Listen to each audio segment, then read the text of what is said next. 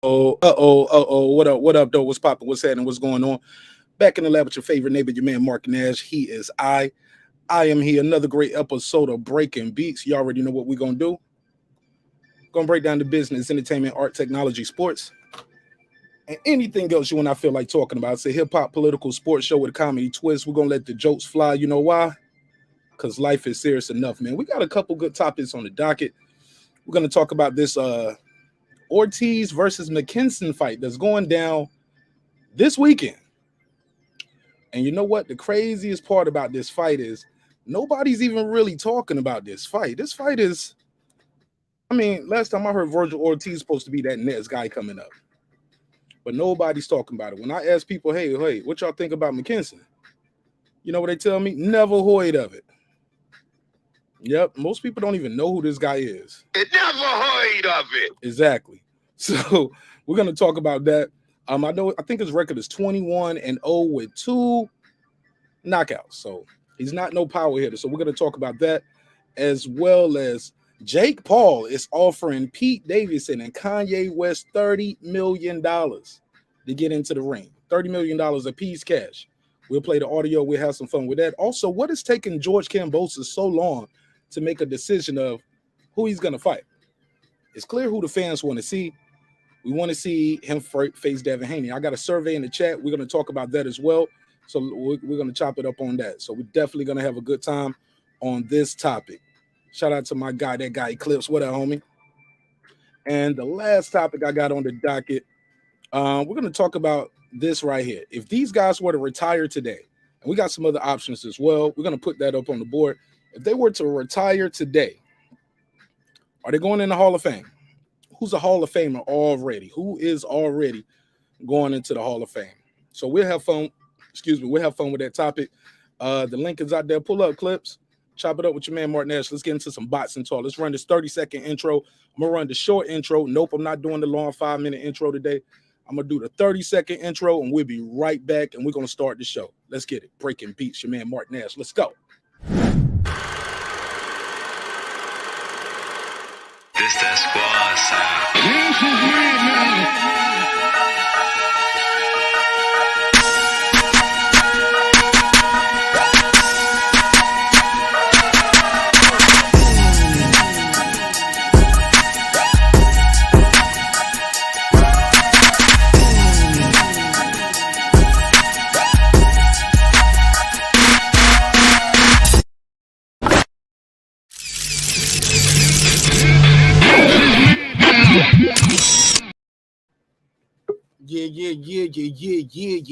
Yeah. What up, though? What's popping? What's happening? You're back in the lab with your favorite neighbor, your man McKinson. He is I am here. Another great episode of Breaking Beats. Shout out to my brother Reggie O with the Killer Show all the way from Vegas. What's popping, Clips? Y'all can't hear me? Can't hear me? Yeah, I can hear you. It's going in and out, though. All right, let me grab this mic. Go ahead. Tell people who you are and where you from and what we get into today. Hey, what's going on, neighbors? It's, you know what I'm saying? It's your guy, that guy, Eclipse, coming live from up there in Ohio. 330 represent. You know, we got some boxing we got to talk about. And, yeah, man, let's go ahead and let's turn on the eyes on the stove. Let's clean the pots. Let's get everything ready. You know, get all your seasonings and ingredients. Get your meat, you know what I'm saying? Get everything ready because we cooking. Early. You already know what time it is. Yeah, man, we got some good topics on the docket. We'll try to get this audio sounding right. You said my audio would sound a little choppy. Yeah, it gets better now. All right, so this is good right here. Okay, cool. Well, let's chop it up, man. Let's get right into this first topic. Because I don't think we're going to be on this one all day. George, I'm sorry, I'm about to say George. Virgil Ortiz is fighting Mr. Mckinson this weekend. Do you know anything about this fight, Clip? Have you heard anything about it? I knew Ortiz had a fight, didn't know who he was fighting, still don't know who this Mckinson is. And sounds like a cherry pick. I pull his information up on the screen. Michael Mckinson is he's a young up and coming fighter, and he is undefeated. But here's the deal, and here's the real for real. He's 27 years old. He's 27 years old. He's had 21 fights. Out of those 21 fights, he is still undefeated. But peep this. He's ranked. Oh, okay, they don't move him up now. See, bro, I did this story the other day. And dude was ranked number 30. Now they got him up at least number 24. He's number 24 in the world. Or was he 35 in the world? He was something crazy like that. He wasn't even in the top 30. He was something crazy like that. But now he's number 24 in the world, and they want us to watch this on DAZN this Saturday. Now, why can't he fight Boot Simmons? If he can fight Mckinson, Michael Mckinson right here, he could have been fighting Boot Simmons. Where's the pressure at? Where's the outrage that this guy is fighting Virgil Ortiz? And Virgil Ortiz is talking about, well, I want the winner of Spence and Ugas. No, you don't. You don't deserve the winner of Spence or Ugas. This is who you fighting right here. Go ahead, Clips. I'm outraged. Where's the outrage? Yeah, I mean, I don't know. I mean, I don't want to disrespect Mckinson because I don't know him, but just looking at that record, and if you're listening to Virgil Ortiz, and if that's his end game and that's what he wants to do, is you want to try to make yourself an elite in that division. I mean, Terrence Crawford's still looking for a dance partner. You could have got that Crawford smoke. You could have got that Boots in the smoke. You ain't got to sit there and cherry pick nobody waiting for the winner of Spence Ugas. You know what I'm saying? You could have really asserted yourself and made yourself a mandatory by fighting somebody that's, you know, already in the elite, beating him, and then making that statement win. But it seems like he just wants to win. He just wants to get in the ring and look good and to keep his name hot. And here's the thing. I doubt it. Dude's record doesn't sound like he got it in him. But this is one of them things where, you know, the boxing gods might just bite him in the ass for this. Fuck around and fight this Mckinson and Mckinson win. Ooh. Yo, when cherry picking go, bro, you know I'm going to be up here. I'm going to do a damn rain dance in here, bro. I'm going to be clowning if he goes in there and gets his ass kicked. Actually, I'm rooting for him to get his ass kicked. Allow me to retort. I want to see him lose. I want to see cherry picking gone wrong. Let's go, Mckinson. Yeah, we're rooting against him. Shout out to the Queen, Karma Serene. How you doing, sister? Peace to you. What up, though? What up? She said, I believe Virgil Ortiz is getting southpaw experience without the risk of taking a loss. Is it really getting experience then, Queen? I mean, if I go out, Michael, look, LeBron ain't gonna get better playing me on the court. You get what I'm saying? You still sharp and still. I truly believe that. So, nah, man, I ain't buying that. I'm sorry, Queen. I'm sorry. I think what I believe is what happened is in his last fight, he got put on his ass, and when he got dropped on his ass, his handlers got a little nervous. But that's what I believe. This is my OG right here, the big homie, Shelton Moore with all the background noise. What up, homie? I'm fucking with you. What's up, bro? Hey, look, I'm trying to be a little more relaxed. Some people told me, like, man, I be wanting to call your show, but you be so stickler about the audio. I was like, all right, man, I do a little better. Y'all do a little better, I do a little better. Talk to me, man. We got some good topics on the docket tonight, Shelton. The first one we got on the docket, we're talking about Virgil Ortiz. Do we care? This is happening this weekend. He's fighting Mckinson, who is ranked number 24. They had brought this guy up from number 35, I believe he was, just 2 weeks ago, a week and a half ago. Now this man is number 24 in the world. He only got 2 knockouts. This is who Virgil Ortiz is supposed to be fighting. He's saying his next fight, he wants to fight the winner of Spence Ugas. And he might get it. If Spence wins, he might get to fight Virgil Ortiz. Go ahead. What you think? Well, I'm going to the fight. Can you hear me? Yeah, I know. Yeah, I do. I'm going to the fight. I'm just going to see what Virgil looks like in person and to possibly get a chance to cuss out Blair the Flair. Tell him what a piece of shit he is after he gets beat. But Virgil is doing why he a piece of shit? Oh, because he's talking a whole bunch of shit about who he wants to fight and who's afraid, this, that, and the other. And dude, you're a 33-year-old prospect, so stay in your place. But back to what I was saying. What he supposed to he's a 33-year-old prospect. No, I'm saying, but he's supposed to be calling these guys out there. He has no standing to fight any of these guys. Worry about the guy you got in front of you. Beat him. Then you can start calling somebody out. This is probably the best guy you ever fought. The guy you fighting Saturday night. So focus on that. Leave that other shit alone. That don't have nothing to do with you. That what we used to say the military. Ortiz and and Blair Cobb mix it up. Why they couldn't mix it up?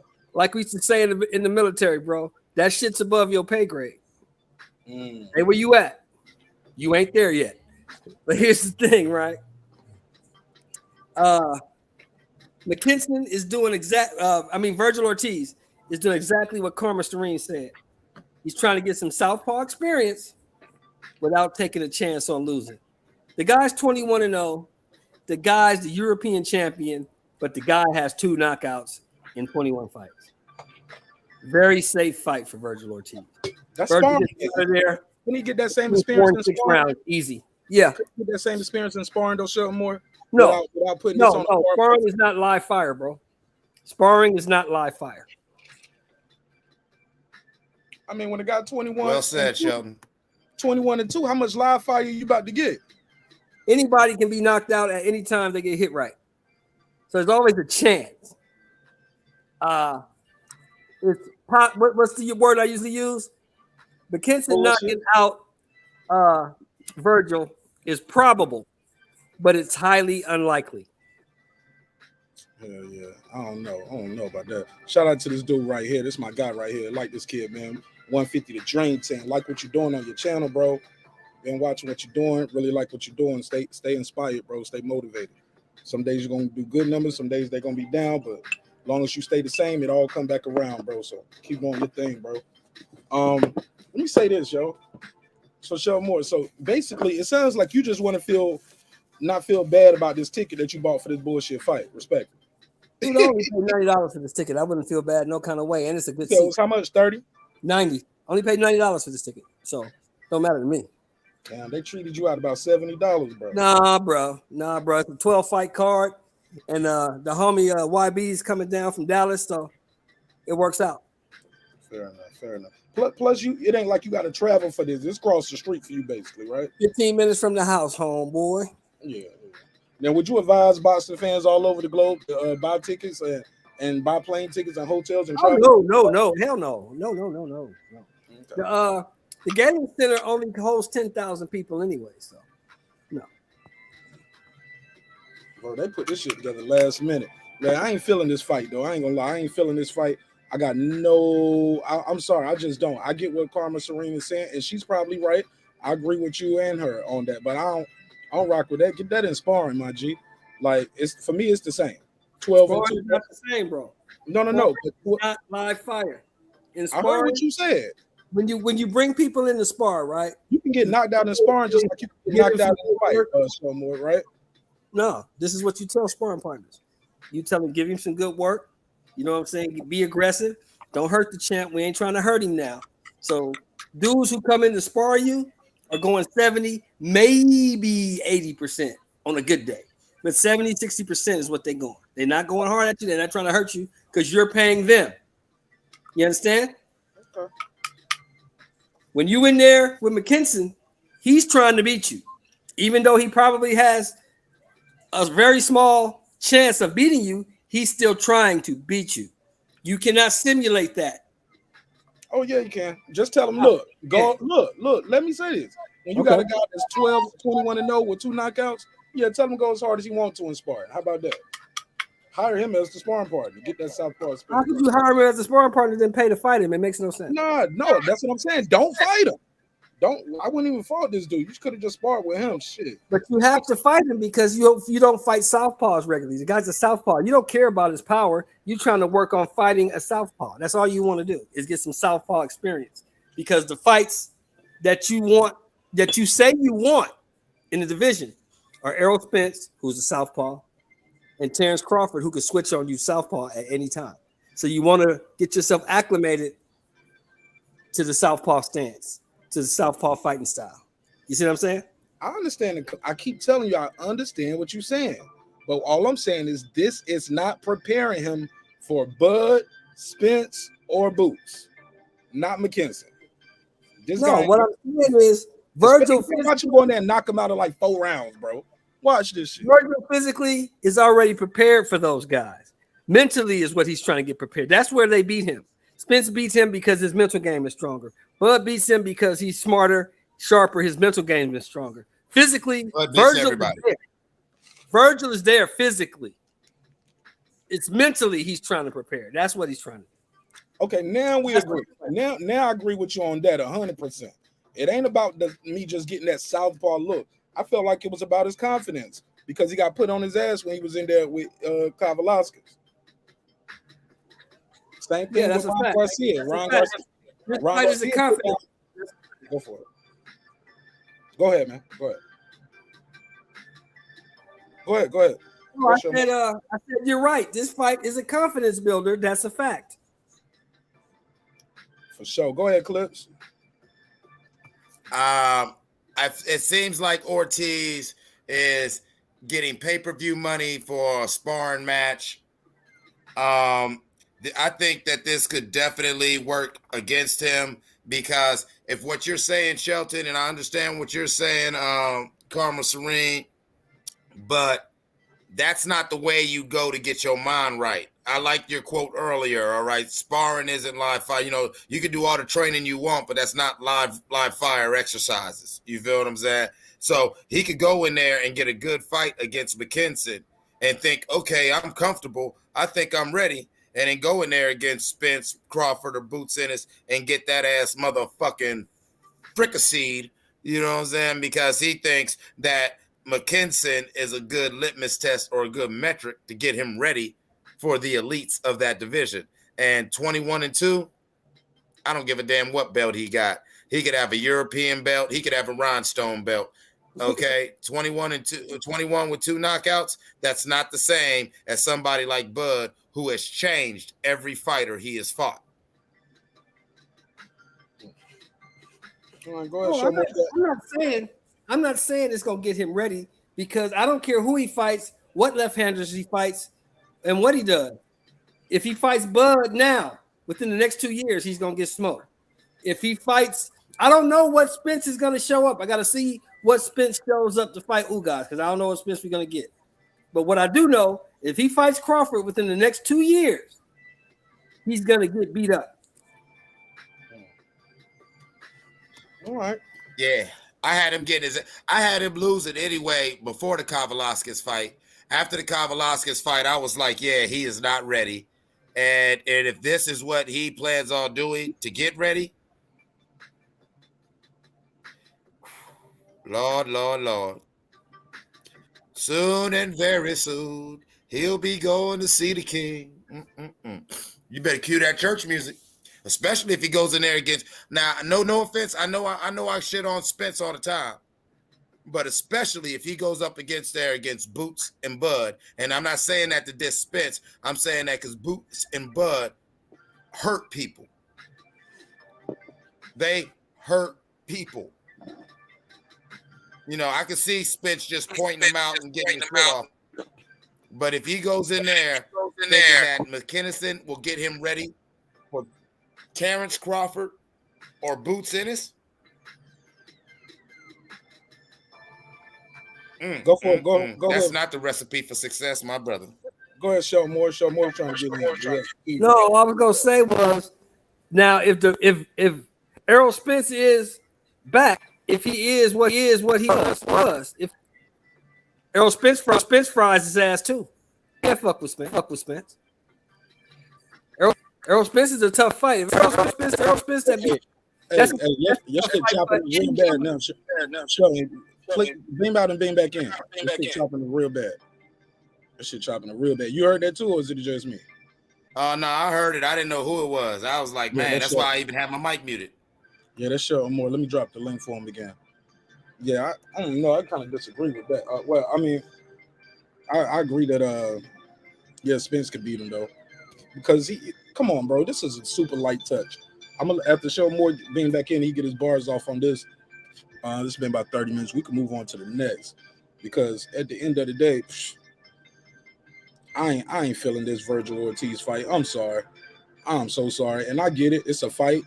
We get to see a fight this weekend. It's on DAZN. So what? This is the $29. You know what I'm saying? You're paying $29 a month for this. I got DAZN, so at least I'm getting a fight, right? But come on, bro. I don't know if people really care about this fight, and I feel like he's gonna blow this dude out the water in about 4 to 6 rounds. So he ain't even getting all that work in that y'all talking about. He ain't even gonna getting all that work. We see what everybody else talking about, but go ahead.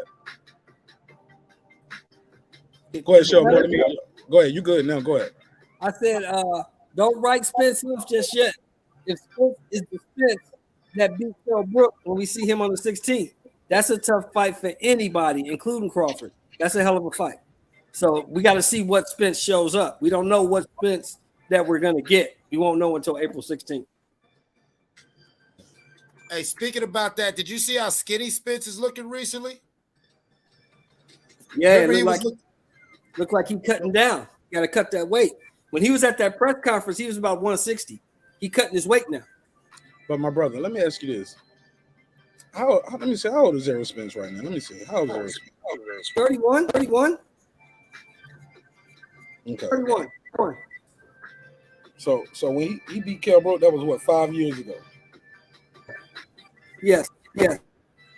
So more, you been 26 and you been 31. Were you the same at 31 as you was at 26? Come on, man. Hell no.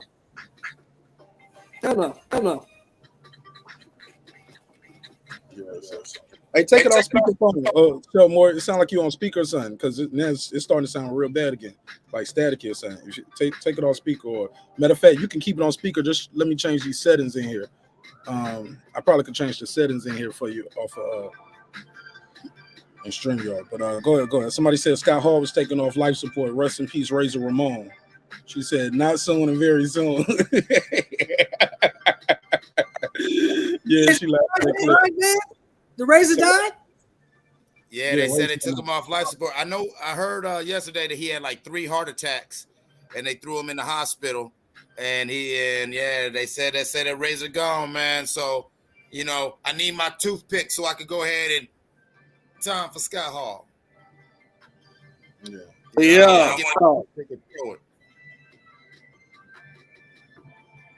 Yeah, so look, y'all got anything else on this one? I can move on to the next topic, man.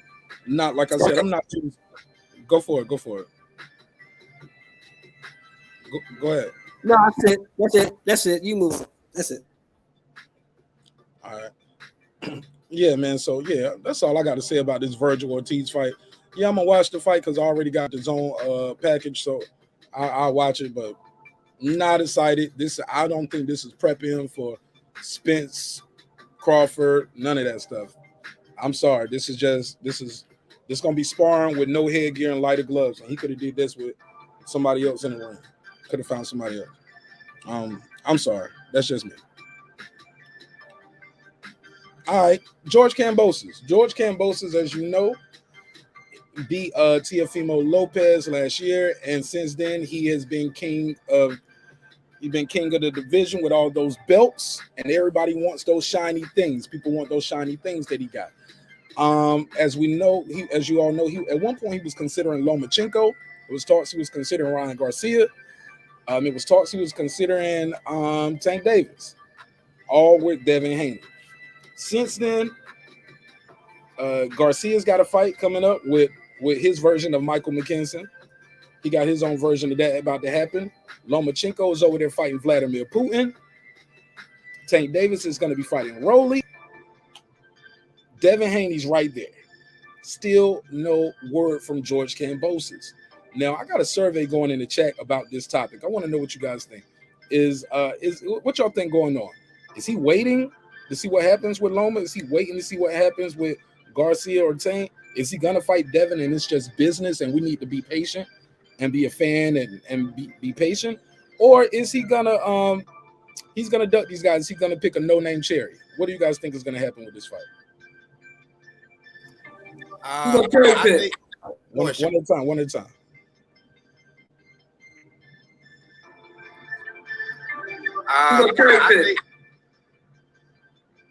Go ahead, Clips. Go ahead. What you think is gonna happen? I think that he will eventually fight Devin Haney, only because Lomachenko will be in the theater of combat. Fortunately, for a while, I don't see the thing in Ukraine de-escalating anytime soon. And with all the flack that Lomachenko caught, I think Lomachenko, he doesn't want Reggie to get on his ass if he leaves the front lines and says, "Oh yeah, I'm gonna go fight George Cambosis." You know what I'm saying? I don't think Reggie gonna let him live, and he don't want that smoke. Nobody wants that Reggie Owens smoke right now. Reggie will dedicate a whole week to his ass. You know what I'm saying? I'm just teasing. But yeah, I think it'll eventually happen. But I really do think before he finally commits to Devin Haney, he will look for a cherry to pick. Go ahead, Sean Moore. What you think? He gonna cherry. Lomachenko's not thinking about boxing. He's not no time soon. Clips simply stated. He gonna try to get his mileage out of them belts if he can. Show more. Hey, everything you saying is staticky and it's coming in twice. So I don't know if you got to call in. Is that the number? Yeah. Woo. I put the number. Yeah, I open the phone line. Go ahead. Damn, bro, I can't get with that. Yeah, I could be even make it out, but yeah, that was real bad. So it won't just me. Yeah, that shit was bad. I heard it too. He'll call in or whatever. I don't know. Maybe he had the thing still. He didn't have the volume down on his phone, so he was getting that echo feedback. Yeah, that and it was static. Yeah. So let me make sure I got a phone line open. Get y'all take on this topics. Make sure I got this one open. Short more call don't call the number at the bottom of the screen. I'll leave that open for the guests. Call this number. I'll leave a different number for short more. 17. Okay. Hey, show more. Hang up and call the 1766. I'm gonna put that on the screen. So you can stay on the there you go. Call this one. And then we'll open the other phone line up for anybody else who want to call. So he can chop it up with us. But yeah, man, that's where I'm at with it right now. Want to know what y'all think of that topic. Lost my spot right there. What was I talking about? There we go. Let me put the survey up. So we got a survey in the chat. Got 4 choices. Is he waiting for Loma? Is he waiting for Ryan Garcia? Is he's gonna fight Devin? Is just business? Or is he gonna pick an unknown cherry, a no-name cherry? So far, people are saying he's waiting for Loma. Hell no, you gonna be sitting around waiting for Loma? That's some bullshit. That low key, that can be considered a cherry pick. You fighting a guy who's coming off of being at war. Like that's who you want to fight. My brother Shell Moore joins the floor. What's up, homie? Yeah, man. Like I was saying, what's happening, brother? Like I was saying before, the problem is y'all don't understand that George Cambosos knows exactly who and what he is. He knows that if he fights somebody in the top 4, top 5 of that division, he probably loses. So he's going to try to get as much mileage out of them belts as he can. Fight a Cherry, maybe fight a Ryan Garcia, come off a 2-year layoff, beat his ass. Because when he fights a Devin or a Tank, anybody of that nature, he's in trouble. He's going to lose the belts. He's trying to get as much mileage, as much money as he can out of them belts while he has them. Okay, and that's it. Go and then he hung up. Go ahead, Clips. I mean, I can definitely see that. If I was in the Cambosis camp, I would definitely. That's him again. Just go ahead, finish what you were saying. Let's do that. I hit the wrong button, but that's it. That's what he's just trying to get mileage out of the belt. That's all. Go for it, Clips. Yeah, I mean, I do think that there's a point there because, Cambosis is one of those damn people that, I mean, he worked hard to get there, and he understands that he can't lose it. And so he can't lose it in the next fight. He understands he's a seasoned boxer, and he understands the dangers of this business we call boxing. And so I think he wants to enjoy the view from the top as long as he can. Once again, I do think the Devin Haney fight will happen, but I see him definitely looking for a cherry to pick or looking for any other option. But I'm with you. Let's get back to that point. If this man is really waiting for Loma, that's bullshit in itself. Because first of all, we want Loma to get back. We want Loma and the Ukrainian people to go ahead and persevere and survive. We want this shit to be over with. But once this war is over with, you think really the first thing on Lomachenko's mind is running in some boxing ring or spending time with his family and help rebuild his country? Absolutely. Look, even still, like he's not gonna be in boxing shape. Exactly. And shit like that. He ain't gonna be in boxing shape. He ain't gonna be ready for this. I just don't think so. I agree. I don't like. Yeah. So okay, let's say fingers crossed. This whole conflict ends in May. Let's say the conflict comes to an end and things get normalized somewhere by the end of May. Lomachenko ain't even trying to think about fighting until maybe the end of next year. Just training, getting back in shape, getting his mind right, getting his affairs in order. And you think the boxing community will allow George Cambosis to sit around playing king of the division all the way till the end of next year? That's what I want to ask HLD, because HLD in the chat, shout out to my bro HLD. And I get it now. HLD does not, as far as I know, he's not a Devin Haney fan. So I'll preface this with that. I don't think he's a Devin Haney fan. But HLD, you're trying to fight a guy. Like when do you expect? That's what we're talking about. When do you expect him to fight? He got to wait for Loma to come back from war, debrief. Look, Loma might not ever be the same. He's going to war, bro. He's in combat. Come on, bro. That's what we talking about, juicing the belts. Like when he comes back from war. So what he go right into a training camp and fight you? What about debriefing? What about spending time with his family? What about rebuilding his country? Not getting it right back, coming to or flying to Australia. Like that's why it would be a cherry pick fight. And this guy right now, I think that would be a cherry. He said, I do agree it has to be Loma and Haney next. When we supposed to wait for him to fight Loma, bro? Loma is at war. That's why it can. He's not old cherry. That's Lomachenko. But right now, all things considered, it's not even a question. We shouldn't be waiting for all of this. Especially when Haney said, "I'll take what he got," and you get a rematch in your hometown. So like you still got the leverage over there. So yeah, go and fight somebody, bro. Don't hold up the lightweight division. It ain't about him just holding up the belts. It's low key holding up the division, homie. But he said Team Cambo is waiting on Loma's circumstances to change till the last minute. Who still has the best offer on the table? But Aram did say, bro, Darren did say they may have to move on. But we did say, Haney did say, I'll take whatever deal that Loma's taking. Let's just make that happen. So it's the exact same deal, right? Get the same deal. Why not? Well, it's the same money. I don't know if Bob was offering him like some top range shit where we're going to feed you some other fighters, but come on, bro. Like, look, let's just say he's ready to fight. Let's just say this whole thing hypothetically ends in 2 weeks. Ends on the last day of March. Let's just say hypothetically. What do you think? When you think Loma's going to be ready to fight? You think he's going to be ready to fight in April? Nope. No camp. May, that's 8 weeks. No camp. At earliest, that's as soon as the war ends on March the 31st. He start training camp on April the 1st. Give him 8 weeks. So he fighting in June, and that's highly unlikely because the man gonna want to see his family. The man got to decompress, and he got to travel to Australia. Bro, we talking about at earliest, and that's if this war ends this month or next month. What, December? September? Come on, bro. He gonna wait a whole year before he fights again. That's the same shit that got T.O. got in trouble with. Hurt him. But that inactivity. But I passed the mic. Go ahead.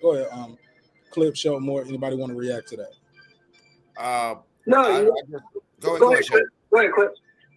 I just also think we got some combat veterans in this neighborhood. So let's talk about the after effects of war when you return to the world from the theater of combat.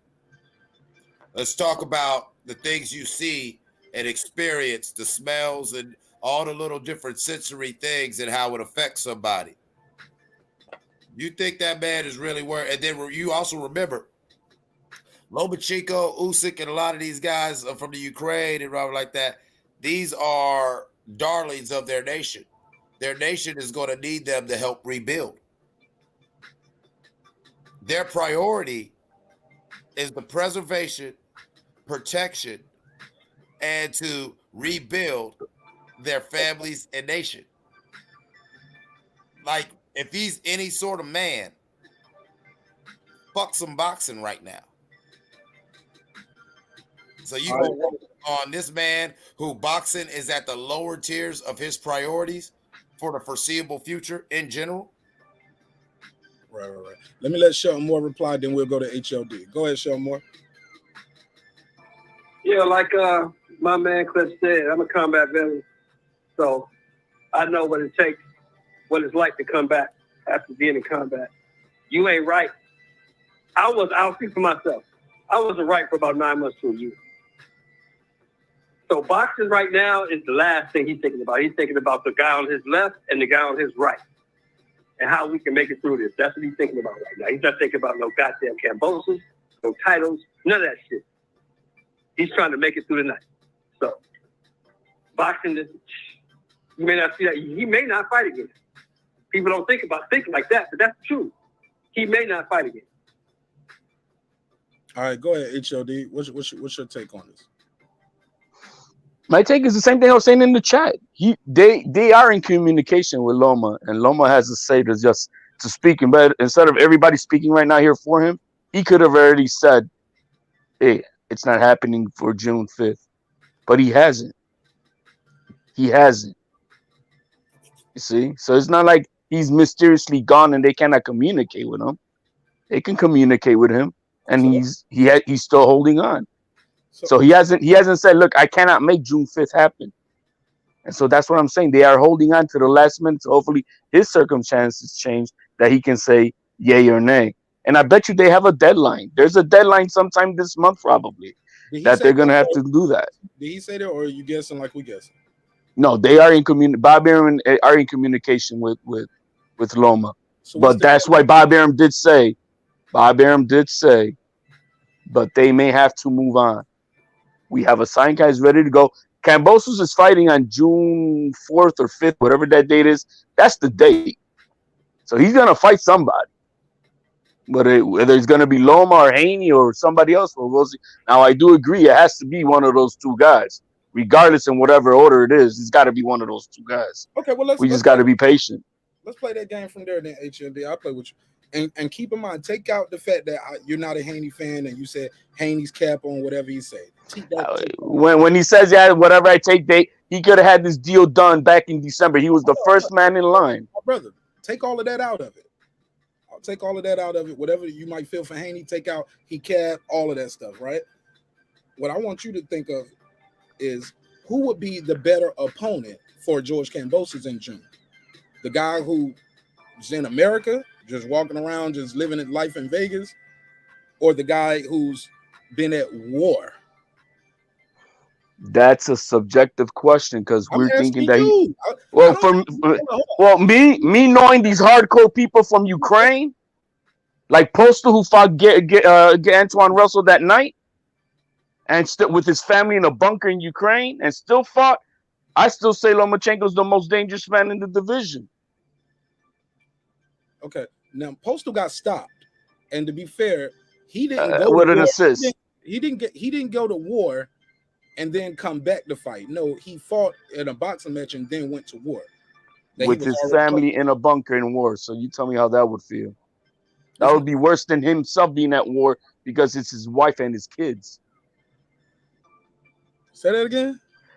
It would be worse for me. It would be worse knowing that my wife and kids are in immediate danger in a bunker in Ukraine than me being on the front line. That's my life, but I protect my wife and my kids first. You can imagine where his mental state was, but he still fought.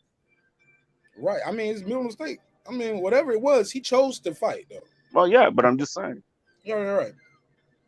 So I'm telling you, so the guy who's coming back from war, who's seen the devastation, family, he don't put his family up in Greece in a monastery. He's been at the front line. He's going to go from that straight into a fight. You think that's the better fight than a guy who's not at war, who don't have no wife and kids to worry about? If he says he's go, I'm going to take that man's word for it because those people have they got a different DNA. They're very hardcore. It's very different than the kid who's walking around in the mall.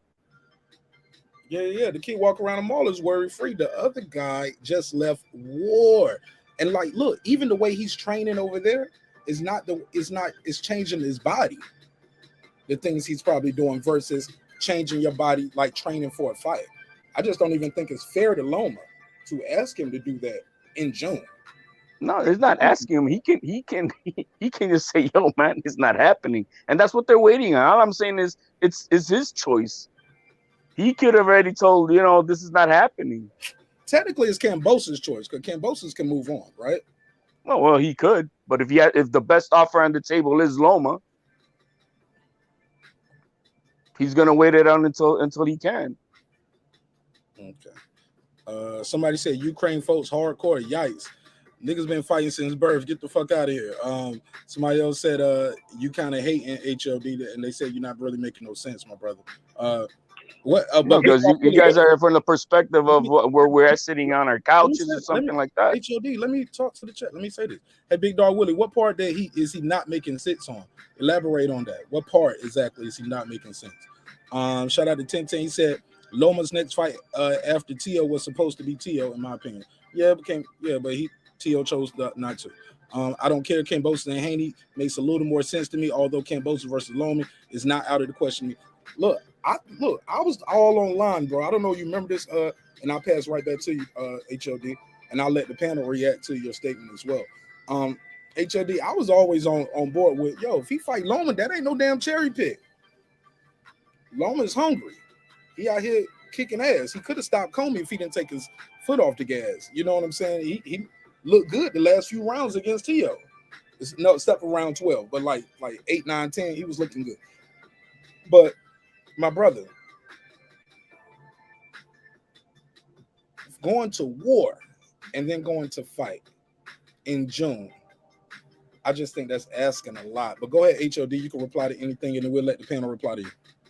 I'm just saying that it's still the man's choice to have just said, look, I cannot make this happen. I won't be able to be ready, even if, so they know there's a deadline. I'm just saying this, they're waiting out this timeline for him to say yeah or nay. What's the deadline? Because I've heard you keep it's going to be sometime this month. It's got to be. But it's got to be sometime by the end of the month, because 8 weeks training camp starts, right after the end of March.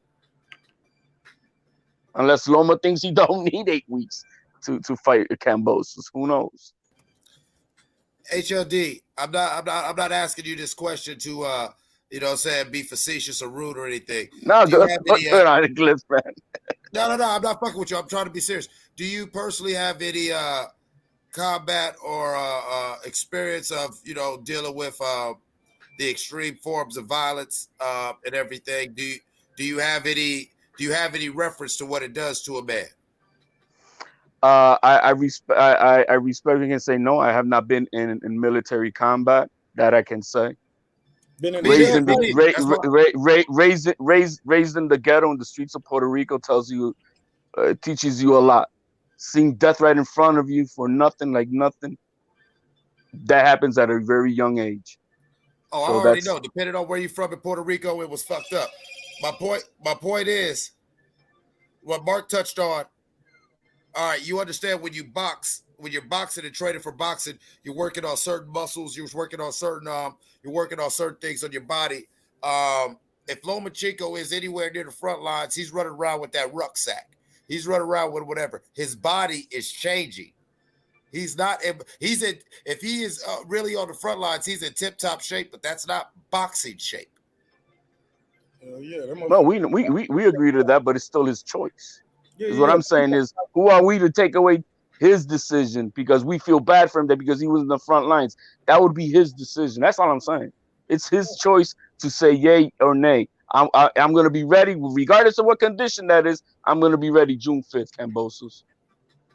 You know what I mean? That's his choice. The one thing HOD you missing is this. You're assuming that since he volunteered and joined the Ukrainian army, that they're going to be okay with him just up and leaving, talking about, I'm going to go fight. That's not how the military works. Oh, we understand that. When you're in the military, you here for the duration of your enlistment. We don't give a fuck what you got going on. You're here. That's why they're You waiting for the here. circumstances You to change, enlisted. Shelton. You signed the paperwork. You're here. Now I don't know about the Ukrainian army because I've never been in it, but I know about the United States army. No, you're property. You become property. You here. Fuck that fight. You're here.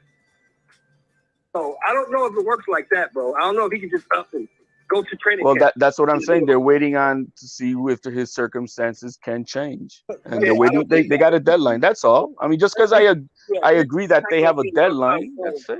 That's not what I'm saying. From the reports I've been seeing on the news, this shit's not going to end anytime soon. So I doubt you'll be ready to fight. Oh, I doubt it too. That's why Bob Arum himself said that they may have to move on. Hey, what I'm trying to say is this: even if it was to end right now in 30 seconds, Putin says, "Hey, let's start bringing troops out." It's a whole rebuilding process, reconstruction that they got to do. Like, he's probably going to be a part of that. Like, just because the war ended today, don't mean okay. We just send all the soldiers home. Like, hey man, appreciate all y'all volunteering. No, we need you guys to help with the relief effort, straighten the shit back up. I just think it's going to be I mean, yeah, it's highly likely that this is it's not gonna happen for him, no. But he's waiting until it's just lights out. There's nothing else he can do. But my brother, the thing is, no, Cambosis is the one waiting. He's the one in the driver's seat. He got all the titles. He's the one that could be moving forward, is what we're saying. But everybody knows it's gonna be June 5th or June 4th, regardless.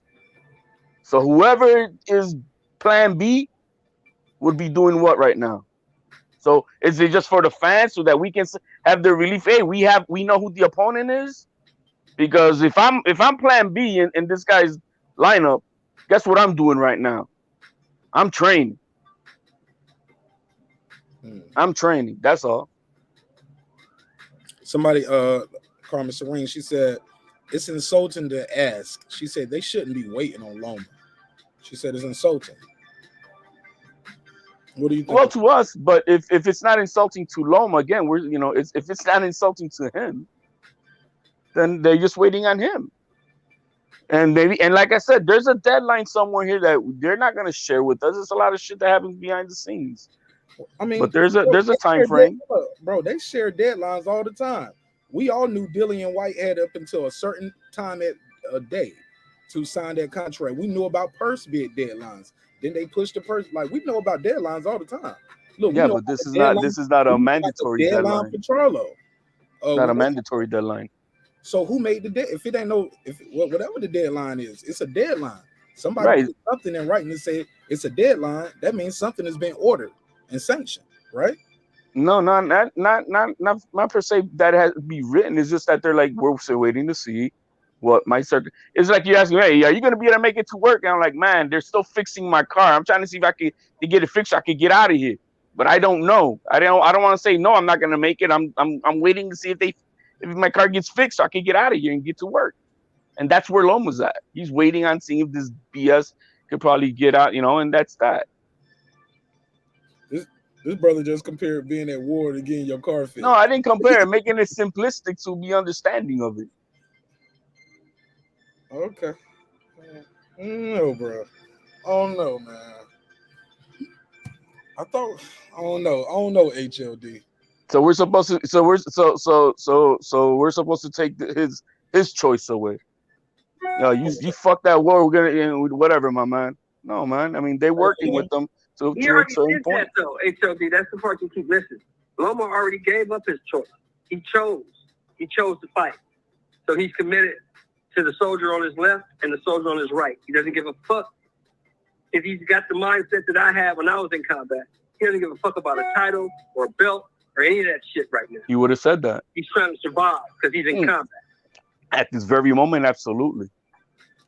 Yeah, he doesn't give a fuck about that. He doesn't give a fuck about Bob Errol. Errol. Said that. His action said that. None of that shit. He doesn't care. He's busy right now. His action said that, though, HLD. So why do you think Bob Arum said they may have to move on? Because there's a point in time where they're going to have to. Absolutely. Bob already knows he's going to have to move on. Bob's just talking. Bob knows that man is not fighting. No time this year. He's not fighting anyone. The man is busy. That would be logical. I mean, I agree with that. That would be logical, but it still demands. If he has his choice that if something can happen that he can get out of there to do so, then that's his choice. Yeah, but what our whole thing is, we're talking about Cambosis is the one who's doing this.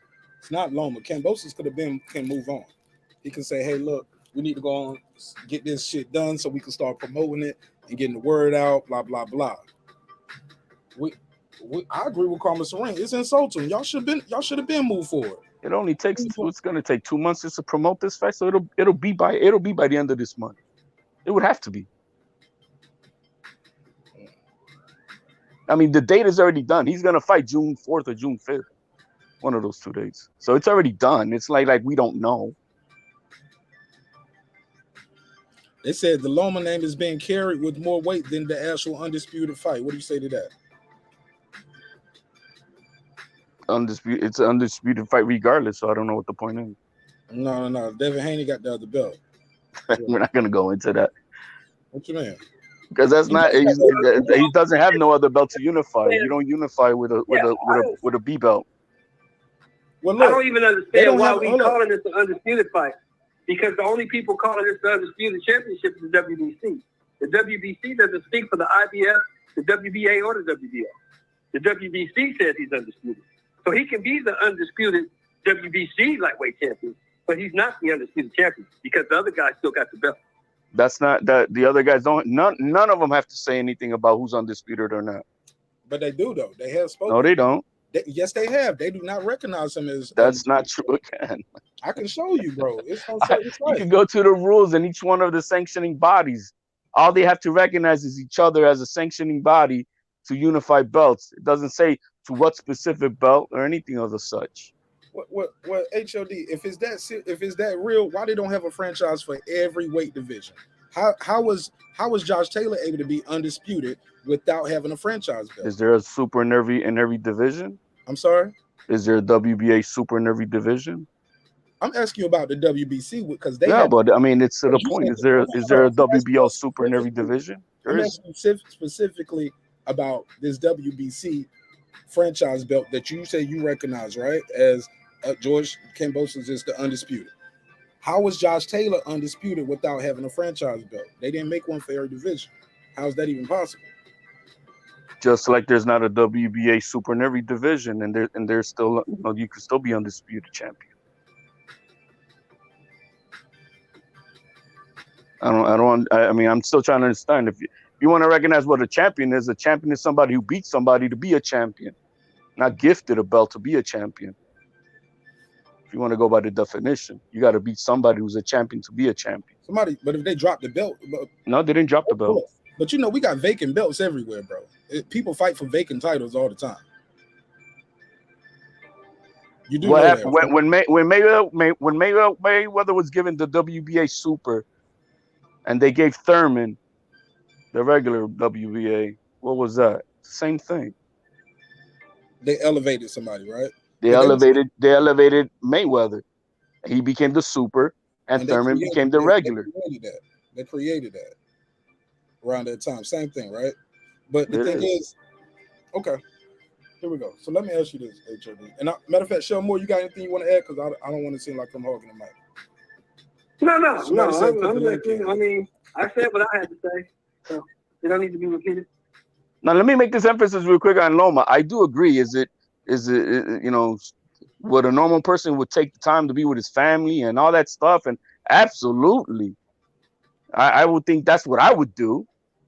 But each man has his own choice, and if he has an option that he's trying to keep alive, that's his. That's not for me to take away, that's his. That's all I'm saying.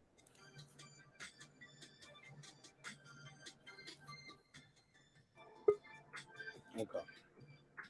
Let me see. Big Dog Willie. What's up, Big Dog Willie? What's popping, my G? What's happening? What's good? Nothing. The HRLD, are you serious? Are you serious? I'm asking you a question. Are you serious? You rather give up? What? How about you? Let me finish. You rather give up undisputed.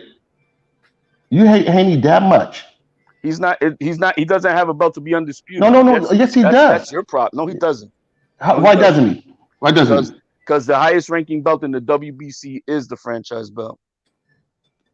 Oh my God! That so none of other bodies recognize that he's the undisputed belt. When you look up a rule, fighter, look up a rule. But to you, he is. Look up a rule from each of the sanctioning bodies where they say what is undisputed. If you do that, then you could come back to me with some facts. But I guarantee you're not going to find nothing. So I'll look up the rule and see the other sanctioned bodies. The other sanctioned body has to prove of undisputed. I would look that up. I would like to because I know where I'm talking from. Yeah, I don't know. I don't understand why you hate Haney that much. Oh, it's not about hate. It is about hate. Yeah, it is about hate. How is hate? Because you're willing to give up. Because he's a paper champion. Let me finish. Because I considered it a paper champion. Oh, see, that's hate. That's where you go. How's that hate? You didn't earn it. Okay. So what's wrong with Haney? Okay, so what's wrong with Haney fighting him? Nothing wrong with it. I said that it's either Loma or Haney. He has to fight one of those two guys. Most likely it's going to be Haney. Then good. It has to be one of the two. Then why are you pushing so hard for Loma then? No, I'm not pushing. I'm explaining his options. I said, why are you pushing so hard for Loma? What he has. He could have already said no. You're hating. I'm sorry, but you are. That's fine, man. You can think what you like, my man. I'm not thinking. I know it. No, you have in your voice. It's in your soul that you hate Haney. Oh, it's in my I just want to see the fight. I want to see a fight with Loma is fighting in war right now. He's fighting in a war. Yeah. And so what? You're gonna make the choice for him? Okay. Yeah, I stand on my square, my man. I don't follow the. I'm just saying he has his right. It's actually Cambosis' choice, actually. Hey, and he has a signed contract with Loma, so they're like waiting it out. What's the big deal? Regardless, there's gonna be a fight June 5th. Now, if it ain't Loma, it better be Haney. That's all. Okay. That's all. So where's the hate? Okay. So who you rather be, Haney or Loma? I'm asking you that. I have no dog in that race with that. I'm just saying, don't take away the man's. No, I don't. Look, I don't. Listen, if you're gonna ask him, Big Dog Willie, you at least gotta let him answer. Okay. I want to get out of here. You're cutting him right off as soon as he talks. So, like, if you're gonna ask him, at least let him answer. Go ahead. Do I have a dog in this fight? No, I don't have a dog in this fight. I'm just saying that as far as what Loma has, he still has his options. And I know that the man did whatever it took possible to have a contract signed, unlike Team Haney. And I'm not saying Devin Haney himself, because he don't run his career. Team Haney, who were the front runners from the get, and they fumbled. There shouldn't have been an opportunity for Loma to land this deal. It should have been done, and they fumbled it. Because whether you think about it or not, Loma is the more dangerous fight between those two guys. Regardless of undisputed how you feel about it, Loma is the more dangerous man to face. So why did they fumble it? Just look at the path of how they moved in their entire career. They don't step up to those big challenges. It's always complaining about nobody wants to fight me, when it's more like, hey, I either overpriced myself or I don't submit the real deal or lowball a fighter. I mean, they got to make it happen. But regardless of the fact, it needs to be one of those two guys. Now, if Cambosis chooses a cherry pick, like a Maxie Hughes, which is what Devin Haney was looking for before they fought JoJo. If he was to pick a Maxie Hughes instead of Haney, I'll be on board with everybody else. That's BS. That's all. Go ahead, homie. To me? Yeah. Go ahead. Okay. I don't know what to say to that, man. It just sounds like he just don't like Haney. That's what it sounds like to me. You're just gonna whitewash it with that. You can't explain. Yeah, I don't know. No, it's not about explaining yourself. I explain myself as articulate as possible. HOD, I asked him to be quiet while you was talking. Now it's his turn to talk. Please don't let him speak, bro. Same way I asked him to let you talk. Go ahead, bro. Yeah, I just don't see what his point is. Like this guy's marching around with an AK-47. Loma is, and you want him to come out and try to fight by June something because you don't want Haney to fight him, fight Cambosis, and he has the other belt that make it officially undisputed. And that's a question to you. Oh, go ahead. You just said that I don't know. That's not what it is. What you said is because you just made that assumption again. I didn't say any of that. You heard exactly what I said. The man has his option, and because you have a preference, you see now. Who do you rather? You rather see Haney, so that's why you're on this, on this high horse of wanting or what you want. I'm saying I don't have a dog in this race. It's got to be one of these two guys. Obviously, there's a business side besides competition here. And Team Haney also dropped the ball on that. There we go. Hey, you know how Team Haney could have had eliminated this problem all to begin with? They shouldn't have missed that meeting with Bob in June, made a fight with Lomachenko, beat his ass, and guess who's the king on the board? Guess who's the only option on the board? You see? So it's not about it's just I know how I don't know what you're talking about. I No, I didn't look. Say that again. You said he was. All I heard was you saying somebody eating ass, and he didn't make the fight. Beating his ass, bro. You're not gonna jump that. I'm like, whoa, what is going Team on? Haney had they made the meeting with instead of having a no-show meeting with Bob Arum last year in June. They should have showed up, made a contract fight to fight Lomachenko, who did not have an opponent for later that year. Take Loma out, and guess who's the only king on the board? It would have been him. But they didn't do that. But I remember him trying to fight Tio a long time ago. He was trying to fight Loma. Loma got elevated simultaneously as they created the franchise belt. So we can't get mad at him for getting the title, and as they created that, because that's how Danny got his WBC welterweight title. He didn't take the belt from nobody. When Devin Haney entered the WBC tournament, and then it was announced that they were fighting for the interim belt. The interim belt will never be deemed mandatory to the champion. Let's look it up on the WBC rules. Interim champion is never the champion's mandatory. Never. But hold on. Dillian White is the mandatory for Tyson Fury right now. And he got the interim title. Because he also was in an eliminator for a few years back for that position. That's something different, but he was in eliminator to be the interim. The same shit. You have to earn it. You have to be in an eliminator. Okay. Devin Haney was never in a title eliminator. Well, you just said the interim champ is never the mandatory. Dillian White is a mandatory. He's the interim champ, right? Not by cause of being the interim champion. Say what? Not by cause of being the interim champion, but it was because of him doing a title eliminator. Well, it can't be that because he got knocked out and got a rematch. If that was the case, once he got knocked out, he should have been out of the eliminator. There ain't no rematches and no eliminator. There's a reason why Teofimo bounced off of that tournament, because he wanted to fight Lomachenko. Hold on. That's something different. I'm talking about right here. If it was a title eliminator, when Dillian White got knocked out, he's out of the tournament. No, he had a rematch and got a rematch to get his interim title back. It ain't no rematches and no title eliminators, though. You get what I'm saying, HLD?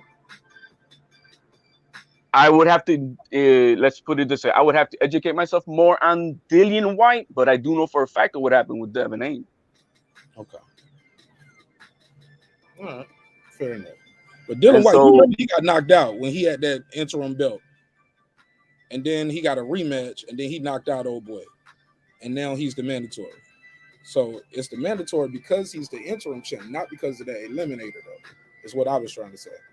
Because if it was the eliminator, like I stated, once you get eliminated, you out. You get knocked out, nigga. It ain't no, let's run it back to get for this eliminator slot again.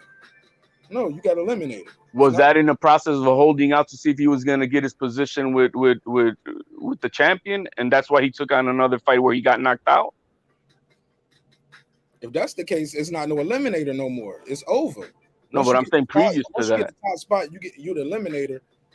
You can either Well, hold. like I said, I'm not well informed, but I couldn't be on the next time around. But I can tell you for a fact when with Devin Haney, he was not fighting a title eliminator. He was fighting for an interim belt, which does not. Keep calling you a troll, HLD. You be out here wilding when I ain't around. What's that? Why they keep calling you a troll and shit in the chat? You be out here trolling sometimes. Hey man, when you stand on your own square, people don't like it. No, yeah, he trolls. I stand on my square all the time, but nigga, I don't be troll.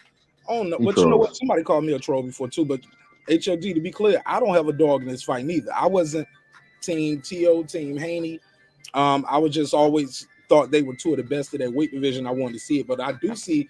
It does seem like the people who were calling TO undisputed. Like I get it. They're not really Haney fans. You get what I'm saying? But that's neither here nor there. Somebody told me to ask you, they said, do you consider Jamal a champion? And I gotta mute your mic while I'm talking Big Dog Willie because you got some background noise, sound like you're at work. He said, so do you HLD, is Jamal Charlo a champion? I'm asking because didn't he get his belts the same way as Haney? Or he got his belt the same way as Haney? He got his belt, I think, similar to Haney, which was a given belt. It wasn't earned. It wasn't earned. What if you're the number? Let me ask you this: if I'm the number one and I'm supposed to fight the champion, they create a franchise belt, elevate him, and tell me I can fight for the vacant, but I gotta have fight 2 mandatories. You know what I'm saying? You fight right now tonight, you win, you're gonna be the champion. If you lose, the other guy gonna be a champion. Technically, he did fight for it. He just didn't beat the old champion because he was elevated. That's like saying, by that logic, that's saying we never considered Keith Thurman a real WBO champion because they elevated Mayweather and made him, the WBA champion because they elevated Mayweather. I respected Keith Thurman as a champ. Well, that would be the same as me saying that if I respected Tank's belt at 140 when we have a super champion, which was Taylor. But it count though. No, not in my book. It count. Not in my book. But in the book of them bylaws that you was talking about, it count though, right? It's not. He's not the highest ranked champion, he's a champion, but he is not the highest ranked champion. Okay. So who's the highest ranked champion at middleweight in WBC right now? In the WBC, that would be Charlo. But Canelo, because he never fought and beat nobody for the belt. How was that? By having the belt, he's the champion. Did he earn that belt to be a champion? That's a different conversation. It's like, Devin Haney's a champion because he has a belt, but did he earn it? I don't understand. I just don't understand your logic because Haney has the same belt at lightweight, gotten the same way. So I don't understand how Marq's a champion, but Haney ain't. I just don't get it. No. Well, hey, he has a belt that makes him the WBC champion at that division. But did he earn it to be a champion? That's a paper champion, right? He's hating. That's what it is. No, that's for anybody who gets a free belt. We can talk without making personal attacks. Let me say this, but HOD, because here's the thing. Because by that same logic, the only way they can unify what be a real undisputed at 160 is Canelo has to come back down and fight somebody at 160 after they got all the belts. You don't believe Canelo is holding up the 160 division though, right? No, because he left it. No. He's franchised. He's still the franchise champ. Oh, he's a franchise through any division he wants to go to. No. I'm telling you right now, he's officially the franchise champ at 160. So that means nobody can be undisputed at 160 unless they fight Canelo, is what you're saying. No, he left as 160, so he's no longer the 160 franchise champion, only in that division. He's still the 160. So nobody can be undisputed at 160 until they get the franchise belt as well. Because Canelo, like I'm telling you, he just still got it, bro. Look up when I just want you to be able to tell me when I know he has the belt. The belt gives you, once you become franchise champion, it allows you to go into any of the other weight classes as a franchise champion. And to become the mandatory. No. At that 160, he's not automatically That means you can go up, go down, and wait and come back, right? If you need to. Remember, it was supposed to be a destination, like a trophy. Now we trying to say it's a real belt, bro. It is a real belt. Okay, but if it's a real belt, nobody can be undisputed at 160 until they get that franchise that Cambosis got at 135. No, because the designation part of him being able to go up and down in whatever division. But that changed. That changed once they let T.O. get it from Loma. Remember, they said it couldn't be won or lost. You get what I'm saying? And then then they gave it. Loma lost it. T.O. petitioned for it. Remember, he had to petition to get it. Well, you had to beat him first to get it. But you had to petition, so this is on the line. The petition comes before the fight. All the belts have to be petitioned for. That's what I'm. Okay, that's paper. That's the email. You put it on paper or you put it on the email. So, but what I'm saying is this, my brother. If what you're saying is true, that franchise belt makes you the undisputed. If they got one in your weight division, if you don't got that, you're not the real undisputed. So how can Canelo not be holding up the weight division? Because he's the only one that got it. He never dropped it. They never awarded it to nobody else, but it still exists for that division. Make that make sense, bro? Because it's no longer in that division. The status of franchise, he is not using it. He is not using right now the status of franchise, which is the accolades that it lets you do with it. Where is that at? In the WBC. You just got to look it up. Okay, so so he's not using the status. So he's using the status of the 160 undisputed at any division he goes to, is what you're saying? No, he's using the status like when he challenged Makabu for the cruiserweight championship. He was using the franchise title to become his immediate mandatory. Okay, that's what he was. That's how he's using his franchise. Okay, so, but in the meantime, so these guys can be undisputed at 160, is what you're telling me, without fighting Canelo. That's at this current time. Yeah, he's not fighting at the 160 division. Okay. The moment that Canelo, which Canelo's not going to come back to 160, but if he was to come back down to 160, that would be different. But he's not. Okay, DJ said that's because the franchise belt is a destination. It's not a real championship. You can't lose it after you win it. Shaking my head.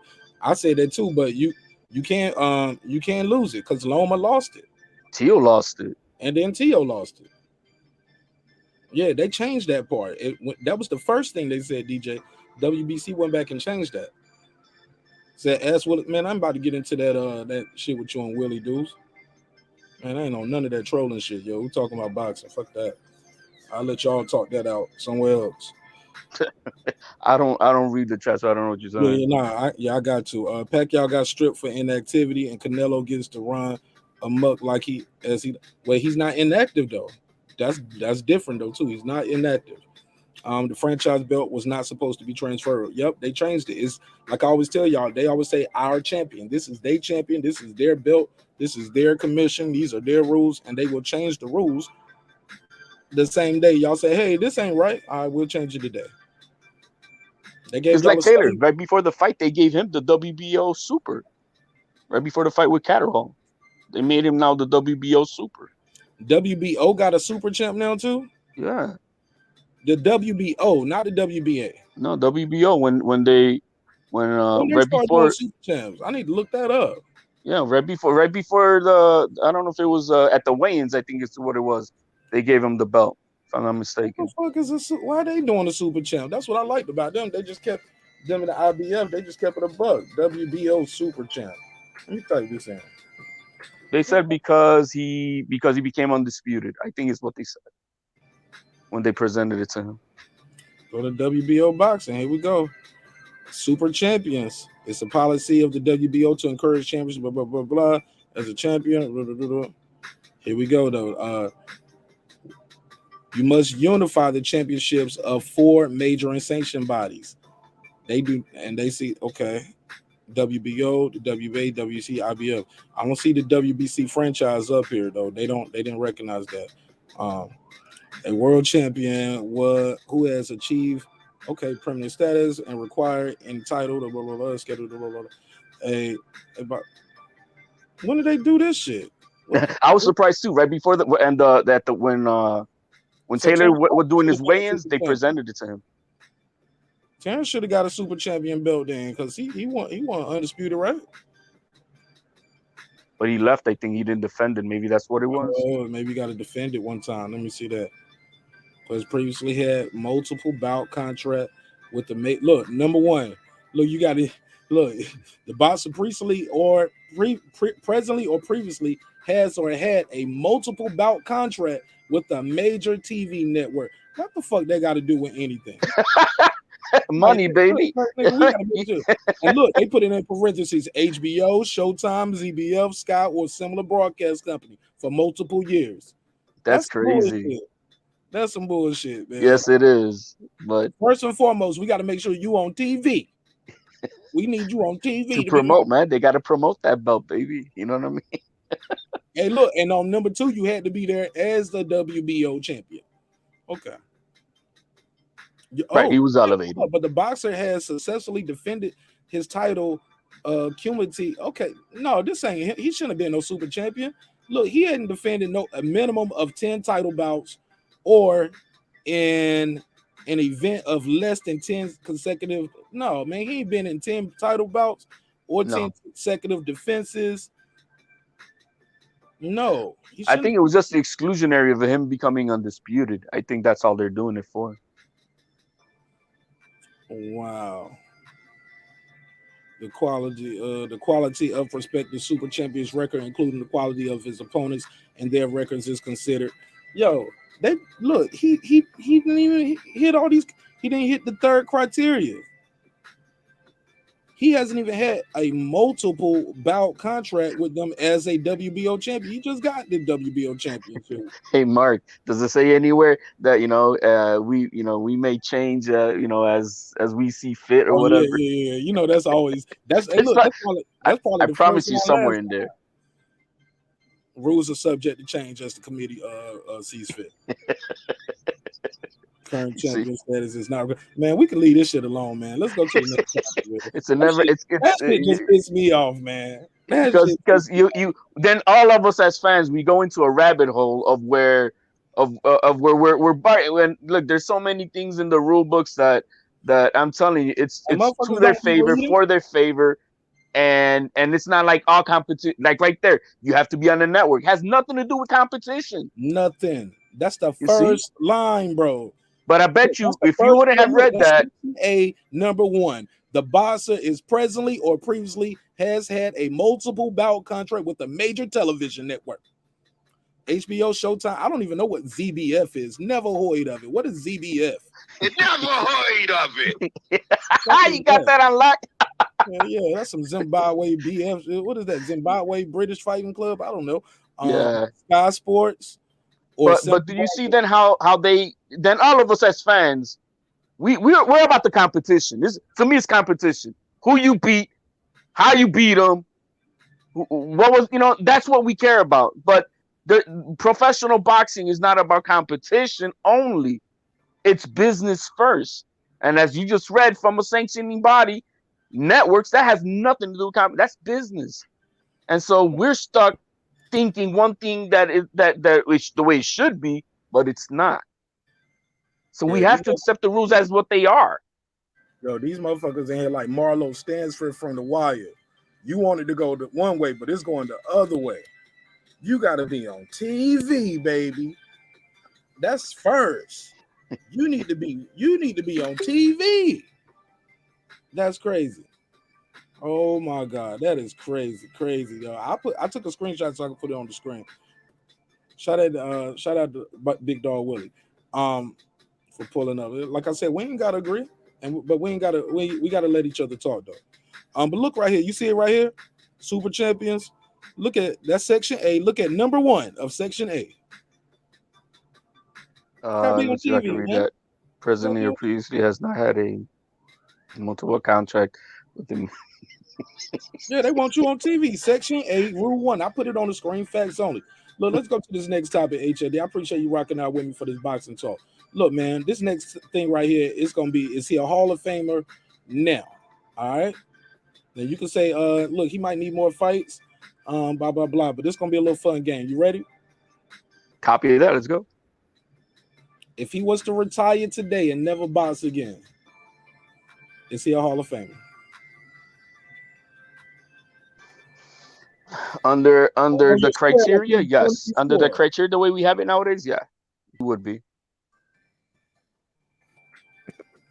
All right. Who are you talking about? Wilder. You can't see the screenshot more. Deontay Wilder. Oh, it was Shelton's on. I didn't know that. Yeah, he on the phone because his he got to call in on one. I want to hear this, Shelton. Is Wilder is he a Hall of Famer? Yeah, Hall of Famer. Is Wilder a Hall of Famer? Right now, if he was Deontay Wilder. In my opinion, no. But I'll say this. Fucking Arturo Gotti got in. That's Arturo Gotti exactly. is a Hall of Famer. Yeah. Deontay Wilder will be a Hall of Famer with those 10 title defenses. Right. Notwithstanding the fact he never was an fought Italian nobody. dude. Yeah. Yeah, the one that Mayweather beat the brakes off of. Mm-hmm. And that's what I was trying to say, Mark. Under the criteria nowadays, yeah, he's gonna be a Hall of Famer. But 40 years ago, no. No, he wouldn't even be a contender. He'd already got knocked out. But today's criteria, yeah, he'll be a Hall of Famer. Hell, Danny Garcia will probably make it to the Hall of Fame under today's criteria. Oh God, everybody's going in. You go in. You go in. Well, look. Well, nah. Well, y'all say that, but y'all see as we went on. Some of these guys, y'all by today's standards, they still not in, and arguably they should be in. I'm about to get to it. I'm gonna pull the picture up. I'm gonna pull the picture up because he keep getting overlooked. Shit, let's keep it a buck. Look, I thought y'all want to make the game more interesting and say first ballot Hall of Famer. Yeah, I want to say Hall of Famer. Period. Not first ballot. Period. Okay. Let's do it like that. Period. So where y'all at on Wilder? Let me ask the chat. Is right now Wilder a Hall of Famer? If so, what's his legacy win? Reggie Owens, what's his legacy win? I'll come back to Reggie because he in the chat. Sean Moore, what's Wilder's legacy win? He ain't got one. What's Wilder's legacy win? Wow. I'm with Shelton. He doesn't have a legacy win. Y'all ain't shit. All right. Hall of Famer though. All right. Respect. But under the current criteria, he's a Hall of Famer. Y'all, I don't want to hear that current criteria shit, man. I don't want to hear none of that current criteria shit. Y'all better keep the buck with me, man. That's the only way he makes it in, y'all better bro. stop playing with me, man. Stop playing with me on the other criteria, bro. Hey, look, Miguel Cotto didn't get in on his first time. If you put him in the category with the Alis, the Foremans, the Nortons, the Frasers, the Holmes, he doesn't make it. Okay, but y'all put Sylvester Stallone in there too, though. So stop all of that. No, I didn't. That's an honorary, man.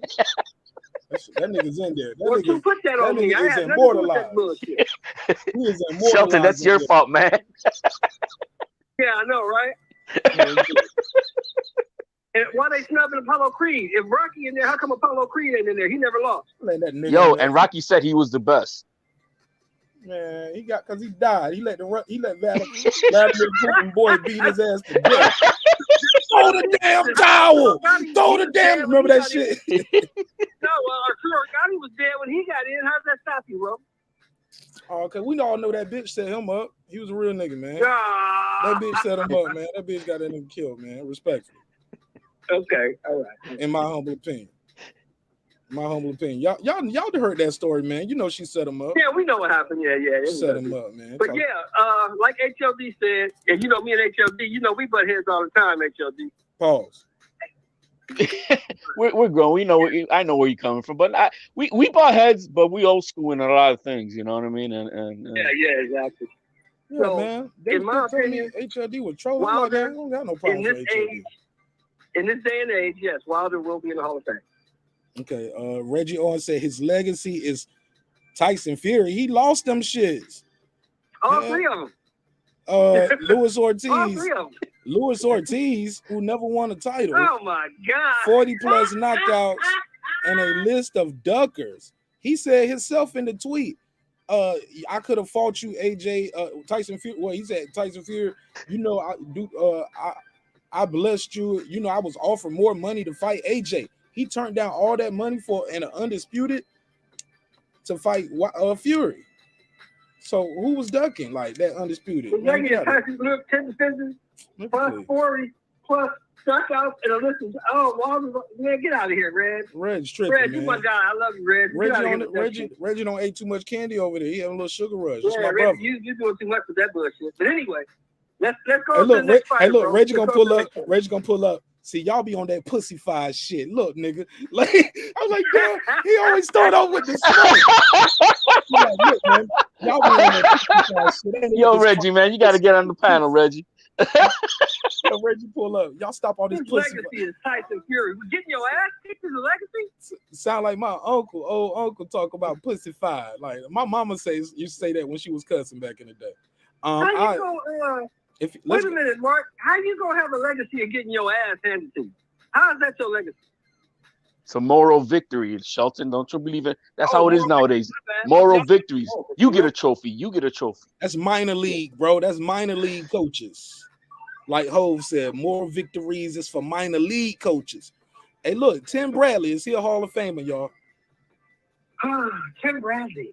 That's a good He's question. 3-division champion, though, right? Isn't he? 3-division champion. And this might be his third year getting snubbed in a row. 2 divisions, 40 and 47, right? Is it 40 and 47 HOD? 40 and 47. I can look it up. Let me pull it up real quick. So that means he wasn't 35? Tim Bradley was... I don't think he was champion. I don't think he fought at 35, did he? I don't think he... 2 weight classes.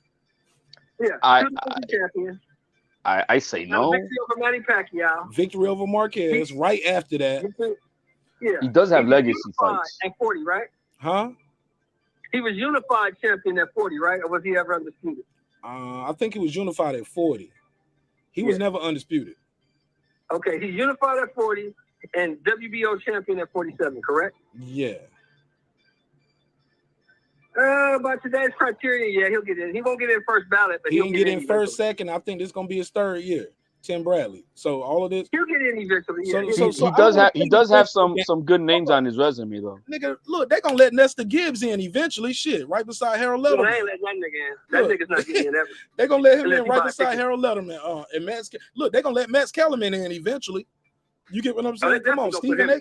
Look, Stephen A. talk about boxing enough. They'll let his ass in there. If I make a good enough movie, nigga, they gonna look. The only way Stephen A. gets in is if he buys the ticket. Man, he cut my joke off. Never mind. Fuck it. I knew where you were going. Hey, look, you already know what I was going. All right, so look, so Tim Bradley. Let me see what the chat's saying. Peace to the chef, to the chief, Marq. Appreciate you, Brown brother. Thanks for pulling up, Brownsburg, great point, Concerner. I missed it. What'd he say though?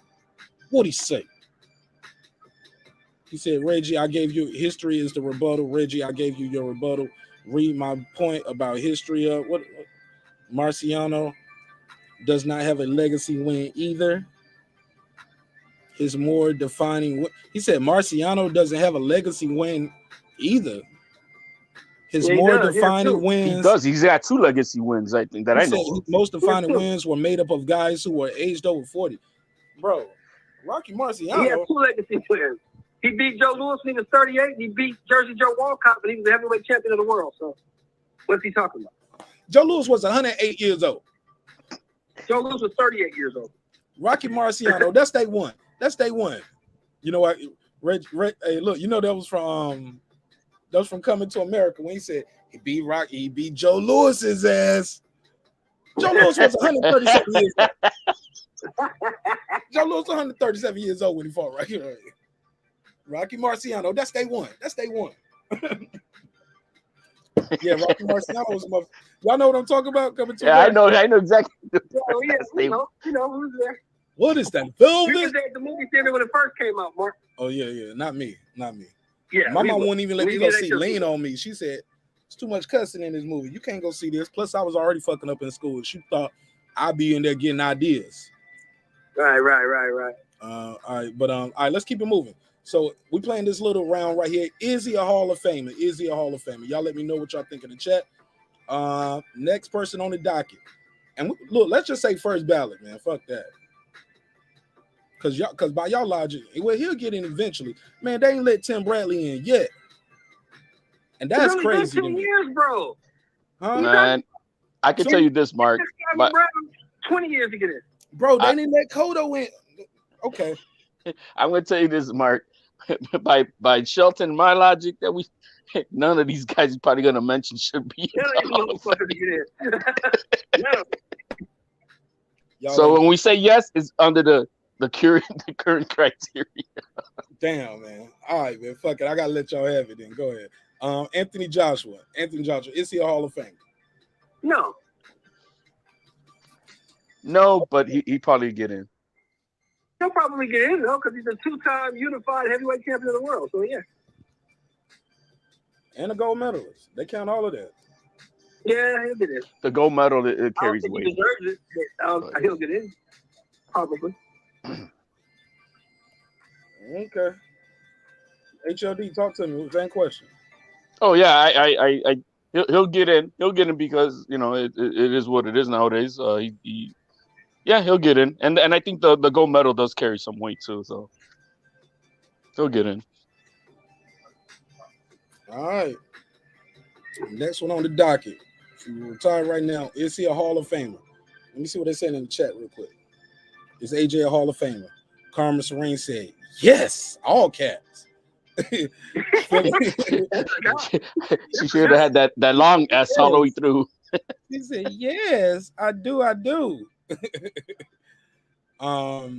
Philip H said, not yet. Casual Base guy said, once they all fight each other, man, I ain't got time for that. I don't know if I don't think they're gonna all fight each other. I don't even think we don't even know Wilder gonna come back. We don't know if Usyk how he's gonna be when he come back. You get if he comes back, Usyk's 34, he may not fight again. Right. And I remember reading his statement. He said, look, that's the farthest thing from my mind. If somebody said if Wilder fought 4 over the hill 40-year-olds, you'll rank them below Ortiz. I don't get it. Very true, Khan. I'm not saying okay, so they talking to each other. All right, let me bring up the next box. If he was to retire today, is he a Hall of Famer? Tyson Fury. Go ahead, HOD. Yeah, he'll get in. He'll get in. Okay. He's what? He's two-time champion.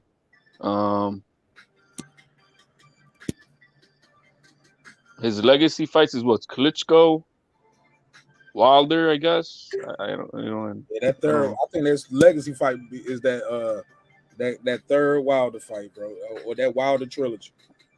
The trilogy as a package, right? Not even more the trilogy. You could argue the trilogy as a package because some people think he won all 3 of them. You get what I'm saying? Yeah. And if you look at history went with his side with the next 2 fights. Obviously, he probably did outbox him, and some judge like those 2 knockdowns. Because I always tell people, all the judge had to do was 2 judges had to get Wilder round 1 or 2.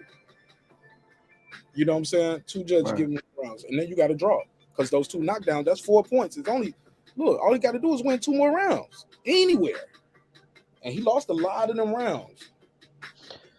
So, yeah, he'll get in. He'll get in because I mean, as of today, because he is undefeated. Isabel said AJ, yes. Go ahead. So and we said AJ, right? That's so. Yeah, I mean, if AJ gets in, Fury gets in, and I think he's by far the best heavyweight. We don't know until Usyk. You see what I mean? That's kind of hard. So yeah, but up to this point in time, yeah, he does get in. Hey, look, bro, and let's keep it fair. Only reason AJ 2-time unified because he shouldn't have lost to Ruiz the first time. You're right. Come on now. He beat the Michelin Man. Doesn't matter. He beat him. He got get back after he got beat. He shouldn't have got beat. I mean, it's heavyweight boxing, Mark. One punch can change it for anybody. And if we hit Tyson Fury on the chin, he goes down. It's one punch. It's heavyweight boxing. So we're not going to shit on the man winning the title. We're not going to shit on the other man winning the title because he won it and he won it. On a 5-week notice. He did it. So. Not controversial either. So I get what you're saying. Oh, they try to make it controversial because they said it was kind of controversial. They ain't got shit to do with Ruiz, and we shouldn't shit on the man for taking the fight on 5-week notice and winning it. Who's shitting on him? You shouldn't have. I'm talking about AJ shouldn't have lost that fight. No, that's what I'm saying. That's AJ's fault. They ain't got shit to calling Ruiz the Michelin man and all this shit. Yeah. The motherfucker went in there on 5-week notice and knocked his ass out. Oh yeah, look, we're gonna body shame a little bit, respectfully. I'm sorry that hurt your feelings. He got offended by that shit. Nigga, like, nigga, what the fuck? He wouldn't win the fucking fight. You know, I don't like people who can't do what he does, talking shit about a motherfucker. You can't do what he does. He can't do what I do neither. Fuck you mean? He probably could do what you do. Nigga, please. It's definite that you can't do what he does. We don't know if he's smart enough to do what you do. But we know goddamn well you can't do what he does. You don't know what I can do if I got trained, just like how you got trained. If I can fight in the sense of, like, hold up, some shit I've been doing all my life, he can probably do it. Some shit I've been doing all my life, he could just walk in and do it. What you weigh, 2 what? What? What you weigh, 2 what? What's up, nigga? You trying to box or something? What you I already sized you up. You know what time it is. That's what I'm saying. You already know what time it is. Oh man, Sheldon got me cracking up, bro. That nigga show, man. You can't be a heavyweight. I'm being mad because I body shame. I'm being mad because I body shame Ruiz. Nigga, please. Hey, look, I can drink more than Errol Spence too without flipping my car, respectfully. Can you? Can you? You don't know how much that man had to drink. Was you there? You have no idea what that man was drinking that night. Nah, I don't. You right, Shell. You right. Shell Moore don't want no funnies tonight. We're gonna keep having the funnies. So, no, we don't have funny. So Adrian Broner. Let's go to the next one. He will. Let's go to the next one. Adrian Broner. I hate him. Yeah, and that's a goddamn shame too. Yes, he will get it. You casting your ballot on Yeah, he's a 3-division champion. I mean, he gets in, I guess. 4. 4. My bad. 4. He gets in. 40 and 47. Yeah. Oh, yeah, he gets in. Regardless of how anybody may think that's a feat in itself. That's you know, hey, he 4-division champion. I think just about anybody goes in. And the youngest to ever do it. There you go. That enough said, right? Praying to that, man. Hopefully he gets well, man. The man is really struggling. All right.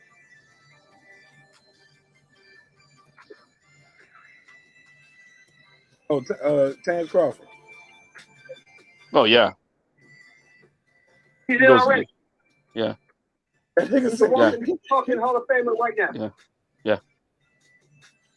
Three-division world champion, former undisputed 2-time lineal, 2-time fighter of the year. Yeah, he's in. No, that's first ballot. That we can say first ballot. But first ballot.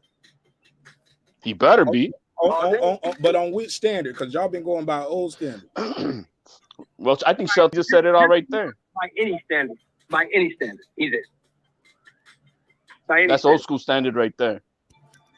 Yeah. All right, let me bring up a couple more fighters. Let's bring them up. So y'all, so y'all said the only people y'all said walk a Hall of Fame and then is by everybody's standard is Tyson Fury and who else?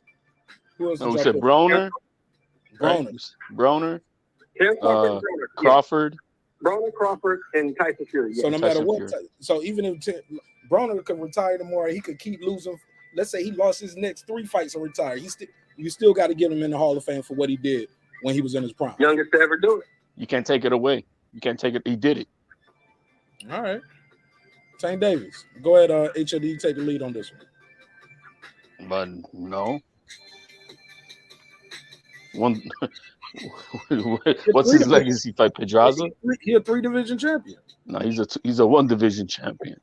35, 40, and 47. I mean, 30, 35, and 40.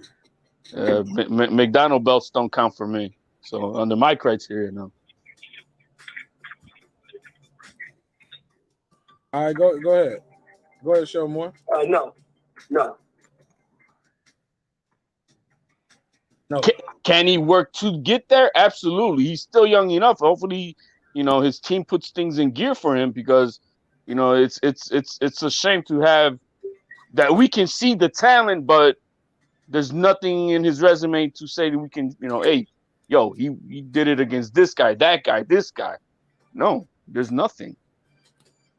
Pedraza, that's it. Man, show more. Go ahead. No. No way, no how. Damn. Not yet. He said, no way, no how, not yet. Not yet. I agree with the not yet. He has a chance to, but it's not yet. He has a chance to. He got to beat a real champion.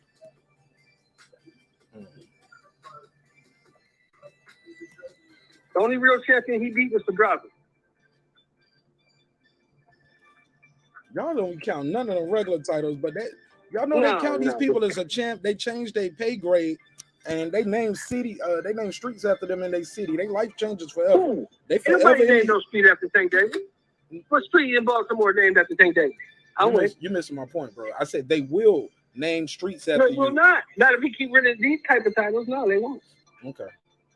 I'm telling you, bro. What's the kid name? Who had the regular belt? What was the kid name? Mario Barrios? Man, he ain't got no street named after him. Not yet, but I'm telling you, bro, because he's still fighting. But by the time it's all said and done, if he never win no other title, they're going to remember him as a world champion. Matter of fact, we look it up. They might have a Mario Barrios Boulevard. Or they probably don't gave him a day in San Antonio. Mario Barrios. Man, there's no calle barrios anywhere, bro. There's no calle barrios. Calle means street in Spanish, just in case. Calle barrios does not exist. Let me look at a street named after him. They be doing that shit, bro. But I know they do that honorary stuff where somebody could donate and they could put your name underneath the real name. Yeah, they'll do it in a couple more years, man. They're going to give it to him. All right, let's go to the next one. Josh Taylor. No. Oh, wow. Undisputed alone? No.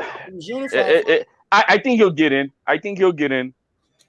Yeah. I think he'll get in. Undisputed alone, and then he won the Super 6, right? And then the competition that he had to fight to become undisputed. I think it was his how you call it his path to become undisputed was no cakewalk. So I think he does. What you think, Shelton? Not first ballot. So not yet. Not first ballot. He's one of the 6 guys in the history of the sport to become undisputed. What look, 7 and 8 if you count T.O. and Cambosis, according to HL. No, they're not undisputed. You can't count them because if you go down Google, Loma too. You got to count Loma. So no. Count according to them. Loma, T.O. and Cambosis. Loma's not on the list. Loma's not on the list. Google it right now. You're gonna see 6 names. HLD said he on the list. I could Google this, and I could Google that the Earth is flat too. You know, that's not the criteria. You can Wikipedia it. You can look in the Encyclopedia Britannica, and you're still gonna see. I'm gonna go on Wikipedia tonight, and I'm gonna put it in that Teofimo Lopez is the undisputed, and then tomorrow you're gonna see it on Wikipedia. Right, that was bad. That was a bad example with Wikipedia because people can't add what they want to. But what you will see though is probably this pop-up HLD beside your TO Google. It's gonna say, we have flagged this for misinformation, along with the COVID scams. Like, yeah, they're gonna flag that shit. They're gonna flag that undisputed for misinformation. Respect. Canelo, you'll see his name, and who's the other guy? It's Taylor, B-Hop, Usyk, Crawford, Canelo, and the dude, the dude, man, who used to move his arms like a bull. What's his name? What's his name? He was from Alabama, middleweight. Bald head. Pavlik knocked him out. Jermaine Taylor. Jermaine Taylor. There you go. Yeah. So it's 2 Jermaine Taylors. Taylor, Yeah, Jermaine Yeah, Taylor. 2 Taylors. Usyk Crawford. I don't know if they don't count the women's. You know what I mean? On the women's And side, B-Hop. Yeah. you got Katie Taylor. Crawford, Canelo, and B-Hop. That's it. And soon to be Serrano. Well, we count them in. But yeah, Serrano probably. I got Serrano one of that. Well, I'm rooting for Serrano. I like Serrano. Well, if you put Serrano on there, you got to put Clarissa on there. She's 2-time undisputed. Exactly. Clarissa is the first 2-time. No. Yeah, It was somebody else who been 2-time undisputed, but she was the first person to go in reverse and weight. Most people, I think somebody else came up 2-time undisputed, but they went up in weight. But she was the first to do it in the 4-belt era. Right, there you go. 4-belt era. She's the first to do the 4-belt. Yeah. So, yeah. Okay, let's go to the next one. Go to the next one. And let me see how much time we got. I got one more topic we can get into after this one. Okay. This is a little fun game right here. The other one be some other shit. Shawn Porter. Two-time champion. I got mad love for Porter, but I don't think so. One at a time. I'm saying I got mad love for Porter, but I don't think so. He's what, 2-time champion at one division only, right? Yes, sir. Lisa Bell said Holyfield's a 2-time undisputed. Yes, he was. Cruiser, yes, he was. Cruiser and heavy, right? Yep, cruiser and heavyweight. Did they have 4 belts? That was in the 3-belt era. That was 3 belts, right? Okay. But go ahead. Shawn Porter. Is Shawn Porter a Hall of Famer? You know what? By today's criteria, yes. Because he fought everybody. He lost to everybody, but he fought everybody. He didn't lose to everybody. He beat Adrian Broner. He beat Adrian Broner, who's another Hall of Famer, like y'all said. True. He got a win over Broner. That's big. He got a win over Danny. Got a win over Paulie, who's a 2-division champion. But Paulie ain't in now, and he ain't gonna get in. Paulie ain't getting in. They're gonna get Paulie.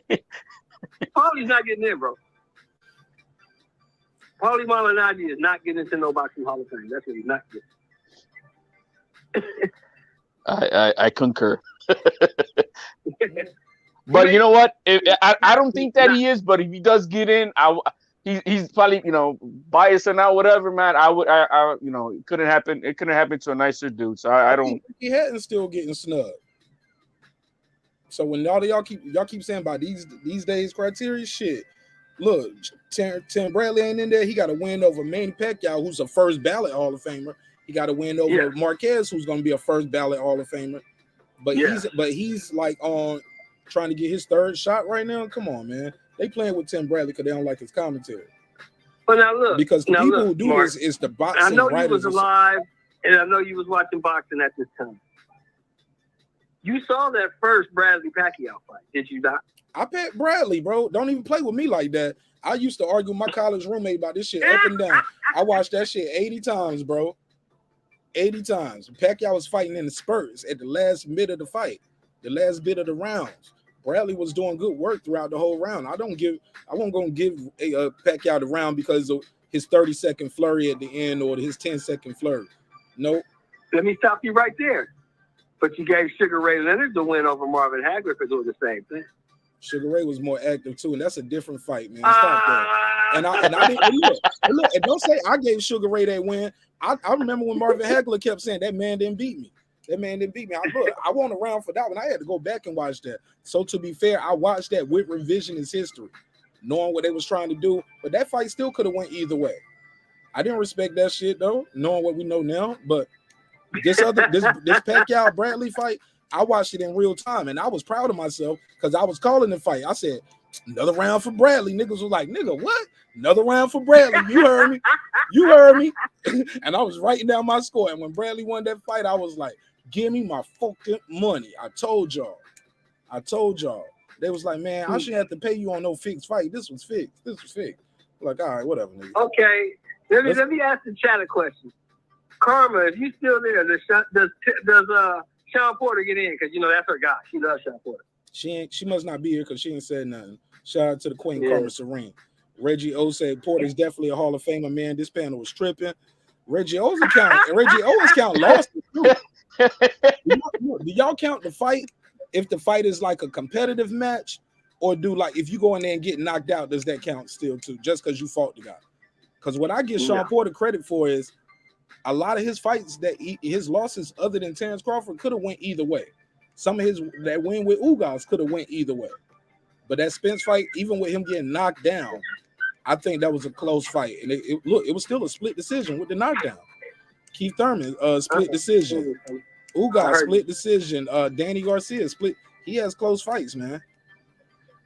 I understand that, but let me ask you this: where is split decision on BoxRec? Oh no, you're right. I get you on that. I'm going by what he's saying. Like the fight could have went either way. Like because the BoxRec is one thing, but the person who puts you in the Hall of Fame, this is the Boxing Writers Association. That's who put you in the Hall of Fame. So these are the people who actually should have probably watched these fights and they lived through them. They not just going off of BoxRec, hopefully. But you know it's all these old head reporters who get them votes. All right, let's go to this next topic. I got 3 more fighters, then we can go to the next topic. We'll play this game again, man. Y'all see somebody out there biting my flow, man, stealing my topics, man. Make sure y'all go in the chat and be like, yo, stop biting, man. Be original. Marqnash did this already. Like, man, they be out there stealing my topics. Will do, man. I since they say I'm a troll, I'll troll them, whoever it is. Man. Yeah, and send me a screenshot. Send me a screenshot, and I'm gonna troll them too. Hey, look, Errol Spence Jr. Is he a Hall of Famer right now? Go ahead, HLD. He's a first ballot Hall of Famer, man. He's the best at the 147. I'm tripping, man. No, man. I think this next fight is big. Towards that. But I don't think he is just yet. No. I think if he beats Ugas, and I think that pushes him towards it. So I guess not just yet, because he's only fought at 147, right? So I'm gonna say no, not just yet. Somebody said Paulie gets nothing. Nada. Okay, Paulie, fuck nothing. Fuck Paulie. Mikey Garcia got a better resume than Gotti. Carlo, of course I got Pacquiao beating Bradley the other 2 times, hands down. Beat him easy. Got several knockdowns and everything. Bradley was in there doing the baby tumble surprise when he got knocked down. Like he did the Chris Algieri move. I'm like, Nick, I hate when people get hit and they do the whole little tuck and roll shit. I'm like, come on, bruh. You making it look worse. You make it look like the nigga hit you so hard, you start spinning around on the ring like you Sonic the Hedgehog and shit. Get your ass off the ground. You all right, nigga. You ain't got to do all them the Sonic the Hedgehog turn. You know what I'm talking about, HLD? What the fuck they be doing? But that's my take on Spence, man. I think this next fight pushes him towards it. He beats Ugas. I think he gets closer to it, but that's all he's done is at 147. So and becoming undisputed if he was to fight Crawford, then that changes everything. But as of right now, I don't think he's the first ballot. They said Spencer is Hall of Fame in my opinion, because he beat Kell Brook and Sean Porter. What's Shelton got to say? Go ahead, Shelton Moore. He beat Kell Brook and Sean Porter. Cause I know y'all ain't giving him credit for Danny Garcia or Ocampos or Lamont Peterson. Why he's the Hall of Fame? No, not yet. He hasn't done enough yet. Granted, those are because all those guys none of those guys were really natural welterweights. Mikey Garcia, Danny Garcia. He's only been in one division. He has to beat Crawford and move up and beat somebody to get into the Hall of Fame. He hasn't done enough yet. Hey, Shelton, you don't think him becoming undisputed alone at 147 puts him in? Oh, yeah. If he becomes undisputed at 147, he'll definitely get in. He got to beat Crawford first. Reggie said Errol Spence is the Hall of Fame, and he beat Kell Brook with a broken face, and he beat Sean Porter.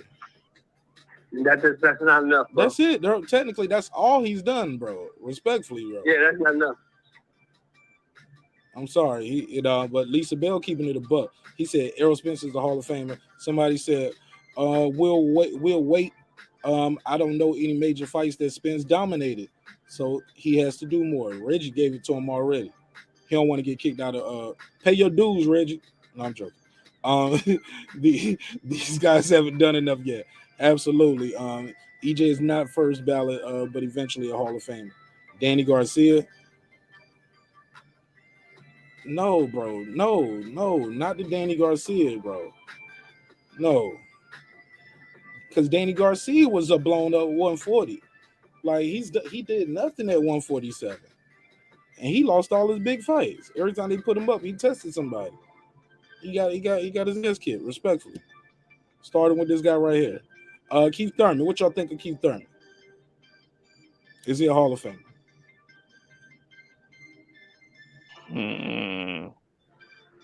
Hey, don't ever make that sound towards me, nigga.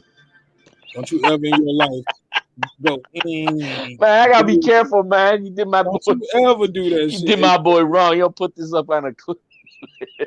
Son, don't you ever do that. Thurman.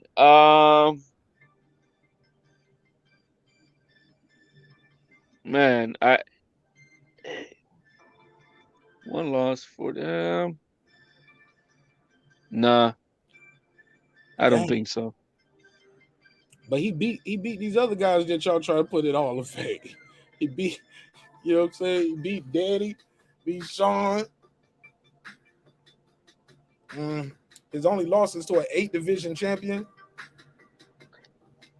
An all-time great first ballot. That's you. Who?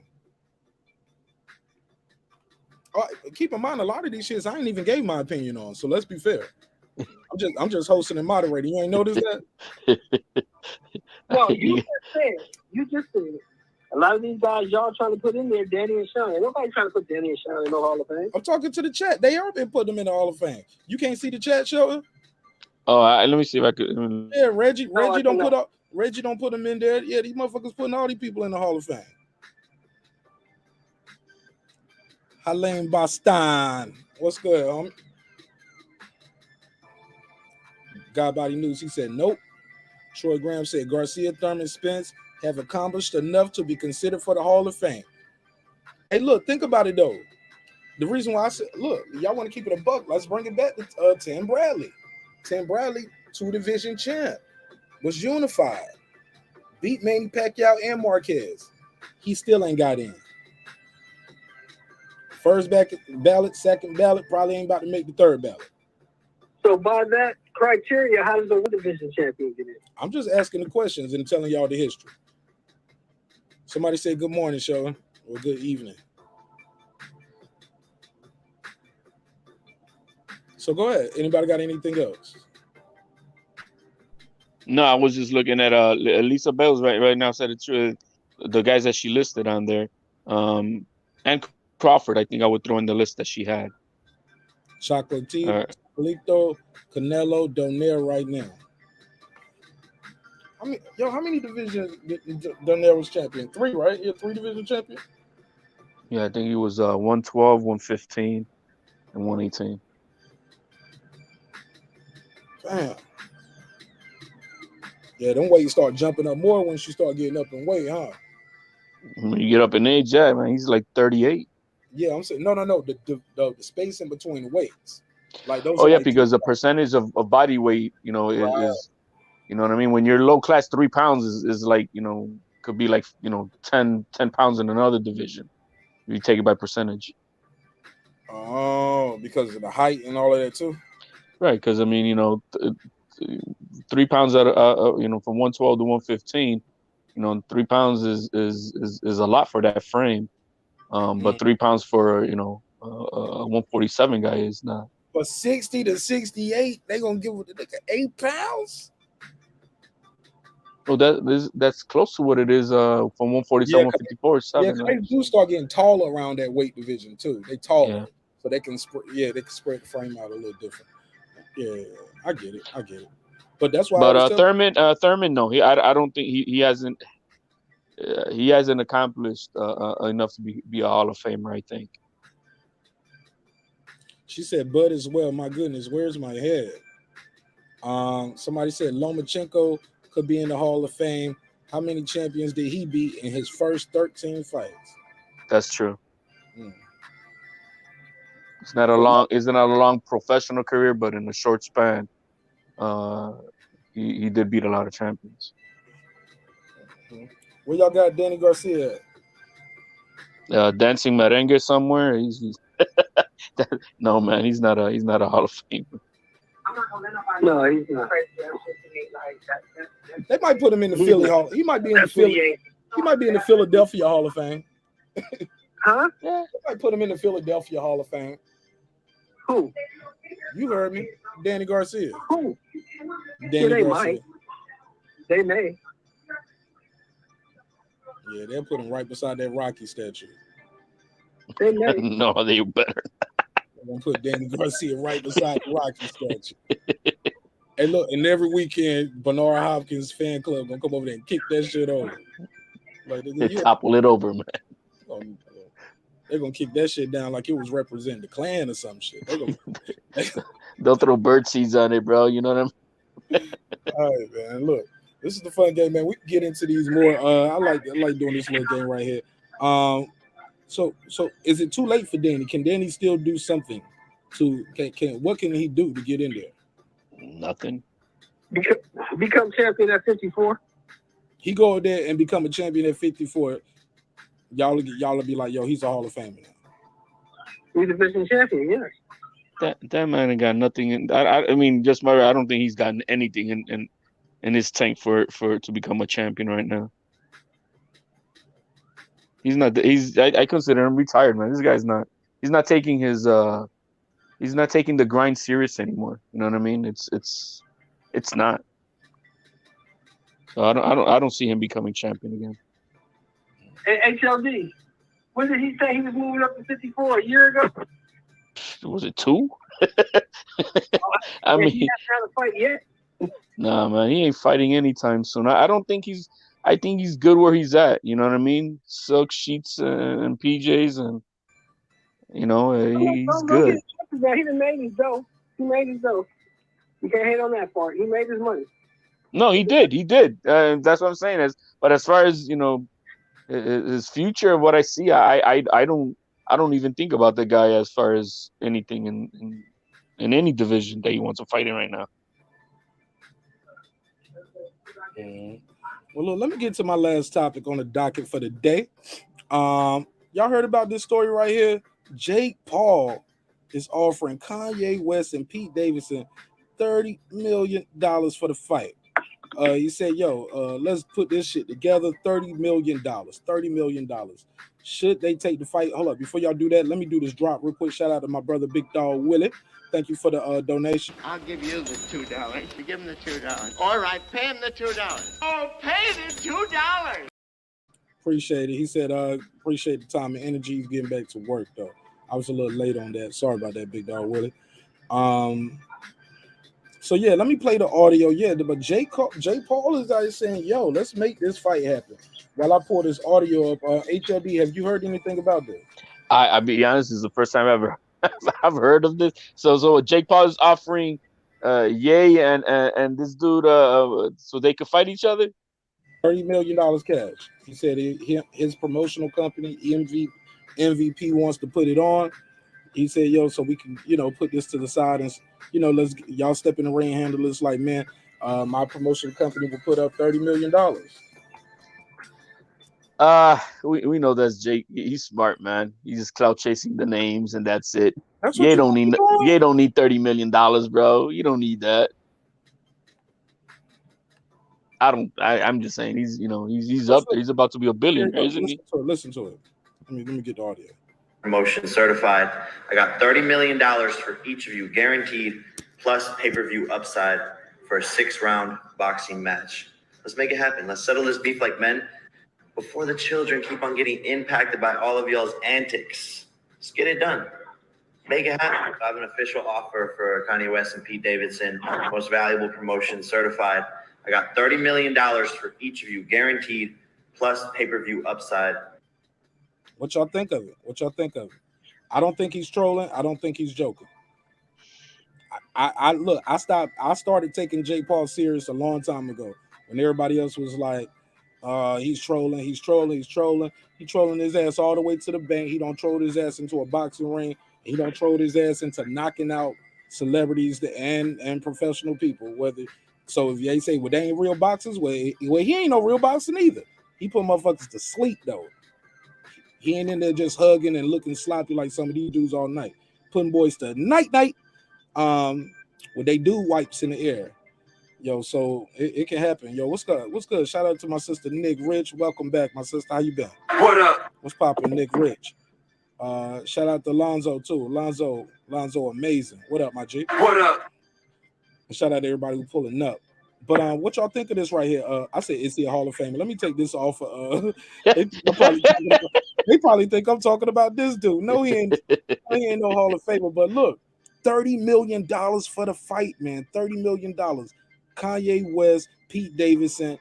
Kanye might not need the money, but shit, $30 million to actually put your hands on these dude. Why not? Isn't Kanye a billionaire, marqnash? Yeah, but he still go out here and make $1 million licks. What you talking about? He still make $30 million licks. I don't think Kanye can fight. I don't think either one of them can fight. But I tell you what, but sad. This is what's so sad. Do you know how many pay-per-views that shit was for? Shit, I'm gonna probably buy 3 of them my damn self. I'm gonna buy one and give away 2 to the audience. You know how we do. Let me make sure I got the other phone line open too. Hell yeah, that shit is gonna sell. These people are celebrities. But yeah. As a boxing fan, I don't want to see it, but just as a curiosity, that shit might do $1 million, maybe 2 million pay-per-views. It'll be bigger. Dude, it'll make like $3 million pay-per-views, bro. Yeah. I want to hear that. 3 million pay-per-views. Yo, man. You know how many people follow Kanye, bro? It's crazy, man. Easy.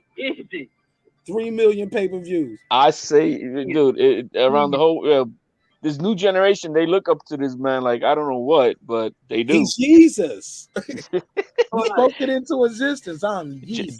Credit Jake Paul. He could he be serious? Yeah, he's serious if they would, but he knows they're not gonna take it. You know what I mean? Like if they were to like, I guess we'll go through with it, but he knows they're not going to. So what he's doing is, he's putting his name out there between one of the biggest squabbles, that's on the social media. You know what I mean? It keeps his name relevant. So he's smart. The dude is smart.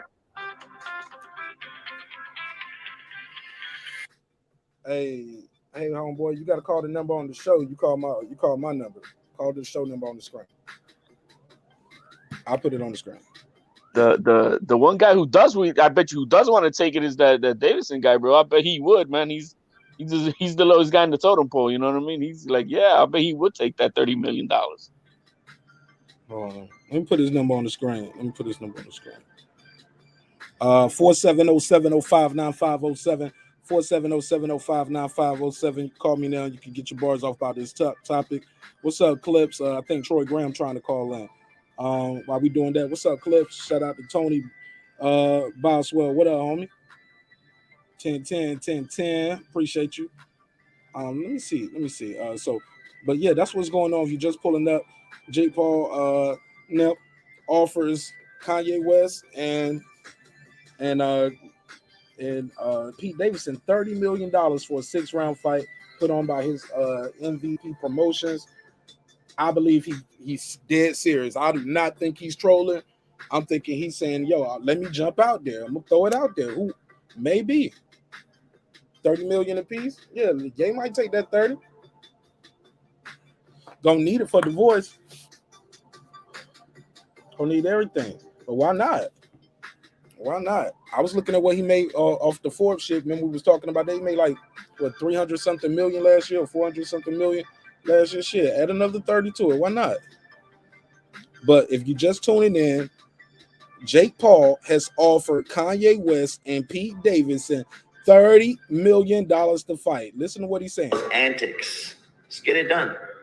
Make it happen. I have an official offer for Kanye West and Pete Davidson, most valuable promotion certified. I got $30 million for each of you, guaranteed, plus pay-per-view upside for a 6-round boxing match. Let's make it happen. Let's settle this beef like men before the children keep on getting impacted by all of y'all's antics. Let's get it done. Make it happen. I have an official offer. I love it. I love it. Go ahead, Clips. What you think it is?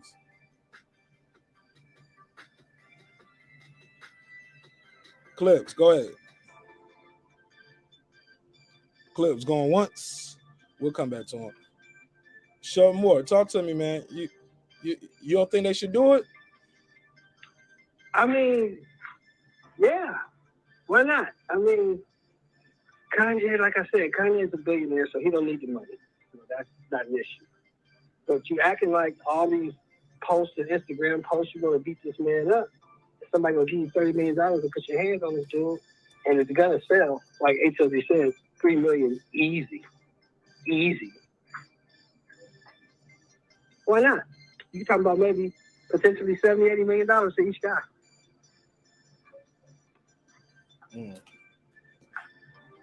Now, if that was to happen, that would mess everything up in boxing. It's gonna be the new thing. We're gonna be celebrity fighting now.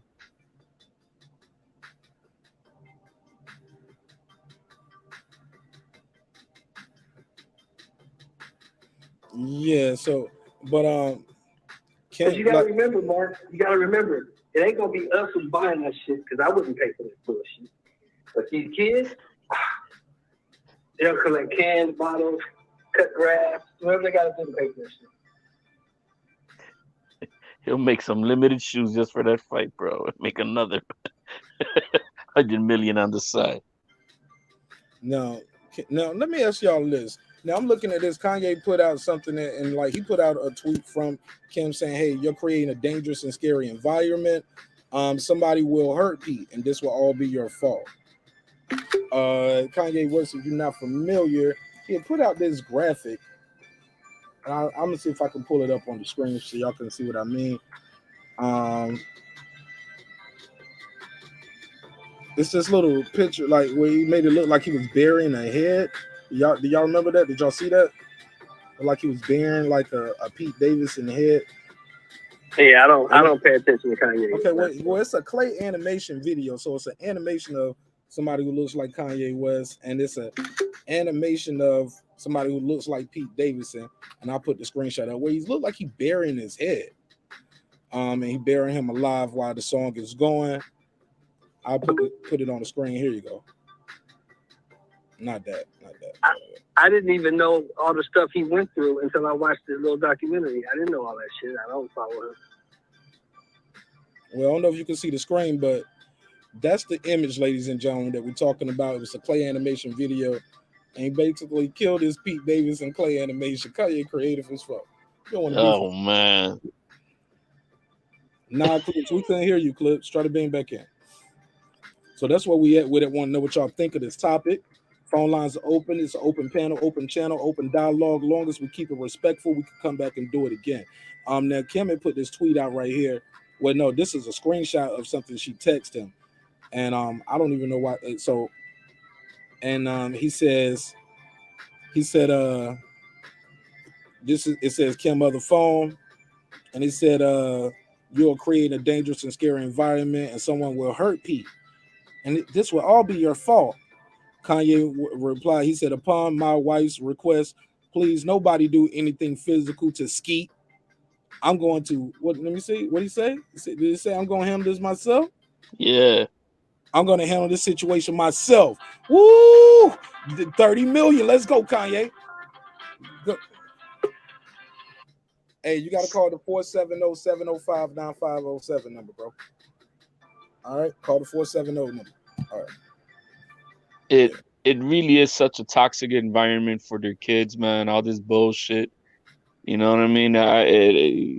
What world are they growing up in? You know what I mean? It's crazy, man. You know, dude, man, whatever. Let him. Hold on, let him finish. Let him finish. Show you cut him right off. I'm sorry. Go ahead, my bad. No worries. I just think it's just such a bad, toxic environment for the kids.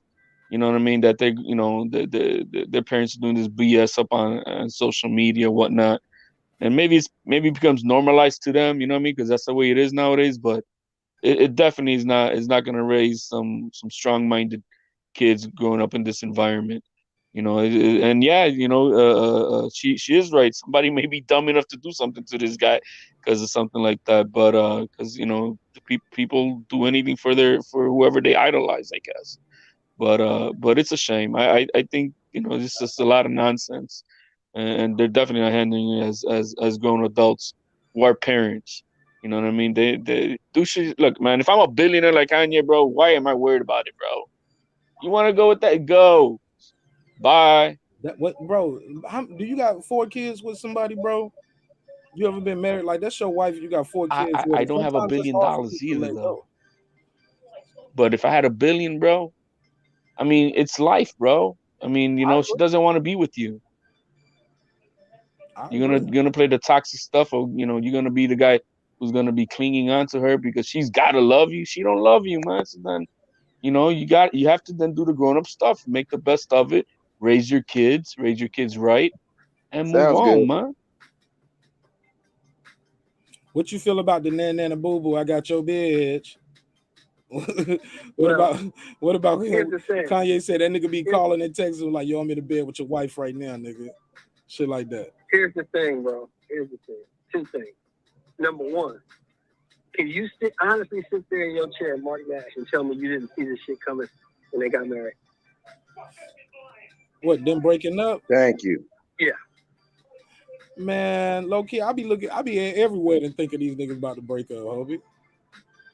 No, I'm just saying, look at her history. I look, Jay-Z and Solange. I mean, somebody said versus Solange. I wanted to see that. No. But look, Jay-Z and Beyonce, a lot of people thought they was going to break up a long time ago.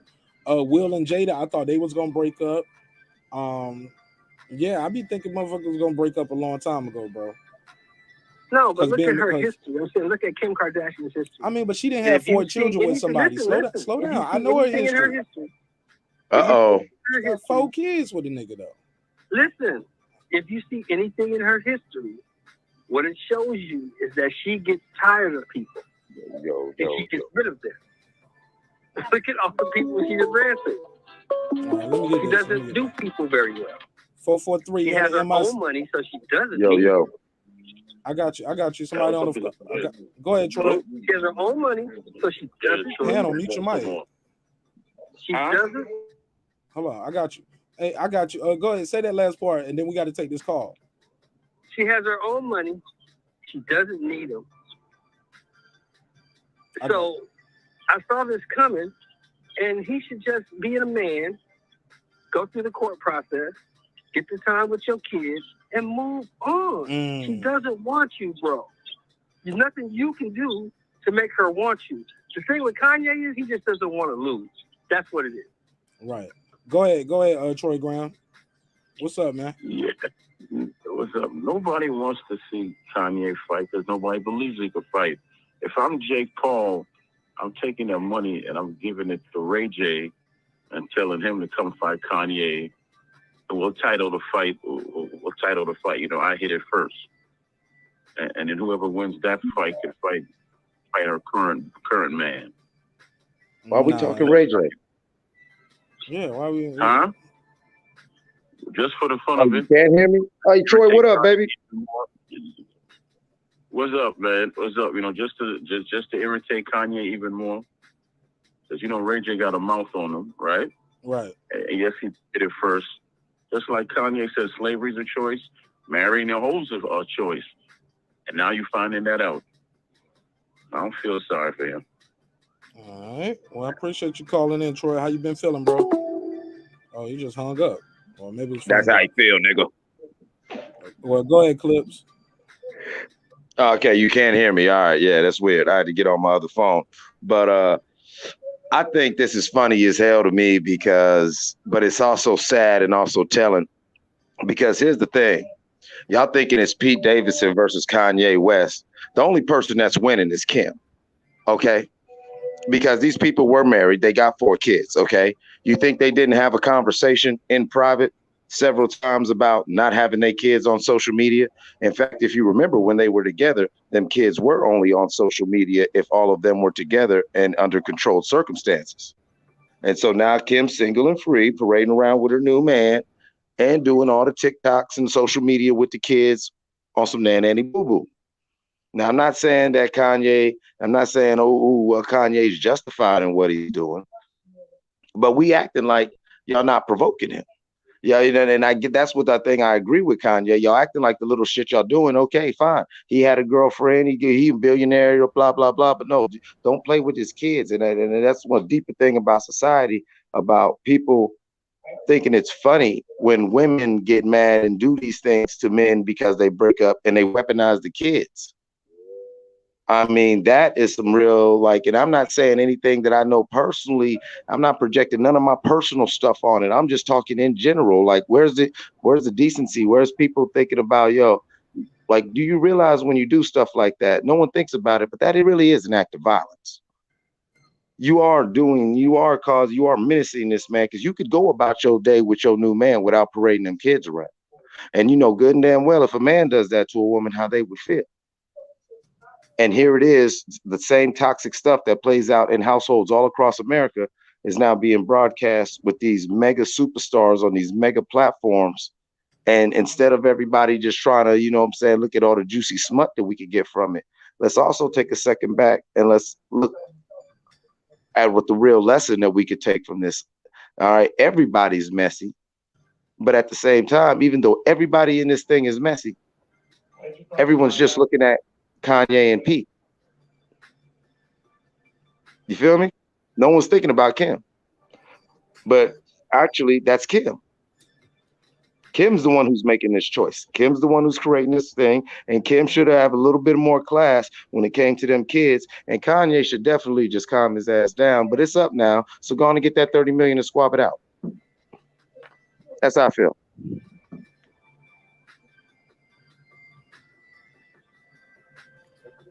Wow. Okay. So you saying? So I got a question though, and I'm gonna shoot Okay. Kim some. Somebody say I'm trying to shoot Kim some bill, but I'm gonna try to keep it fair. She was, she's a public figure. He's a public figure, so she can't be out with her kids with like how they normally are with her new guy. Like, so she need to send the kids somewhere else. Like, he can't be around the children. It's too early for him to be around the children. Like, what do you think? What's going on? I'm not the one to judge the timing of things and everything like that, but knowing that you're a public figure, knowing that this is something that, okay, you want to do, you want to say it's over, I'm done, I'm dropping the West from my name, I don't want nothing to do with you, Kanye. But at the same time, Kanye is saying, okay, we're trying to reconcile. And so knowing that it's a public spectacle and that alone. And honestly, Pete, in a lot of ways, is a simp, because how are you the big man or whatever when you know she's injecting you into all this? And let's be honest, no matter how this thing goes up, Kim's going to be all right. The only thing that's going to go on after these two come and go is Kim's going to be sitting there with somebody else. That's Kim's track record. That's the one thing that the brother was saying earlier I do agree with. You feel what I'm saying? Like, yeah, Kanye should have definitely seen this coming. You know what I'm saying? Hopefully Pete's smart enough not to get himself caught up. And I just pray for the brother Ye that Ye don't crash all the way out. You know what I'm saying? Because Ye's on a crash course right now. And right now, it's like both Kanye, the kid, and Pete Davidson. So that's 6 different people are collateral damage. When honestly, the person who could reel all this in at any given time is Kim. By go ahead and just saying, okay, this is what it is. And not just this is what I want, oh well, deal with it, but make it something amicable.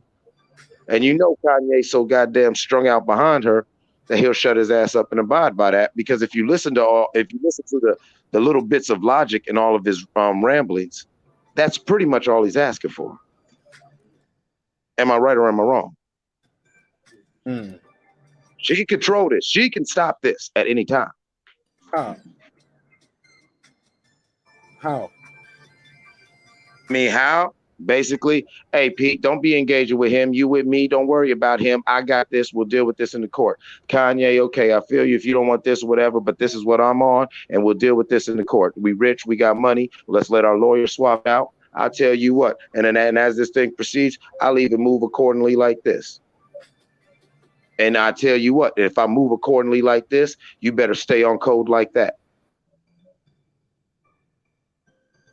like adults should act, especially adults with money, influence. They got more than just their kids watching them. All right, pass it around. Go ahead, HLD. Anybody else want to add to this? I agree with Eclipse. It's just, you know, and the thing is that she is she is breeding and trying to trigger this man, and this is how we get a lot of crazy shit that happens nowadays, man. And then a tragedy may end up happening from this, because you know we know that Kanye ain't right in the head, bro. So hopefully he's got good people around him that helps him, you know, keep his mind straight.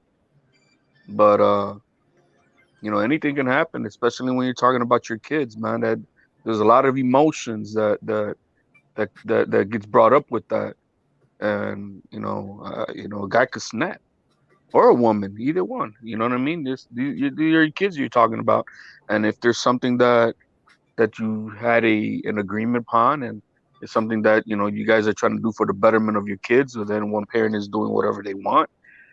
I can see this man snapping. Hopefully, you don't get to that.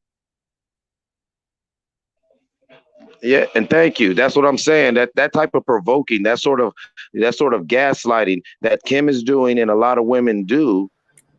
Like, this is something that's still celebrated and ha in society. And I'm not saying that, oh, she can't live her life, but you can't sit there and poke a bear and get mad when it scratches. You know, Kanye's on edge. When they were together and everyone was happy, Kanye was not mentally stable. So if you truly want to be happy, and if you truly want the best for your kids, why? Yeah, I wish I got that move back. Why would you move that way about things, knowing that all that's going to do is make things more than what it needs to be? Go and enjoy your new dick, live your life. And you got to blame some of the guys. No, she's reaching for the extras to taunt this man. You got to blame him for that too, because he should be man enough to say, look, y'all work y'all shit out. I can hit it if I want to hit it, but I'm not going to get involved with your kids and none of that shit. I'm not in none of that. Y'all work this shit out. And when you're done, holla at me. But you got to get that shit worked out first. That's what a real man would do. And you're talking about Pete Davidson, right? He should stay out of it. Yeah, he should not be in that at all. He should have nothing to say about that. Don't have nothing to do with it. Go ahead, HLD. I one thing I do want to say. I mean, I know we're talking about track records and whatnot, and yeah, we can talk about, you know, but it's not, you know, in this case it happens to be women, you know, but you know, guys been doing the same shit too. But you know, for an example, hey, J-Lo herself, you know, she's had every man around the block too. But one thing you don't see is, you know, the problems with the kids and all this stuff with the other man and all that. You know, hey, she wants something new. She wants something new. She gets it. All right, but you don't hear this conflict about kids. I think she had a squabble early on, right? I think it was with the dancer guy, maybe. But you know, she's cleaned it all up, and you know, so hey, you want to do what you want to do, then hey, do you. But respect what you have with your former husband and the agreement that you guys have with your kids, and that could be respected. Man, those are the bars of the night right there. Like think about it. This could go down without all that, and to where, you know, if a man was to do this to a woman or all like that, this is sort of mental abuse in weird ways. When you could go about, if it was really about you just enjoying a new life and new happiness. You've been married to this man. You got 4 kids with this man. Why would you go about? But see, we're in this society where everyone loves the petty, and it's actually celebrated. We got movies where we celebrate women for getting mad at their boyfriend for cheating or whatever, and so they tear up his shit and do all this and do all that, and no one calls that domestic violence. We say, he shouldn't have got her mad. You know, we were in this society. Shout out to the Muppet Babies were the first true woke people, because years ago, remember when they made Kermit separate from Miss Piggy for a while because they said it was an abusive relationship. You know what I'm saying? Like we know what she's doing, and Kanye's not right. I'm not trying to make excuses for Kanye, I'm just stepping back as an adult. She is the one controlling this whole thing. And as far as back to what my brother said, Pete Davidson is a simp. Because if you a real man, you ain't gonna let no bitch use you as your little chess piece to nanny boo boo. If you fucking, you fuck it. It's cool. I have done this several times. I have been in this boat where I told the chick, listen, now we ain't gonna do this. At the same time, I didn't back down from the dude or nothing like that. Hey, dude, hey, I guess it's over. I'm in this thing now. You feel what I'm saying? But at the same time, you ain't gonna do this because if you're gonna sit there and text a man, this is bad for your kids. It sounded like he's just texting some shit that the bitch is telling him. She probably typed the text for him. So if you're gonna keep going on like that, man, both of them get their simp asses in the ring and go ahead and beat each other up and let Kim just sit there and laugh about it, because that's all you're doing. You're bigging up Kim. It has nothing to do with the kids. It has nothing to do with Kanye. It has nothing to do with Pete. It has to do with Kim proving that she is Kim Kardashian. She doesn't need him. But this Davidson guy's no innocent in this, man, because he knows he's getting all this fame now. His name, who the hell knew about this guy? You know what I mean? He was unknown. He was just under a rock. Sheldon, say that again. Sheldon. No, I said, why is he texting that man anyway? Why is he with Why is he texting that man anyway? Why is he texting that man? You don't know that man. You don't fuck with Kanye on no level. So why are you texting him anything? You shouldn't even be talking to that dude. You have nothing to say to him. Your business is with her. You don't have no business with him, no business with his children. Your business is with that woman. You shouldn't be texting him anything.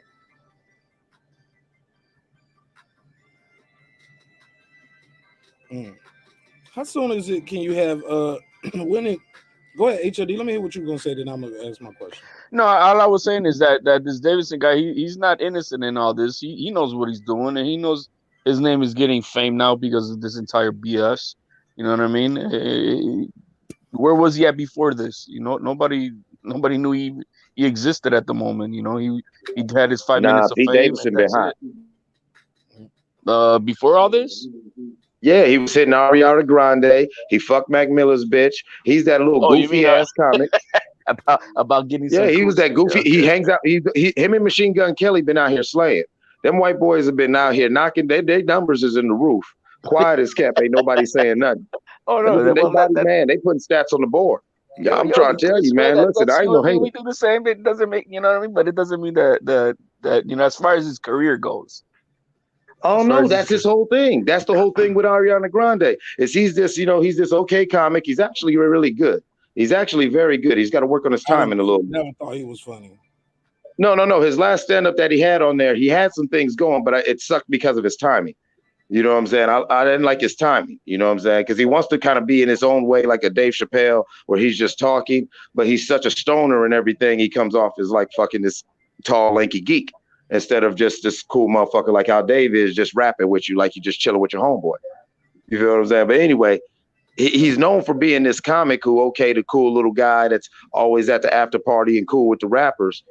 But he's fucking all these bitches. That was his claim to fame for the past 8 to 10 years.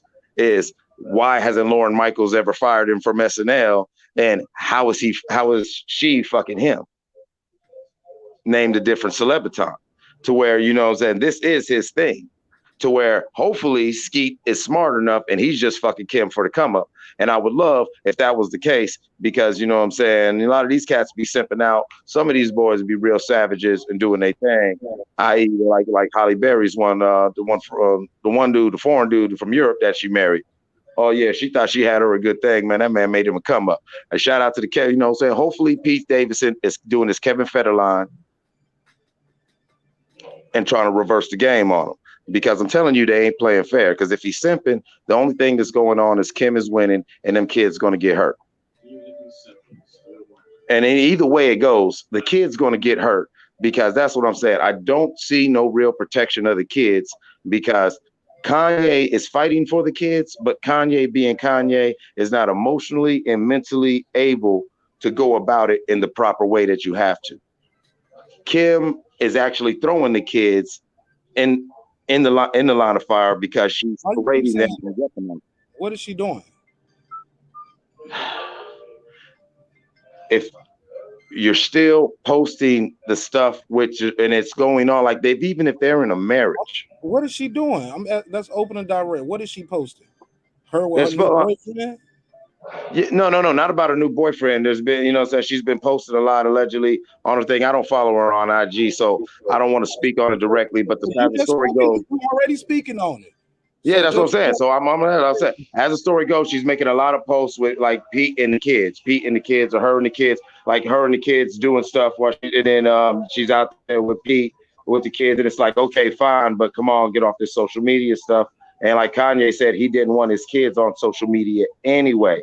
And that's the one thing that's what I'm getting at. Like, if you really follow when they was together, no, them kids wasn't on social media like that unless in court, things where everybody agreed upon. To where I could see it's a petty point. It's a petty point, but if it's a thing for Kanye, and obviously it is, I'm just saying they were married. They had this conversation 1,000 times in private before they started playing out in social media. So she can't keep acting like, oh, well, what's the big deal? I'm living my life. That's my point. Yeah, but I'm looking at her Instagram. I don't even see Pete Davidson up here. Let alone their kids. Okay, I see her kids right here, but yeah, this is from February the 2nd, and the kids are up here. But I can scroll way back. Yeah, I've seen their kids on social media. We've seen their kids. No, Ye has a problem. Ye has a problem with his daughter having a TikTok. Yeah, that's it. Is the TikTok account. Yeah, he didn't want North with a TikTok account. Okay, and then he's gone, and his mama has allowed her to have a TikTok account. That ain't got nothing to do with Pete Davidson, though. Nah, Pete Davidson was texting that nigga. He was talking shit in the text messages and shit. Yeah, I'm looking. Yeah, they've been texting back and forth. But yeah, that's why he bringing up Pete's name, because Pete on the low. He ain't saying nothing in the papers, but he's saying shit to Kanye. Yeah, like that's what I was talking. Please let me reply, bro. Please, you can't cut me off now. Let me say this though, because I want to refer to the chat. My sister girl behind the mic said, "Do we know if these are real texts? It's easy to adopt the text. Has Pete Davidson spoken? Also, Mad Dog said, what y'all expect from this family? The mom sold her sex tape to be famous. Pete put himself in Ye personal business. She said Kim has that little girl on social media, knowing full well how toxic that environment is. But shit, a lot of people got their kids on social media. At least her kids getting paid for it. Some people be out here exploiting their kids doing some wild shit. But her kids up there wearing their clothing brand. You know what I'm saying? So, but the kids was on the social media before they broke up, though. Because I know what their kids look like. I don't see their kids, but paparazzi all around them. It ain't like they was wearing them, wearing Michael Jackson mask like blanket. But but go ahead, Clips. Oh no, I was just getting to that. Like, when it was done before, that's why we know all four kids. It was coordinated for either the clothing lines and things like that. And so I mean, one common sense would say that these people have had this conversation, and if that's something that's being done, and as far as do we know if the texts are real? There's even the video. Pete texting the picture of in bed with Kim with his shirt off, sticking his tongue out, laughing. When Kanye's like, "Oh, where you at?" And Pete texts him a picture of him. I'm in bed with your wife, and everything like that. So yeah, that's really for real. Oh yeah, Savage, Peter Savage, man. And that's why I say, like, come on, man. If we gonna be messy, let's go in the mud then. Shit. If hell no. I would hope not. But if we're gonna be messy, let's take it to the swamp. Fuck it. Let's go on and get there. I'm Geechee. The real problem is, man, Kanye over acting like a sucker over this girl. She done fuck like 20 other niggas. He done fuck bitches that look better than her. Like, sometimes the party's over. You know what I mean? She's not his first wife. You know what I mean? And she's not. I thought she is his first wife. He won't marry to Amber. Well, common law marriage, but he's been in relationships where he lived with girls before, and he's not her first husband. No, that's true. So things. Sometimes the party's over, man. The well runs dry, and he needs to toughen up and be a man. and putting all your business in the street and all that, you're not gonna win social media favor over Kim Kardashian. It's just not gonna happen. Take your fight to the court, get your custodial things going on, custodial parent situation handled, and stop crying. Stop making black men look weak, crying over some girl. Even though he probably crying over his kids, he looked like he crying over that girl. All right, well, look, let me jump right here. Let y'all see this. Let me zoom out a little bit. Can y'all see this? Yeah, vaguely. Yeah. Let me try to blow the screen or something. Let me see.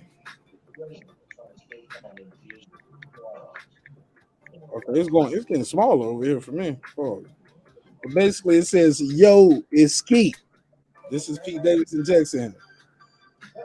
Yay too. He said, "Somebody got that mic unmuted. I'm hearing your background noise. Please mute while I'm trying to do this, please." Yo, it's Skeet. Can you please take a second and calm down? It's 8 a.m. and it don't got to be like this. Kim is literally the best mother I've ever met.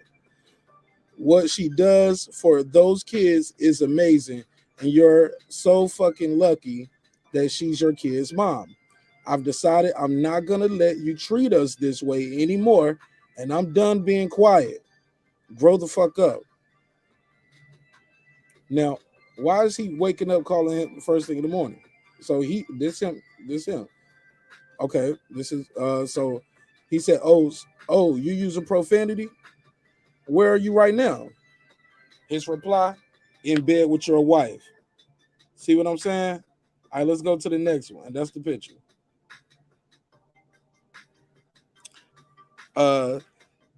He says, happy to see you're out of. Ye says, happy to see you're out of rehab.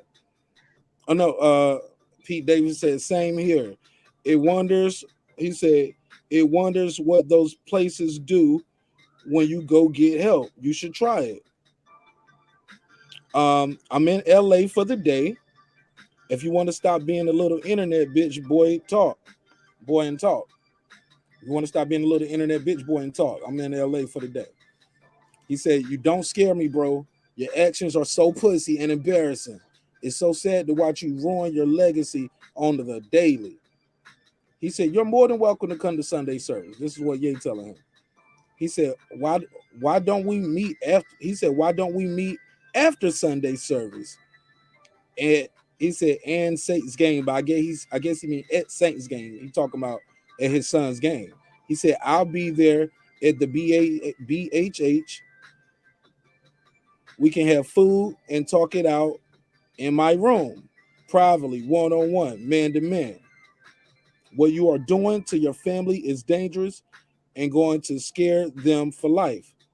Please handle these matters privately, bro. I beg you.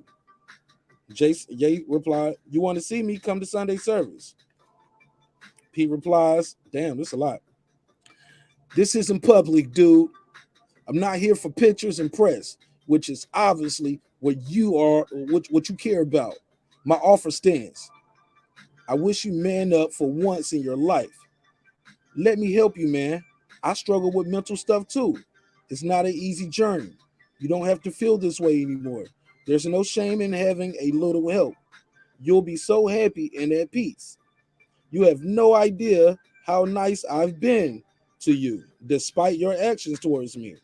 I've stopped SNL from talking about or making fun of you, which is what they've wanted to do for months. He said, I've stopped stand-up comedians. Damn, where the rest at? Damn, what the rest at? What the rest at? This the rest? I stopped stand-up comedians from doing bits about you because I don't want the father of my girl's kids to look bad out there. I have your back, even though you treat me like shit, because I want everything to be smooth. But if you continue to press me like you have for the past 6 months, I'm gonna stop being nice. Any more? Just getting spicy. Oh shit. Girl behind the mic, I believe Pete Davidson wrote all of that shit. She was like, do we know if he wrote these texts? I believe I think he wrote it. I definitely think he wrote all of that shit, girl behind the mic. On God. That sounds like a motherfucker like, nigga. You got power, I got power. Let's play. And Pete Davidson ain't no little dude neither. Pete Davidson out here looking like he played for the Sixers or something. Or what's give me a low level term. Yeah, he played for the Pelicans. The bigger they are, the harder they fall. That boy from Staten Island. Yeah, he looked like he played for the Pelicans, and they look like they drafted him from overseas, like he the last motherfucker from Ukraine still over here playing basketball. Yeah, big dude right here, man. Kanye, he better have his Tybo together, dude. That workout plan he was using, he better be on point. Look how skinny he is, man. He ain't big. If who's skinny, bro, who get rushed? Yeah, right, nigga. You gonna rush him? Kanye don't know how to rush. How you know Kanye? Kanye from Chicago. You think Kanye never got to take a fade before? Kanye take fades, homie. Yeah, Kanye do take fades.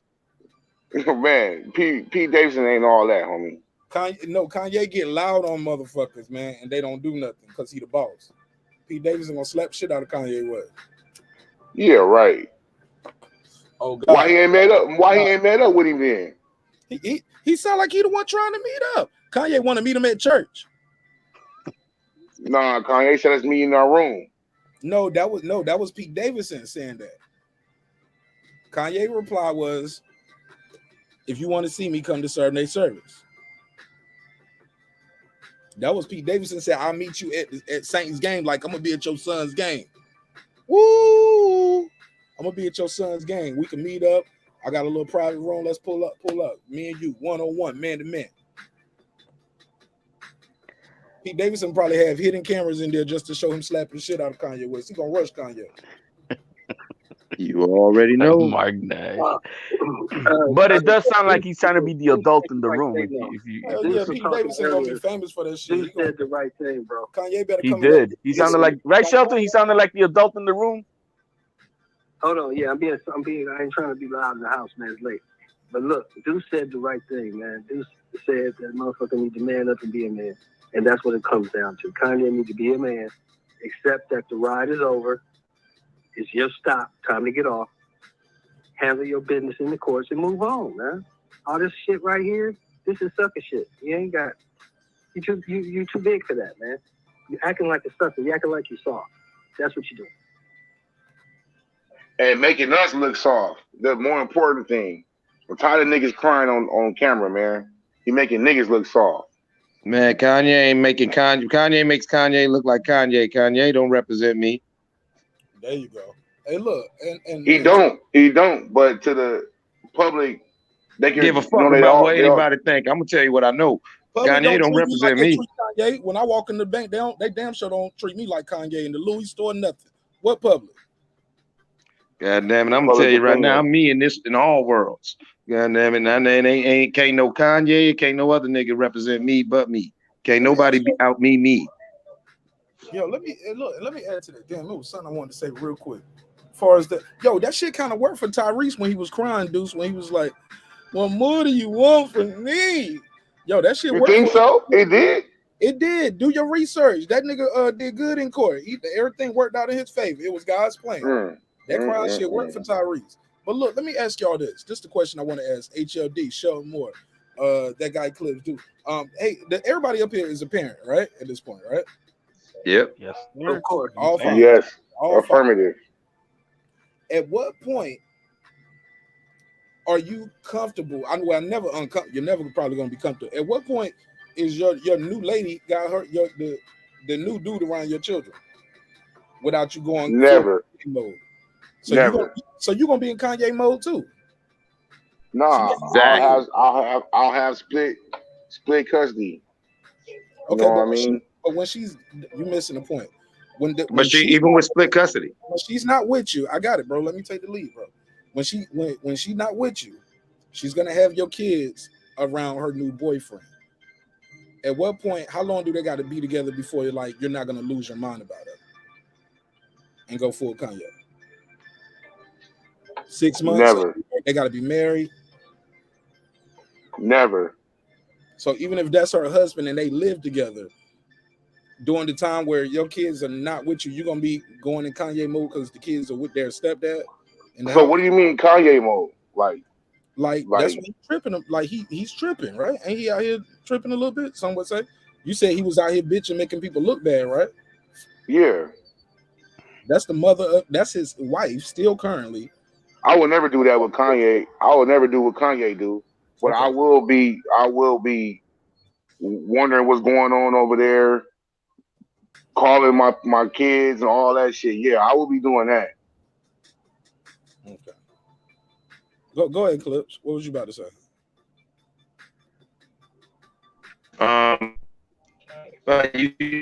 You set it up right. It was like, listen, at what point, and if you're not cool with it, and that's what I'm saying, like, there's women who've been in this situation.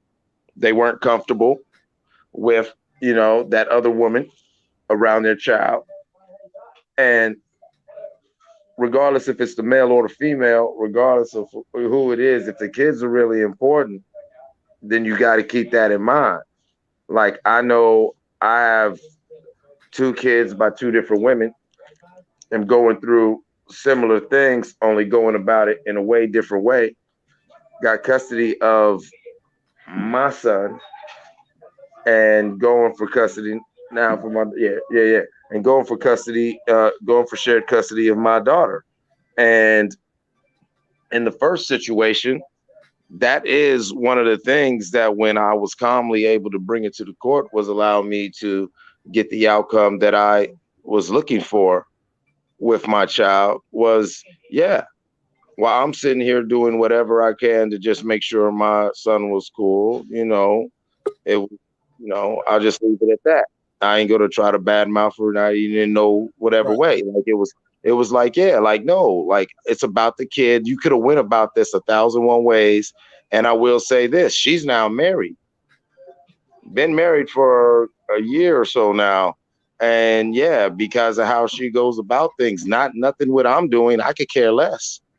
But how she goes about things, no, my son don't really mess with her or her husband because he loves his mom, but he looks at him like, y'all kind of cowardly and messy. My son's a teenager, so he's old enough to know what to do.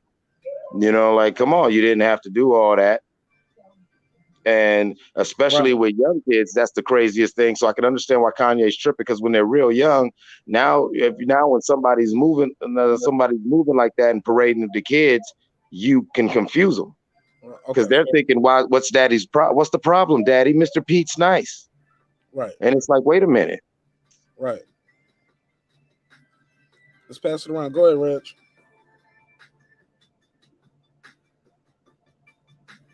Go ahead, Reg. Unmute your mic. Oh, yo, man. Yeah, I want to get in on this thing, man, with Kanye, man. Kanye's function is like a sucker, man. And everything stems from what Kanye ain't been raised around and what he has been raised like. Like, you look at his choices in women, even when he was parading around Amber Rose and her whole get down and the way she was passed off and how she got on. She got with the next rapper, ended up getting knocked out, getting knocked up. But Wiz Khalifa played it like a player. He wasn't chasing around her. He got what he got, knocked her up. She kept a child and he kept it player, kept living about his life. Kanye's supposed to function like that, but he on this weirdo shit. Here he is in the entertainment, big time celebrity, big time star. He chasing after this chick who ain't nothing but a toss up. She a rich toss up, a social media iconic toss up that he should have got what he got. He done got beautiful kids out of it. It's time to move the hell on. And you can tell how obsessed he is because the girl he got ain't nothing but a damn copy of her. This girl has really went to a surgeon. And when she went to surgery, she asked the damn doctor to make her into Kim Kardashian. It's weird shit. You see the same shit with Reggie Bush. He got a copy of Kim Kardashian. This girl has put a weird spell on a lot of these damn dudes. And it's these dudes who ain't accustomed to dealing with women, who know how to use their sexuality to con these fools. And now we're here begging over her. And people can't take away fault that Kanye did a lot to run that girl off. He did a lot to say like ill shit in records about her, all this other stuff. Like he to me, he's in the wrong because he should have handled this in a more player type way. Now dealing with your kid's mother moving on and finding someone else, like you shouldn't be worried about it. You worry about your kids. You have it to where your kids can come to you and tell you anything. But with her life, she should be able to move on. Hopefully she makes the right choice and dude she gets with, and that you are still the father of those child, that no new nigga coming in here stepping beyond his bounds, his boundaries and shit. But it ain't for you to tell her who she can't move on with. Like once that love is gone, it's gone between y'all. Let her move on. Otherwise, you show patterns of being a sucker if you can't accept her moving on. That's my thoughts on that. Go ahead, HLD. You got anything to add? Well, you were saying what the original question was, how long before they can meet your kids and something. I think it depends on the age of the kids. You know what I mean? If your child is very young, I think it should wait up, because you want to have a child that be able to communicate with you, with the whereabouts. You want to be able to then explain things to your child, of you know, the do's and the don'ts that this person, you know, the boundaries of what this person should be doing around you.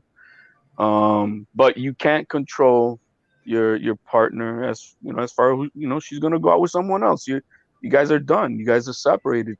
So you have to prepare yourself to deal with that.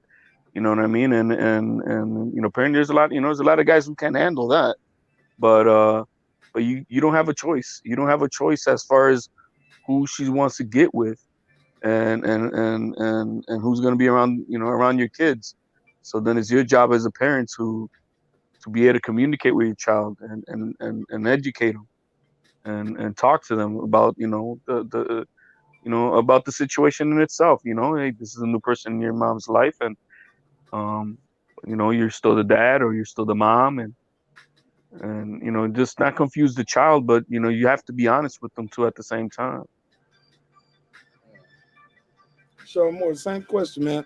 Like, how long before like you are comfortable with, or like when can one? Are you just as soon as y'all break up, she got a new dude, she got him around your kids? How do you feel about that? You gotta meet the dude, talk to the dude, see what type of dude he is, set some boundaries. Look, you do this, you do that, step out of these boundaries, there's gonna be repercussions.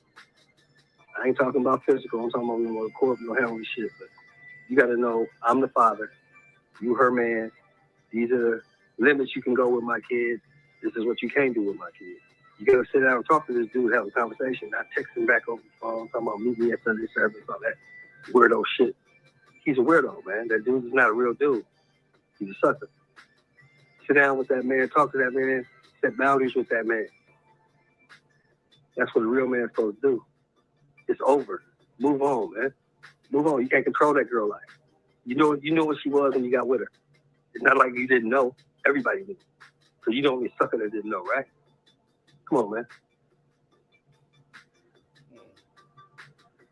Go ahead, Reg. Like, how long before you let girls be around your? How long? How does that process work? The new guys around your kids and shit.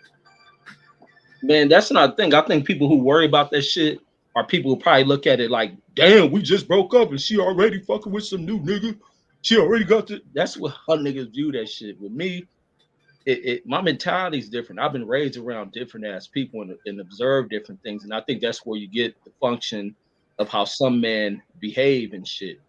And sometimes if you're not taught how to behave and interact with women, that's where you get dudes who don't know how to control themselves.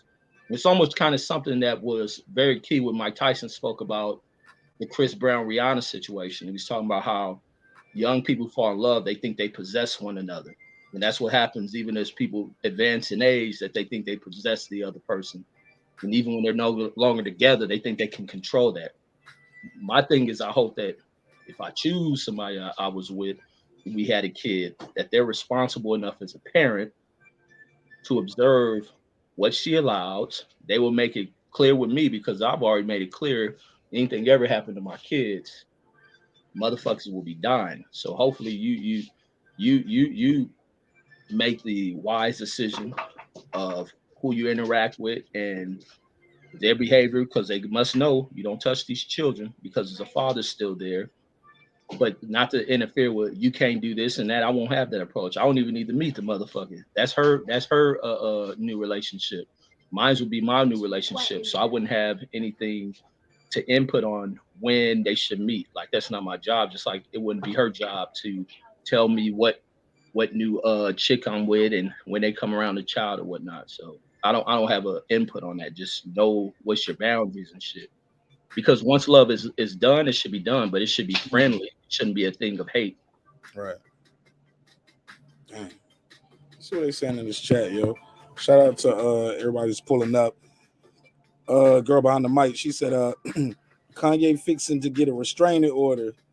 He is in the works of cooking up one for himself. But it doesn't sound like he's talking about hurting her or the children. He just got beef with his new boyfriend. Like, does that make sense or no? Am I tripping?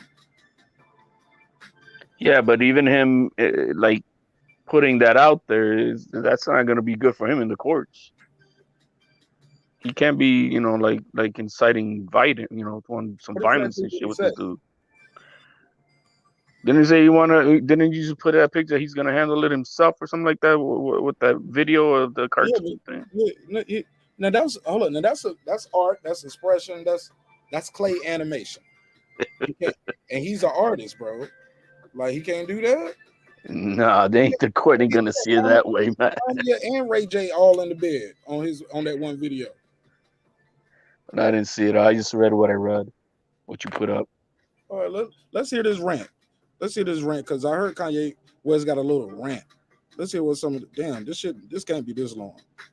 It's not 10 minutes. Hey everybody, I just got off the phone with Kim. I told her to stop antagonizing me with this TikTok thing. I said it's never again.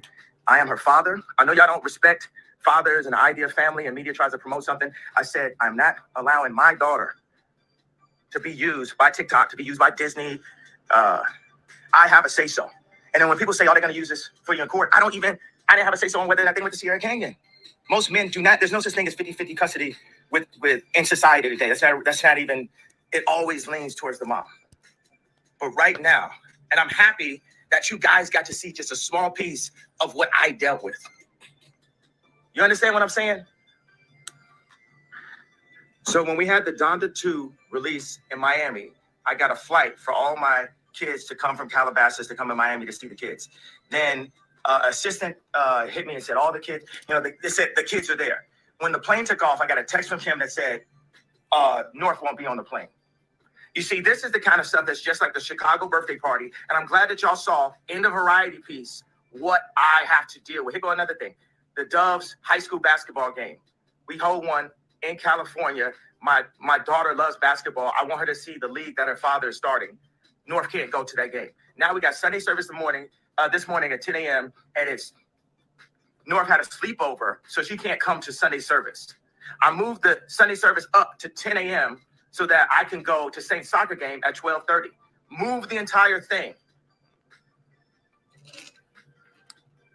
So I called different people I knew, and the best advice I got right now was from Tory Lanez, and he just said to pray and ask for God to speak through me. I got 4 children, and there's so many people who don't have a voice and have the opportunity to be able to speak up. And just, God, if it is in your will, touch the people that are currently watching, my children, whatever sleepovers at, wherever they are at, the various nannies that watch all the children, and touch them and say, please bring my children to Sunday service this morning at 10 a.m. God, this is out of my hands. It's up to you. This whole conversation of custody, this whole narrative, gaslighting, all of this. It's like right now, this is up to you. I thank you for putting me in a position to be able to make Sunday service and put this online and have my family of God. Be a year and a half I've been dragged, and how she's not my wife. She don't have a last name, and now my wife. I thought it publicly for a year and a half I've been dragged, and how she's not my wife. She don't have a last name, and now he texting me talking and bragging about how he's in bed with my wife, and I'm like, well, who's watching my children if he's texting me bragging about being in bed with my wife?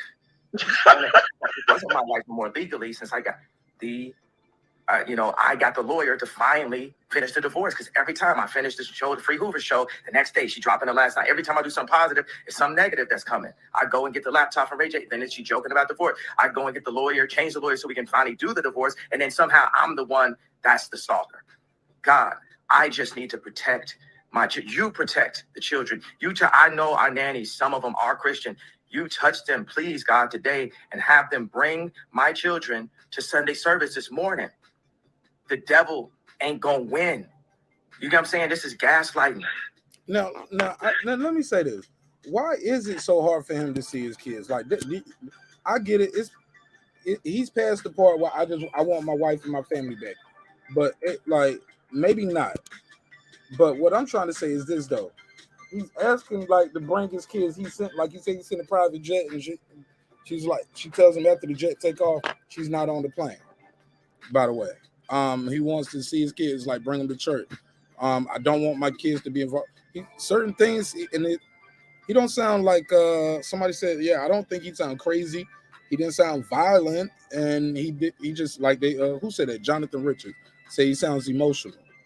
Go ahead. I heard somebody laughing. Go ahead. No, that was me, man, because that damn him laying in bed with her hurt Kanye. Kanye is just, this is purified sucketry, and people should learn from this. I think he's making too much out of nothing. I don't think there's no big problem what's going on. Maybe it's the older daughter, because it sounds like just the one child doesn't want to go around him. She don't want to be at that church wearing that weird shit. This girl's a little bit older. Nobody said that. You just made that up, Reggie.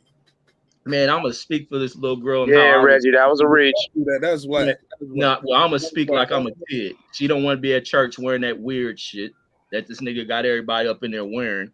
So obviously she doesn't want to attend some of that things. As your children get older, they don't want to attend certain things their parent may want them to do. Certain children don't want to go on the road trips. They don't want to take the camping trips and vacations when they reach a certain age. This girl's more into her socialization. She has a group of friends. Maybe she wants to be around them. But it seems like the other kids ain't being stopped from going. And then I think what's her name stated that you picked the kids up this morning. Why he's getting on social media acting like he's being kept away from his kids.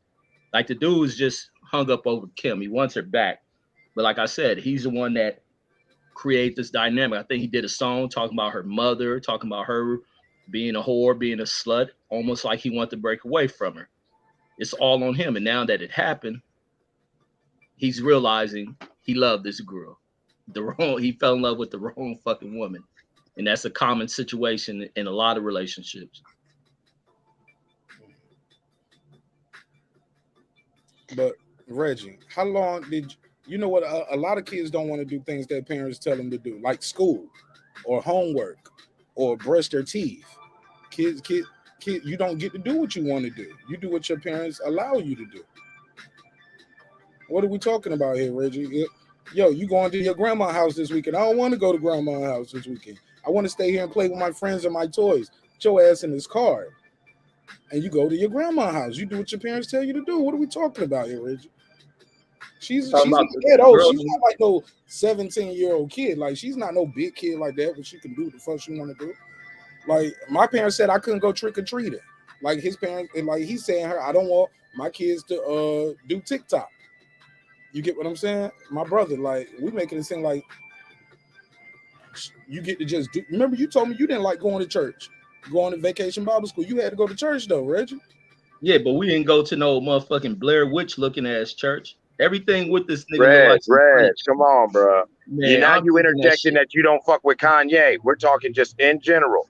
I know you don't fuck with Kanye, but we're talking in general. You took your ass to church. I like Kanye, but y'all sitting here acting like this nigga ain't going full-fledged weird. This nigga went weird as fuck. And thank you. He's going weird as fuck, and he's getting pushed off the edge. I've been saying it. I agreed with you to a point because I've said, me and Mark spoke privately about this. I'm sorry, Mark. I'm about to push the button. I'm sorry. But name one. Show over. The nigga telling me, sorry, Mark, about to push the button. Like I can't push his button. I don't know what he about to do. No, I'm joking. Go ahead, Cliff. Go ahead. I feel you, guys. He said, sorry, Mark, I'm about to push the button. I was like, boop. Boop, me too. What the hell you about to do? Oh, look, don't pull out your tallywhacker up here, man. No. But name one tallywhacker that got in any vicinity of Kris Jenner and her crazy coven of witches and them daughters that as it went crazy. Bruce Jenner went so crazy he cut off his tallywhacker and started wearing a dress with him. Okay, you know what I'm saying? Lamar Odom smoked crack till he died. You know what I'm saying? And then smoked some more crack and come back. You feel what I'm saying? And it went got some and it went got 10 rebounds. It's a goddamn shame, man. Chris Humphries married the hoe and ain't been shit since he said I do. He don't, you know what I'm saying? Now that man, like, man, come on, man. Scott Disick lost his goddamn mind fucking around with them goddamn people. Travis Scott, when his fans has died. Okay, like, listen, man. Kanye is you're right, Reggie. Kanye is not the right person to be fighting this fight because of his mental and emotional frailty. But let's not act like he ain't getting bullied by these crazy man-eating women in this damn cult. And especially once his mom died, that boy was ill-equipped for the war he's fighting. Yeah, but go ahead. I'm just saying. I mean, if he's still stuck in the middle of divorce, that means they don't have a custody agreement, parental agreement done. He needs to get that shit done, so that then he has those rights. But right now, if they're not, there's no custody agreement by the court order, and with the parental agreement, then whatever she wants to do, she can do with the kids and how she wants to do it, and to control that that she doesn't want his daughter to be on TikTok. He can only, I mean, the reality is he can only control that when she's in his house. He can't control that when that happens at her house unless it's in some type of parental agreement signed by the court. So he needs to get that, stop dicking around and just get it done so that, and he has the money for the best lawyer. So I don't know why he's asking. He was asking one of his boys about advice. I'm like, dude, you need to talk to the lawyer. That's the advice you're gonna get from. I'm like, what the hell, man? Tory Lanez is like, he's like, what the hell are you asking him for?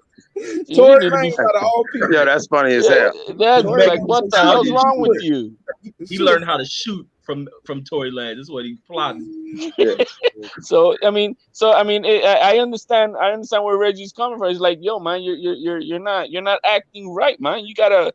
Yo, man, handle this like a soldier, man. Do what you got to do. You got to take care of the custody of your kids, the parental agreement, and then after that, you can handle about the divorce. But get that shit squared away. But then somebody's got to talk to him about it. Yo, man, this is what you can only control, and he's got to talk to some real men about this shit. You can't be talking to her. You got to talk to some people, who've been around the block and who understands life a little bit, with more wisdom than the guys he's asking advice from. He's a sucker, man. The dude's a sucker, man. If you can't see this nigga's a sucker, I don't know what to tell you. Yeah, according to this, it says they are officially divorced as of March. This date right here, this article says Kanye, Kim, West are officially divorced after 7 years of marriage. Then get your sucker ass on. If you divorced, what are you doing? Move on, sucker. But like I said, none of that I heard him say talking about being with her. He's talking about parenting. But I guess that's something like HLB said, you got to handle that in court. If she got the kid and he don't like the way she's parenting the kid, take her to court. That's all you can do, man. All this sucking one flip shit, putting shit on Instagram and Twitter and all that faggot ass shit. He's a sucker, man.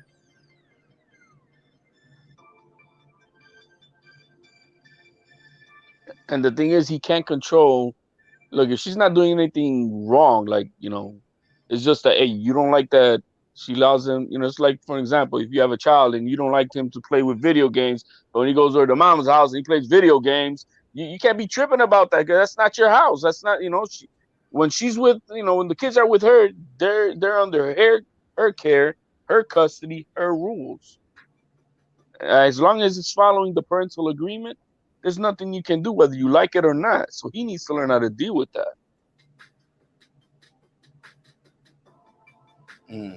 Go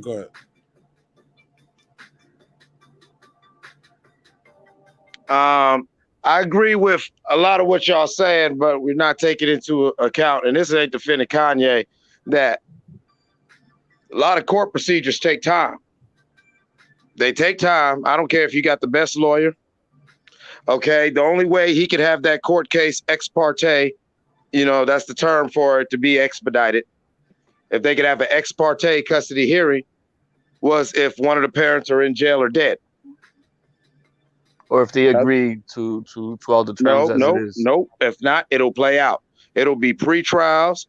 It'll be discoveries. It'll be motions. Okay, since the kids are involved and they got very young kids, guardian ad litems will be appointed to advocate for the children.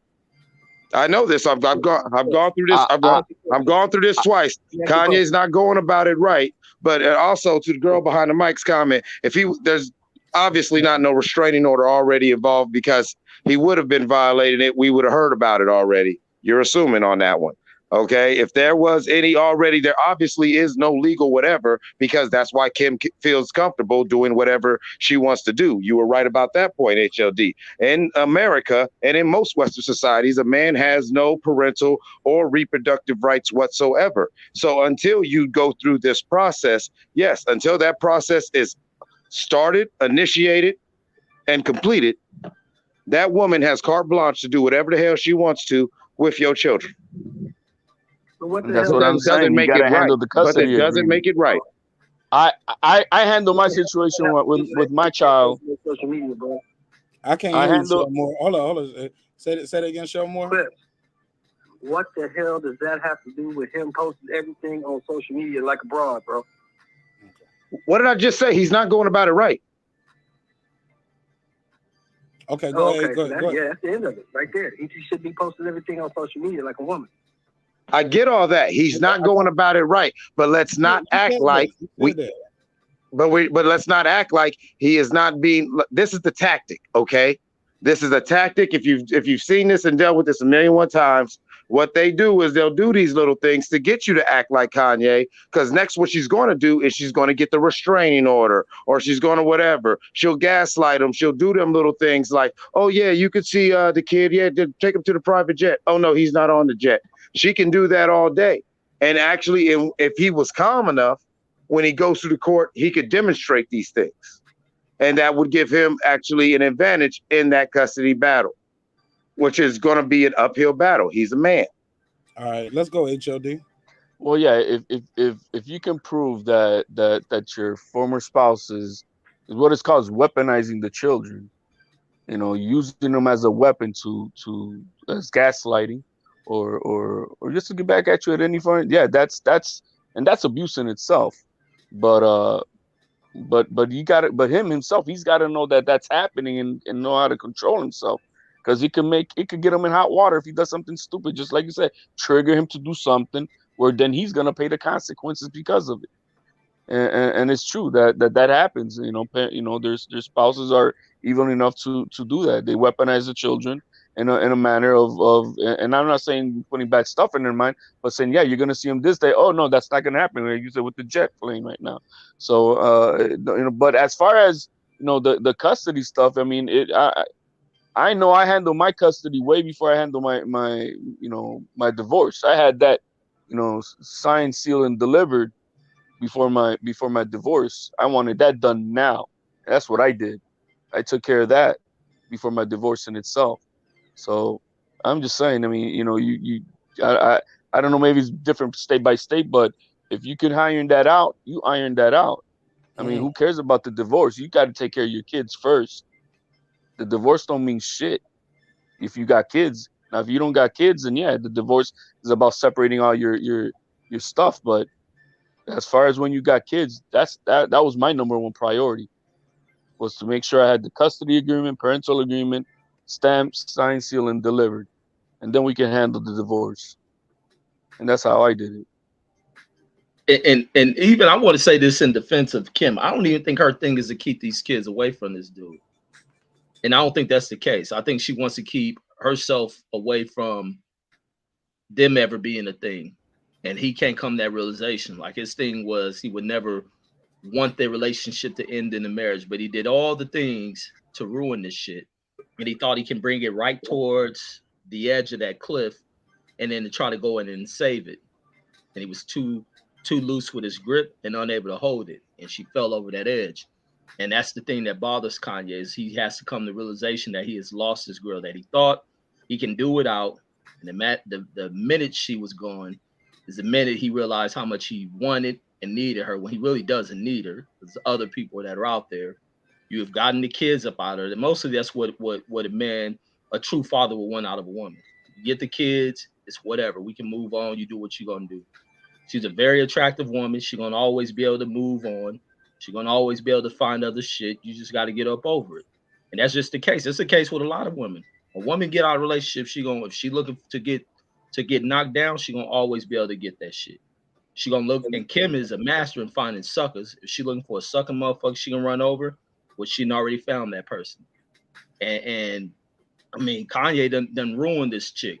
I mean, as far as it goes between them, and he has to let that shit go. Now she's doing everything to also protect her kids. I think he's making the situation a little bit too public. He's making the situation come off a little bit too concerning for the children. I know they're hearing this shit, and he has to get himself checked out. Those around him need to tell him he needs to go get evaluated. Like, look, homie, you going about this a little bit wrong, homie. You scaring us. I mean, we got to get we need to, get a grip on ourselves, Kanye. Like, just to think about it, if you was a homie of Kanye, you'd be like, shit. In her situation, she's right keeping those kids away from you. And those kids making the decision to stay away from you is probably the right situation, because you're unstable as fuck. They don't know what they'll go through. It's a lot of situations with unstable fathers who end up going off on the run. Unstable mothers the same way. Go off on the run, try to keep the kids away, especially when they don't want a relationship to go. And they end up harming themselves and the kids. So those are also the things that have to kind of be taken into consideration. Like, he's showing all the signs of a psychotic ass father, regardless of him being a celebrity. He can go about doing the same chaotic shit that any other crazy person who loses it. And these custody battles are always volatile situations to begin with, especially when one person's trying to hold on to something that ain't there, and then you got somebody else interfering with it. I'm sorry, go ahead, Reg. I didn't mean to cut you off. No, I was closing with that. I'm just trying to figure out what is he doing that's so volatile. What was the word you used? Volatile, or did you say volatile shit? Like, everything he's making a situation out of this. Like I said, I had a homie in the same situation who ended up killing himself. But before he did that shit, he tried to kill his damn kid's mother. And he showed everything.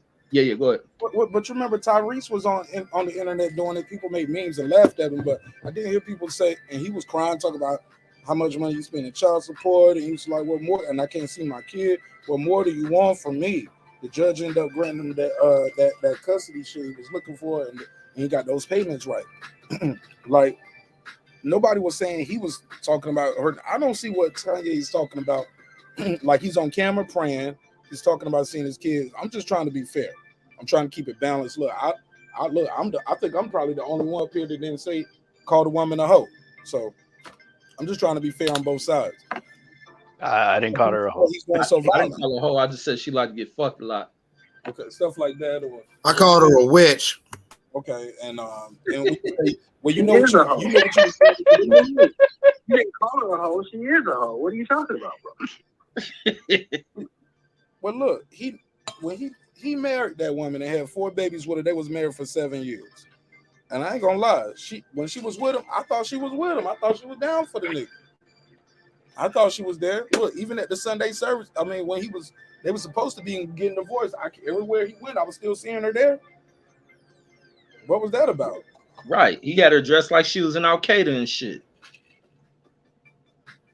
Look, man. Nah, You've been knowing about I'm just saying that's fashion. When did that tape come out, Ray? What was that, 90 what? We can't hear you, Sheldon. Say it again. When did that tape first come out? 90 what? That wasn't in the 90s, nigga. That was in 2000s. 2000. Well, whenever it came out. That nigga think about the R. Kelly tape. No, I'm just saying. You can look at her track record, bro. This broad gets around. How many dudes she been with that we can count? 7, 8? That's just because she's public, though. Look, it might be a motherfucker in the chat room. We don't know who they are. And she gets tired of people quick. She gets tired of people quick and she moves on. That's her track record. Okay, but at this point, though, this was 7 years. Though. Job and none of that shit she did with Kanye gonna change that. And as you saw, when she got tired of his ass, she got on. But you make it No, seem I like think she loved that dude too, though. Yeah, I think thought she was infatuated. She loved him, and she had 4 babies with him. She had 4 babies with the mother nigga. That marriage didn't last 7 years with the mother dude. With him because he's very rich and it was convenient. He what? She don't like that dude. That dude is a weirdo. She don't like the dude. She never did like that dude. That dude's a weirdo. Well, I disagree right there. No, I think at one point she did fall in love with that fool. Then he really started going over the edge with his weirdism. And it's a lot of weirdism in that whole family. Because even like with what's the girl that Tiger got a kid with? I think the damn family related, where Tiger was messing with the China girl, and then he was messing with the sister, and then she went and had the kid with the brother. I mean, it's just a lot of shit with these rich ass families and shit. Exactly. Yeah. Reggie, you brought up a good point. The brother Kardashian. Name one man who has been in the orbit of these women who has came out unscathed. I am telling you, bro, they are man eaters. That is the Venus Skytrap over there. Kardashian means man eater in Chaldean or something. I don't know. It's fucked up. I'm telling you, them motherfuckers. Look, what happened to her dad? Google it. Google what happened to her dad, Rob Kardashian. Hey, wait a minute, Clips. That nigga Miles Austin got the fuck on. He got on. Thank you. He ran. Thank you. Any dude who made it ran. Reggie Bush ran. I'm talking ran. Didn't look back. He went and cloned him a bit. He made him his own Kim. He made a Kim that wasn't Kim. Because what did he see? What did he know? And to be fair, that's something y'all. I'm gonna say this before y'all, Reggie, and I'll keep it short. For y'all to say the dudes go out there and they they get the girl that look just like her. The girls go to the plastic surgeons out here and say it's a lot of girls out here that want to look like Kim Kardashian. It's a lot of them that pretty close too. I mean, a lot. Like it's a look, and they be out there going for the look. So I mean, you can't get mad at the dudes who just because it ain't just the dudes that used to date them that get the girls that look like them. Other people done it too. I think Timberland, some people say his wife looked like Aaliyah. But these girls be going into the damn surgery and saying, yo, give me the Kim Kardashian #1. Let me get the #1 right there. I want the lips. I want the nose. I want the boobs. I'll buy the hair. I'll buy the fries. Yeah, I want the ass, and I'll buy my own hair extensions from the Korean lady down the block from me. But other than that, the plastic surgeon do all the other work. But go ahead, Reg. What was you about to say? No, that was Clips was talking about the you was done on that one? Yeah, it's just a lot of different things that go on when you're dealing in families and to where there's really no dynamic or structure, especially after the father passed away in that family, is where things really start to go chaotic amongst these girls, and also that son being vulnerable, just think what that boy going through, being his father done turned into a fucking woman. His father was probably always exhibiting that shit. It just so happened the mother got with somebody after her husband died. Maybe the dude, who knows what Kris Jenner was on, but she knew that he was on some fruitcake shit. She probably never thought in a million years he'd start dressing like her and become her. But there's a lot of things that have twisted these girls. But also when you deal with a lot of those Persian girls, they're very sexual people, very sexual. And they're all throughout like LA, especially in the Hollywood area, you deal with Persian chicks. They with the get down and they fuck a lot. They're very sexual. And a lot of times if Ray J was player made about his shit. That's why Kim couldn't get him. But these other dudes who don't have any male guidance, from not just male guidance that teach you women, we should not to so much treat a woman like an object, but learning how to deal with a woman, because that becomes a hard thing for a man who what they say, some people say they love hard. Those become the dudes who will be quick to strike a woman. Like, no, you need to learn how to let it go, let her move on, and still love her from afar, regardless. I don't give a fuck what girl I've been with, what relationship, whether she cheated or not. I ain't got no ill will towards you. That's just the way the game motherfucking go. If we gonna move on, we let time go, we gonna be cool. But chicks trip off me because I don't give a fuck. It's the way the game fucking go. I done fucked with the chicks who done stepped out on their relationships that done shit. This is just the way the game go. Relationships die, and I think some people try to hold on to shit that is dead. You just gotta recognize it. Kanye just gotta recognize it. Stop interfering. He ain't gotta go through all this custody shit. He's making it that way. He's making it that way. He can step back, move out the way, let Kim think she's gonna do it. Because I don't think Kim's just holding those kids from him. But if he did his own thing, kind of stepped away a little bit, she'll let those kids go to him. Those kids gonna always want to see their father. There's no taking that away, but he has to chill out a little bit. A child is gonna always love their fucking father as well as their mother. Right. He's just taking it wrong. He's emotional as fuck. And look, and low key, because I keep hearing nannies. If he was to take a step back from his career and be able to prove that in court, like, look, over there the kids are gonna be with various nannies. Over here, I'm done. I'm not touring. I'm not working on no music right now. All the work that I'm gonna be doing is gonna be right here at the home, on the mansion, on the estate, because he got all his shit set up there, on from Wyoming to everywhere. Yeah, he got the studio. He got everything he needs in those mansions. So if he could prove like, yo, I'm done with that. I'm do all my work here. No nannies really. I got help, of course, but it's me, and they ain't got to do all this traveling. They'll be stable. Yeah, things can happen. Shit. So, but to that Ray J point, somebody was like, Ray J kept it playing. This ain't the same bitch Ray J was fucking. She don't change. Her whole face changed, the lips changed, the nose, the tits, the ass, the boobs, and the clout. Yeah, and Ray J was definitely out here clout chasing, homie. It ain't like he just smashed the video and that was it. Man, he was out here. He made 2 albums about hitting it. I hit it first, and then he said I hit it last week too. Maybe, but go ahead, bro. He was getting this Pete Davidson on. I don't know if he was directed that shit. Was it at Kanye or was he directed it towards Reggie Bush? Because Kanye got with her, remember? Oh, because I know he wanted to fight Reggie Bush. Yeah, he was making songs about I hit it first, and then he made another joint about what was the other joint? He made 2 joints, but he definitely had one that went while she was with Kanye. Oh yeah. They had their little thing. And Kanye was mad about that too, but at the end of the day, but see, Reg's point, Reg, you got game, so you gonna react differently than a suck ass dude who ain't got no game. You got game, Reg. That's different. Yeah, but like what I'm saying, no, Reg is right. He does need to fall back, but I want to take this second real quick. Yo, respect to you, HLD. You did a very smart thing, and more men need to do that. And that was actually the real bar. I don't care if you're married or not. I don't care if whatever. You need to go on and get that damn custody thing first. Like even with my son and with my daughter, that's the same thing. That's all I'm worried about. And I'm with you, Reg. Like we know why you doing all this. If he fell back, Kim would have felt comfortable and understand, but no, Kanye should have just went to the courts. It's just like I seen a couple of ladies type in the chat. Yeah, the way he going about it now, oh yeah, she just gonna set him up into a situation where he ain't gonna never see his kids. And if they want to, they can just get him out of here that one way, and it'll all be legal. In fact, she'll go down as a damn, she'll go down as a damn a heroine, and a feminism. You feel what I'm saying? Like Kanye, that's why I keep saying. A heroine of feminism, a heroine, like a female hero of feminism. I'm streets, nigga. I thought you said heroin.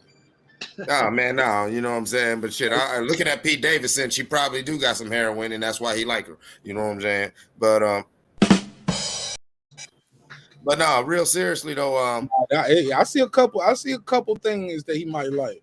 Oh yeah, I mean, but obviously, but these boys got to be careful, man. These young men got to be careful because once again, I don't give a fuck about Pete Davidson. I don't give a fuck about Kanye. I don't give a fuck about Kim. I give a fuck about these kids. I'm more like I'm looking at it like how the court would look at it. And is any of this really in the best interest of the children? Not what Kim's doing, not what Kanye's doing, and definitely not what Pete's doing, because Pete, if that's what your thing is, you messing with Kim right now. No, you can't tell her what to do and can't tell her how to act. but you can try to say, hey, I'm on this vibe. And so that's why I believe he sent that text, because like when you read it out, you feel what I'm saying? Oh, I was struggling too, like Reggie. My glasses in the car, so I'm in here like Reggie. Oh, you did good, man. You did good. Go start for Marq, man. Go start for Marq. You know what I'm saying? But if you're listening to that text, I'm shooting Pete some bail. Maybe he was trying to play it cool and just not say nothing and do this whole, hey, let's not engage vibe. But that's the whole crazy thing with it. This, you know, they either gotta figure this out, because there's too much money involved, and when you're dealing with egos and money like this, you think something ain't gonna happen. Y'all keep thinking something ain't gonna happen, and that's what I'm worried about. You feel what I'm saying? I'm not worried about Kanye acting like a sucker. I'm not worried about Kim being Kim. I'm worried about these kids. Right. These 4 kids. You know what I'm saying? These 4 beautiful brown babies who are already born billionaires by both parents. You feel what I'm saying? So these kids are going to come into a lot of power, a lot of whatever. And this is how they're being shaped. Yep. Yeah, that's a good way to close it out. Anybody got anything else they want to add to anything? Show more first, because he's on the phone. Let me clear that out. Nah, man. I just wish the best for the kids. These two suckers get their shit together, man, and move on with life. You over there eating some neck bones? What you eat? Eating a hot leg. Oh, Lord. That dude got the glizzy. Oh, yeah, Mark. Yo. You thought... Yo, so look, all right, show more. Appreciate you, man, for pulling up, man. So your last take, Logan Paul offers Ye and Pete $30 million to put their boxing match on. Yes, it will sell. Yes, but it won't be over no matter what. No, Ye don't need 30 million and should move on. Or nobody wants to see that fight. What say you? Do it. So I should have gone viral.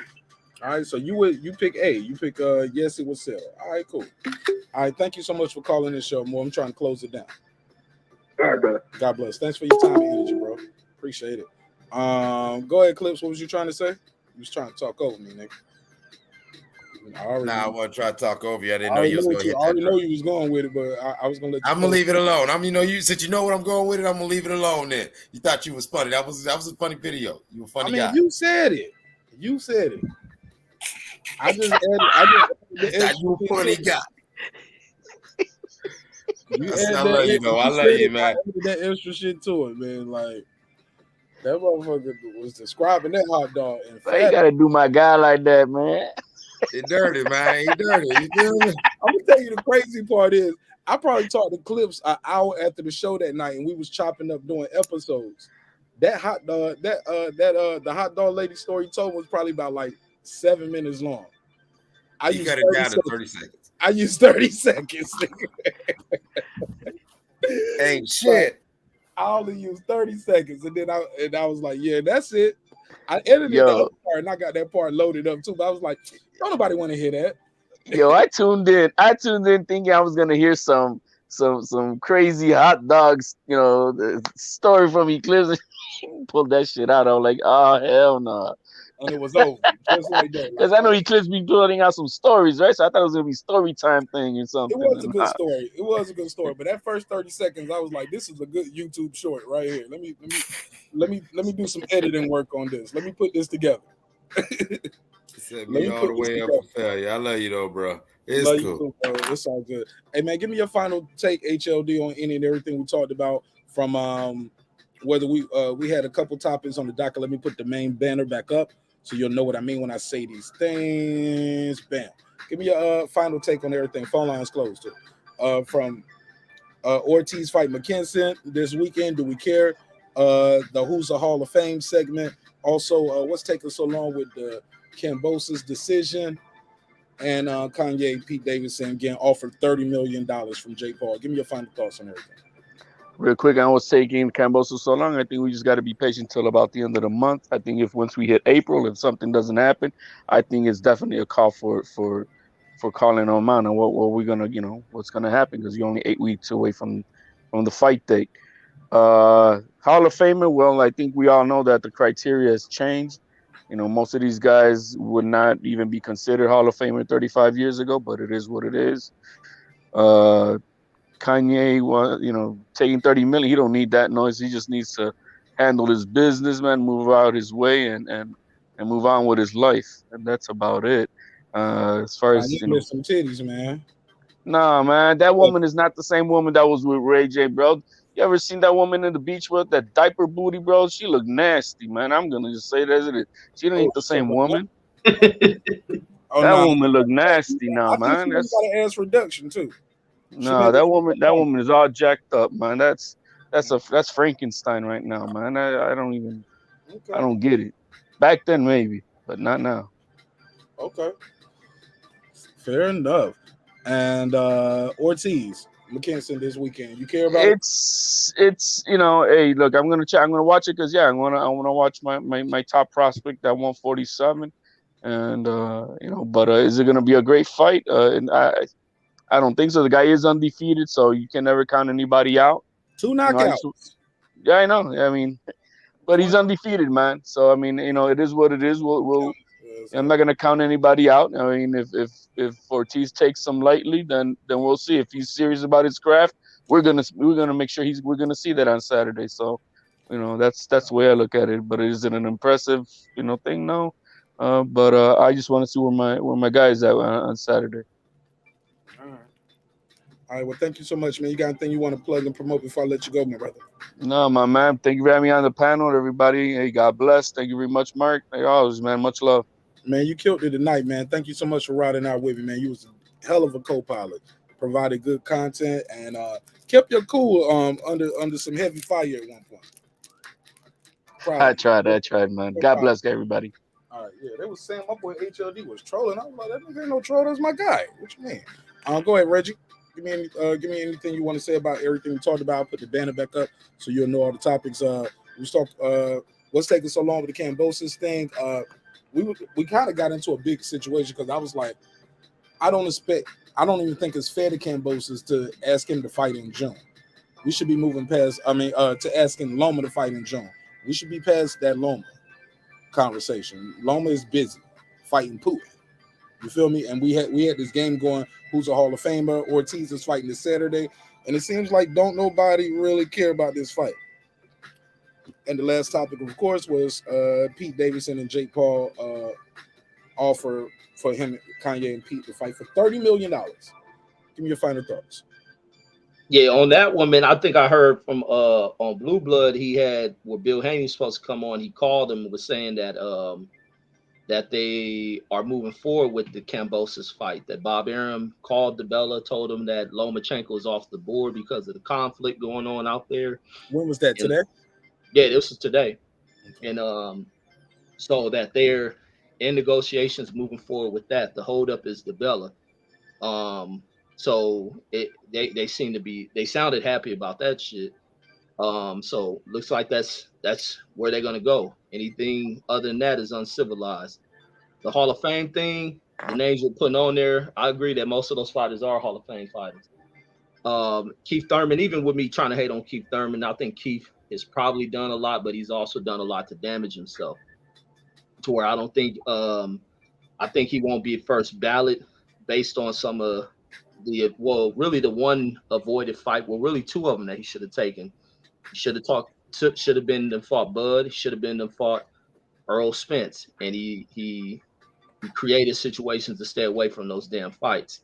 But most of the guys you put up there are Hall of Famers. Even Tim Bradley, how people take away Tim Bradley because of what he says on damn TV interviews, and they take away from what he's done inside that damn ring in the most foolish of manners. That dude is a guy who never gave any short ass performances in the ring. Timothy left his heart out inside that ring. So regardless of what he says that people don't like because he don't fit their goddamn agendas and shit, can't take that away from him. And everything he speaks of when he talks ain't just him being a company man. It's just him speaking what he feels. It may not fit what people may want to hear. And that's once again what I say with black folks. Black folks come out of slavery and be trying to treat each other like fucking slaves, like they like you own a motherfucking, tell him what they supposed to say. Like that shit is crazy to me. What else were we on? The thing with Yeah. Go ahead. Whatever order you want to go into. Oh yeah, the Ortiz fight. Yeah, go ahead. Ortiz. I hope that dude Mckinson come in here and fight his damn heart out. I mean, I see that only 2 knockouts. That's what trying to play it safe, but hopefully this guy can fight. He was ranked number 35 or something last week. They don't jump, or 30 something last week. They don't jump him up. I remember he wasn't even in the top 30, bro. I did a story about this. Now they don't bump him up to number 24. Like, slick motherfucker. As we getting close to the fight. That's crazy, right? Yeah, they slick, man. Well, hopefully he come in here and he shocked them. I like Ortiz, but I like fucking great fights. I would love to see if he came in here and shock the world and shock Ortiz, humble him, make them fight the fights they need to fight, trim the edge of these dudes thinking they're celebrity and this and that. Dan, y'all didn't even talk about Blair Cobb because I got an issue with the shit that people. Oh man, I'm glad. I was about to do a pre-recording on that. I wasn't even making that part of my show, but yeah. You cool though. We could chop it up about it real quick. Give me your last take on this other thing. Let's do that, and then we can. So I can cut this and I'll make that a segment of his own. That'll be my okay. And man, you ain't touch. I was waiting for you to do a video on that damn crying ass tennis girl, Osaka. But the thing, pre-recording for that too. I wasn't gonna make a whole episode about it. You know, my shows be long. I can't do 4 hours on that. Yeah. I'm gonna tell you. I can't do 4 hours really about hardly none of these boxing topics for me. Like I got to break these up in segments and pieces, and you know what I'm saying. It's a 4-hour show. You know what I'm saying. I can't talk about that tennis shit for 4 hours. Respectful. Yeah. Hey man, I didn't realize how fast time fucking goes until I did these last shows where I thought I was on there for fucking an hour, and that shit ended up turning to 4 and 5 damn hours. Like, god damn. I love it. Yeah, that shit is a trip. But the Blair Cobb situation, the Kanye. Any Kanye, and let me let Clips give me his final thought. Yeah, the Kanye Pete. I think that will be a big time fight. I think that shit will set some major goddamn records that they were. 3 million is what they saying so far, Reggie. That's the high. They saying 3 million is what it's gonna sell. It's 3 million pay-per-views. Yep, they saying that they sell 3 million pay-per-view. Kanye versus Pete Davidson. Man, that shit will fuck around do greater than that. That shit with the storylines they'll build behind that. You got Jake Paul on the promotional side of it. They put together a good promotional card. They'll probably fuck around and break Floyd's shit. Watch these Jake Paul fight on the card too, right? And Jake Paul can fight as another card. If he does that, man, the dude is doing the right thing, man. I like what Jake Paul is doing. He's coming here and he has really bossed the fuck up. He really has bossed the fuck up. And I respect that motherfucker for what he's done. Many of these other fighters could have done that. He has parlayed his celebrity status, built the status around him, and he's taking the proper fights to make, getting the proper results. And now he has quickly shipped that over to try to look for fights to promote. Look what he's done in the women's side of things. He has shifted the dynamics in women boxing single-handedly. And all these other promoters have gotten in line with doing right by what they should be doing by these women. Can't take nothing away from him. He envisioned some shit, but whether Kanye moves with it or not, probably not. But if he was to do it, they'll set some goddamn records. All right, I'm about to call you Spence. Damn, Clips. Give me your final thoughts on everything we talked about, and I can do this pop up with y'all too. Give me your take on that topic. The first topic was, put this on the screen. What's taking so long with Cambosis to make his decision? Loma is at war. Time to move forward, right? Yeah, I think Cambosis just needs to go ahead and get that Devin Haney smoke. That's what needs to happen. Cambosis just needs to go ahead and do it. It's the Loma Chico's off the table. All right, I'm tired of it. Like, we already had this conversation. It's done. What was the next one? I think it was Ortiz Mckinson, or was it the Hall of Fame was next? You can do the Hall of Famers, like that topic we was talking about, who's a Hall of Famer and what these guys need to do to be a Hall of Famer at the end of the day. All right, definitely everybody, back to that Hall of Fame picture, definitely everybody on the bottom. And Spence. Who's that? I can't see the dude. Who's that being blocked by your logo? No, that's Usyk. That's Usyk. But yeah, these weren't the people that we did though. We didn't even get to Canelo yet. Oh, okay. So this is just a banner that I had up. For the okay, yeah, but based off the people we was talking. Matter of fact, you weren't here when we did it. I think that's when. No, I was typing in the chat. That's when I was driving around. Yeah, we went through Sean Porter, Josh Taylor, Spence, Yeah, it was a lot of people, but you don't have to go through all of them because I deleted some of those pictures so I can move forward. All right. Yeah, but I think that a lot of those guys, some of them weren't first ballot Hall of Fames, but a lot of those guys will get themselves in there. I do think that Tank is a not yet. I think Spence is not yet, not first ballot. It's not because of my bias. I think Bud has definitely earned that first ballot. Like for whatever reason, if it stopped right now, you definitely throw him in there first ballot. And definitely Tyson Fury and Deontay Wilder. They're definitely Hall of Famers.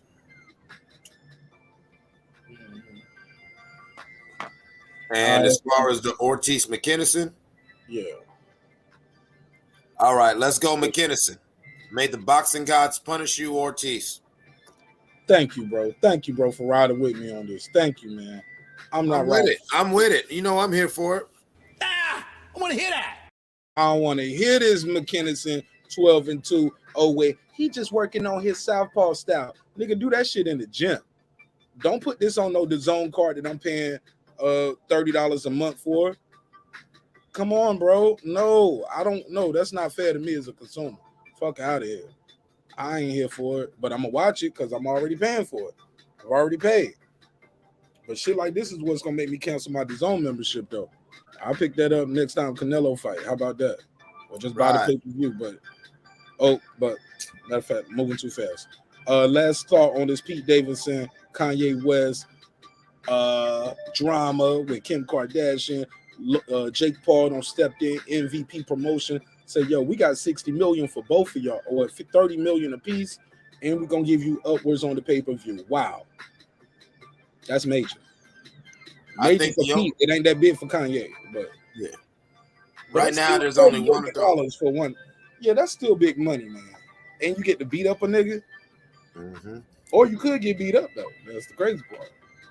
Hey, life. I think the only adult right now in this whole situation is Jake Paul. Wow. That's my final thought. Damn, that was bars right there and dropped the mic. All right, for sure. Nothing about these titties though. You ain't got nothing to say about these. Respect. Them titties is nice. I mean, whoever titties those are, but Kim looks good in them. They hers now. Hey, look, you can't take them back. They're hers now. Shit, she paid for them. Right, damn it. For sure. Let's get into this, man. So, Blair the Flair Cobb recently had some things to say about the champ Errol Spence. He said some things about Errol Spence being cursed. I'll pull up the audio, but before we get into that, let's be clear. Errol Spence clapped back, and when he clapped back, he went for the juggler. Some people was like, yo, what's up with the clap back at him? But you've been quiet on Bud Crawford. But let's see what Reggie got to say while I pull up Errol Spence clap back too, because Errol Spence he clapped back on Twitter. He was Twitter fingers with it, respectfully. He called Blair the player. He said, y'all listening to a 33-year-old prospect. Ha, ha, ha, ha, ha. Laugh emojis. Media has to stop being so thirsty for content. Nigga looks up to Blair Flair.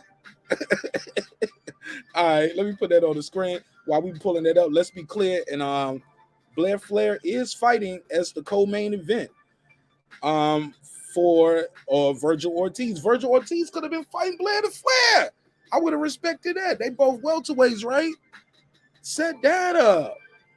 Do that. Why is he? And look, is it the way they handling Blair the Flair? He doing the 10 rounder as a co-main. Shit. After this fight, what fight? Fight Ortiz. But let's go to Reggie. Oh, what you think of the Errol Spence clapback, and what do you think of Blair the Flair? I'm hearing a lot of people saying Blair the Flair needs to be quiet. He's out of his pay grade. Things of that nature. Matter of fact, here's the audio. The real fight is outside the ring. It's eyes I don't see. Here we go. This is Blair the Flair. Errol Spence eyes, I don't see a fighter that has the true fighting spirit anymore. he's defeated. He's defeated outside the ring. People need to understand that the real fight is outside the ring. And Errol Spence had to face some demons outside the ring with alcoholism and this and that, and dealing with hurt and all this other things. So we have to see what happens to him when he's tested outside the ring. All these other young fighters, I love to see what happens when they're tested outside the ring, because I've already been through the hellfire. I'm ready to go. You know, they keep focused on it right. Okay, so then he goes on. Now, this is another clip from the interview. He goes on to talk about Spence not doing the right thing, so he's being cursed. Let's play that. He's afraid of Terrence Crawford. What was Wade making that fight so long? He waited so long that he became devastated. If you don't do what's right, you will be cursed. And guess what happens? We don't see him fight for anything for a long time. One injury after the next. Car injury, this injury, eye injury. He missed the fucking opportunity to beat fucking Manny Pacquiao. What now? Woo! He's a coward. And I don't respect cowards. I know he's a good fighter, but he's a coward. And he ruined boxing. Like I said, you know, I ain't ducking the die to nobody. All right, so there you go. That is what he said. He's cursed. He ruined boxing. What do you guys think of this Blair to Flair situation? Hold on. 469, you on the line. What's your name? Where you calling from, family? Salute. Brandon from Dallas. Speak up a little bit. Salute, this Brandon from Dallas. What up, Marq? There you go. What up, Tanner? What up, Reg? What up, Flip? You know I couldn't sit here and take. What's up, big? Slander. That dude. Hold on. Nobody did any slander. I'm just setting up the story, telling people. No, what's the name is slandering? No. Okay. Blair to Flair is slandering Errol. He's talking about a coward. That's slander. Okay. He's saying that he ain't fighting for nothing. That's slander. He's saying that he ain't seen nothing in his eyes. That's slander. He's just sitting there slander, and the only reason he's doing this is because he got to fight. This the same guy I saw run up on Ennis, and Boots damn near scared his Boots damn near had him afraid to speak. So this Blair to Flair, whoever the fuck he is, I'm hyped to see him get in the ring with somebody real and not just being built. Does he want to put his mouth out there? Let's see what he's about. He calling all of these dudes out. He called out Boots that day. And Boots and his daddy said that's going backwards. Fighting him is going backwards. So I want to see. He's doing. Here's the thing: in boxing, when you're a prospect, he's doing what he's supposed to do. But here's the thing: when you do that, you should be your next fight. You should be in position to be fighting an eliminator, or you should be. If you're gonna start talking this big tough talk, your next fight, you should be going right at the. You should be going right at the top dog. You should be putting yourself. You should be the number one contender. You should be the ranked number one. It should be the reason why you barking this loud. Because it's like they finna give you the fight, or you know you next in line. But just to hear a motherfucker talk just to be talking, it's cool. But I want to see him get in there with somebody. But he's doing what he's supposed to do. I just don't like the slander. But it don't matter what I like. I want to see the dude fight. All right, appreciate it, Brandon. Go ahead, Reggie. Give me your take on it. And I like where Blair to Flair coming from with it. Some of it, I mean, it was shots taken, but some of it was a lot of truth in it. And it was into where Errol wasn't living a righteous life.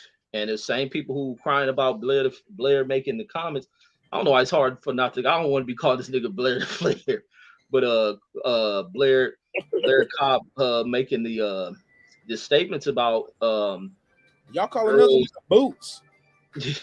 Y'all call another nigga Big Fish. Y'all can't call him Big Fish. They call these niggas boo boo, man. Hey, I'm cleaning boxing up, man. Y'all call that nigga Big Fish. Y'all call another nigga Bud. Boots. That's a fighting name. Hey, look, these nicknames don't change from when we was kids, from Iron Mike or right. You know what I'm saying? Get Dynamite.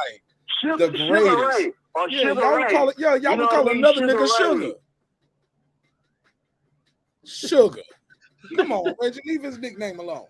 Man, I gotta clean that shit up, man. Y'all niggas do too much talking about pause every time somebody say something. No. I'm just saying. You said you don't want to call the man Blair the Flair. That's his name. Y'all call that's like Ryan Garcia calling himself fierce Rye or whatever that crazy shit. But Ryan Garcia, he called himself King Rye.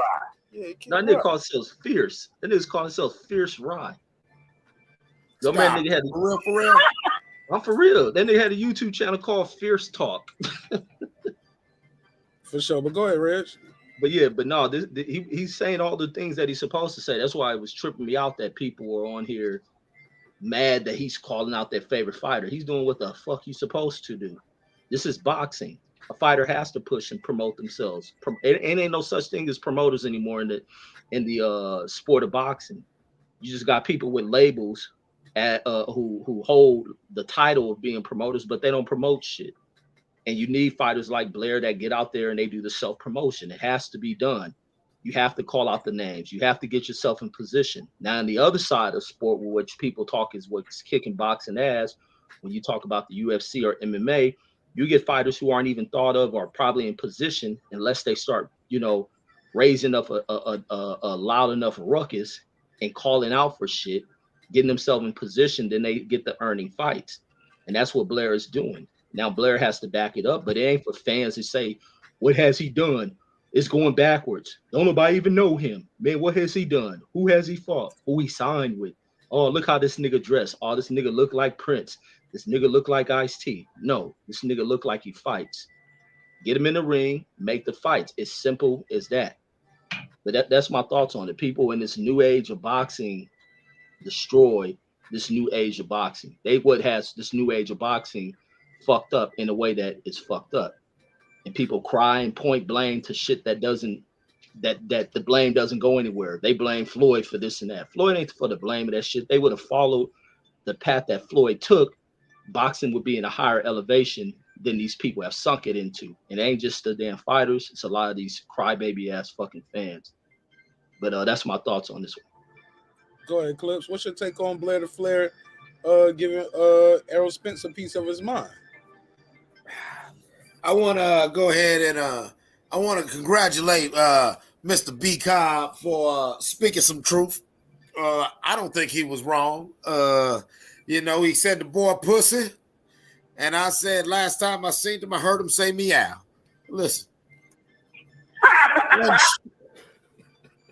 one shit he said wrong, and I'm glad I'm not the only one who says, yeah, like you said, don't blame Floyd. Floyd did what Floyd did. Floyd got it off. God bless him. All these niggas who try to follow in his footsteps and imitate and clone, and y'all try, instead of being yourselves, y'all trying to do a Floyd, and yeah, y'all ruin boxing. And one of the biggest ones is Errol Spence, who still has the potential to be one of the greatest fighters of his generation. But it does seem like, yeah, he's dealing with the karma of,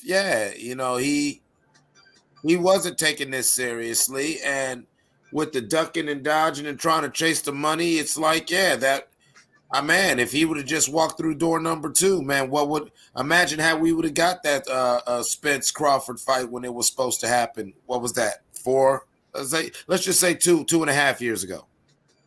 Imagine how we would have got that. Oh, wow. But now it's forever what if. Because you cutting them off. Go ahead. Oh, I'm done. But like I'm just saying. I'm like, hey, shout out to Blair LaFlair Cobb for going there and talking that shit. Now don't go out there and get your ass knocked out after talking that shit, Blair. All right. So Errol Spence had one of the illest clapbacks, I think, when he said, y'all listening to a 33-year-old prospect. Ha ha ha ha ha. Media has to stop being so thirsty for content. Nigga looks up to Ric Flair. Nigga looks up to Ric Flair. That's what he said. Okay.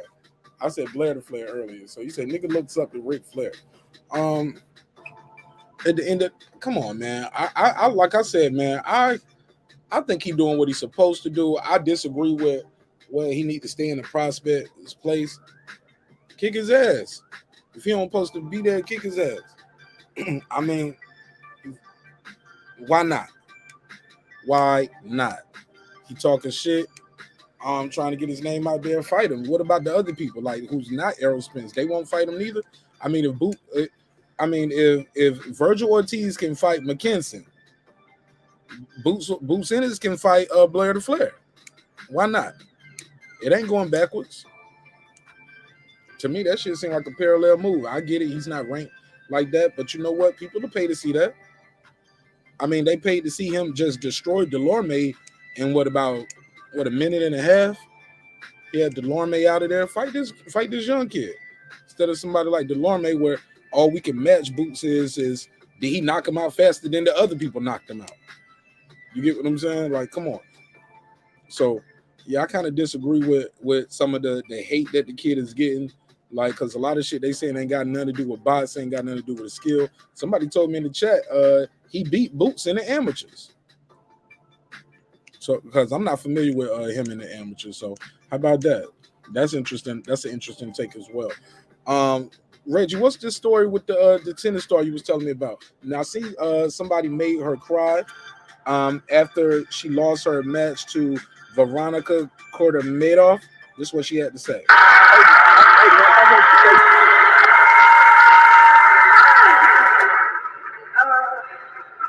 In fact, I'll just share my screen because this is a little long.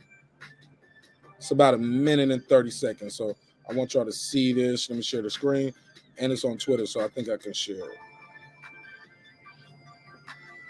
All right. 1, 2, 3. Nope, that's not it. All right, here we go. Hey, Mark, why you pulling that up? I got it. I just want to rebuttal. Oh, What you want to rebuttal? It ain't no rebuttal. Nah. It ain't no rebuttal. Clips that said I heard Clips say that Errol Spence ruined boxing, and I want to say, is it Errol Spence that ruined boxing for the Terrence Crawford fight, or according to Bud, is it Five Arm who he's suing, blaming for not getting the Errol Spence fight? Let's keep stuff in perspective, and let's not. Or is it PBC and Tim Scott saying, look, or is it PBC Tim Scott saying we never made him an offer, we can't afford him. It's not a fight that we can afford. He's a respectful private champion. And you did hear that. You know that happened. Tim Scott said we can't afford the fight. Right, but we know that Bud's business went together on his end, and we know for a fact that he blamed his promoter, the person and he's suing his promoter. He's not suing him for not getting the Spence fight per se. He's suing him for no. He lists that as one of the complaints. He does. He lists the Spence fight as one of the reasons that he filed the suit. Errol Spence names in that lawsuit. Oh yeah, because they promised him that, but that's not the biggest thing. When you get to the summary, no, that's in when they're doing the opening statement. But at the end of that lawsuit is basically he's suing him for violating fiduciary duties, and he's suing him for unpaid wages. Right. And damaging his name. Let's not say that Errol Spence stopped the fight. Let's say or damage boxing as a whole. Let's say that Terrence Crawford's promoter, who he was doing business with and who he is suing, dropped the ball on him, probably getting closer to the Spence fight, and that's why he's suing his promoter. No, he's suing his promoter for violating fiduciary duties, and he's also suing his promoter for monies that he didn't get paid for when he fought somebody else. And y'all told me I was gonna get Spence if I fought Kavalauskas, and I supposed to got an extra couple million. I didn't get everything I was promised, and you didn't get me the Spence fight. That's what's going on in that lawsuit. But also, Spence did say I'm gonna clean up my side of the street. That's what he said. Which he's doing. Which is exactly what he's doing. And look, I can tell you what I'm going to do, but that don't mean it's right if I do something that's not cool. Like I never agreed to that as fans. We never said that was okay. Yeah, hey, here's the thing. But I told you in your face. And look, how many years that was? How many? Hey, man, that shit is whack, and it's whack as fuck that fans are they stand on praising that shit. Like, he did what he said he was gonna do, and man, he like, did. But that he hasn't. He only got 2 belts. He still ain't cleaned up the side. Even if he is talking about, but look, Bud's promoter, Bud's business is fucked up. That's one of the reasons he's suing his promoter, because of the business of boxing is fucked up. But you keep saying that, but you keep saying that Tim Scott said we never made him an offer. We can't afford to fight. Yeah, but Tim Scott is not in a lawsuit either. Tim Scott is not in a lawsuit. That's a whole nother. That's a whole. Look. You bringing up the lawsuit that's for fiduciary duties, which he's bad mouthing him on the promotion. You're also bringing up. Listen, man.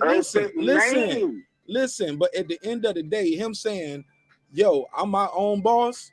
It's up to you to make it happen. That cleaned up my side of my street shit. Why don't I just knock out Sean Porter and take the easy route? He didn't knock out Sean Porter. He almost lost that fight. He can't do it because the Bud's business is bad. No. Stop, Brandon.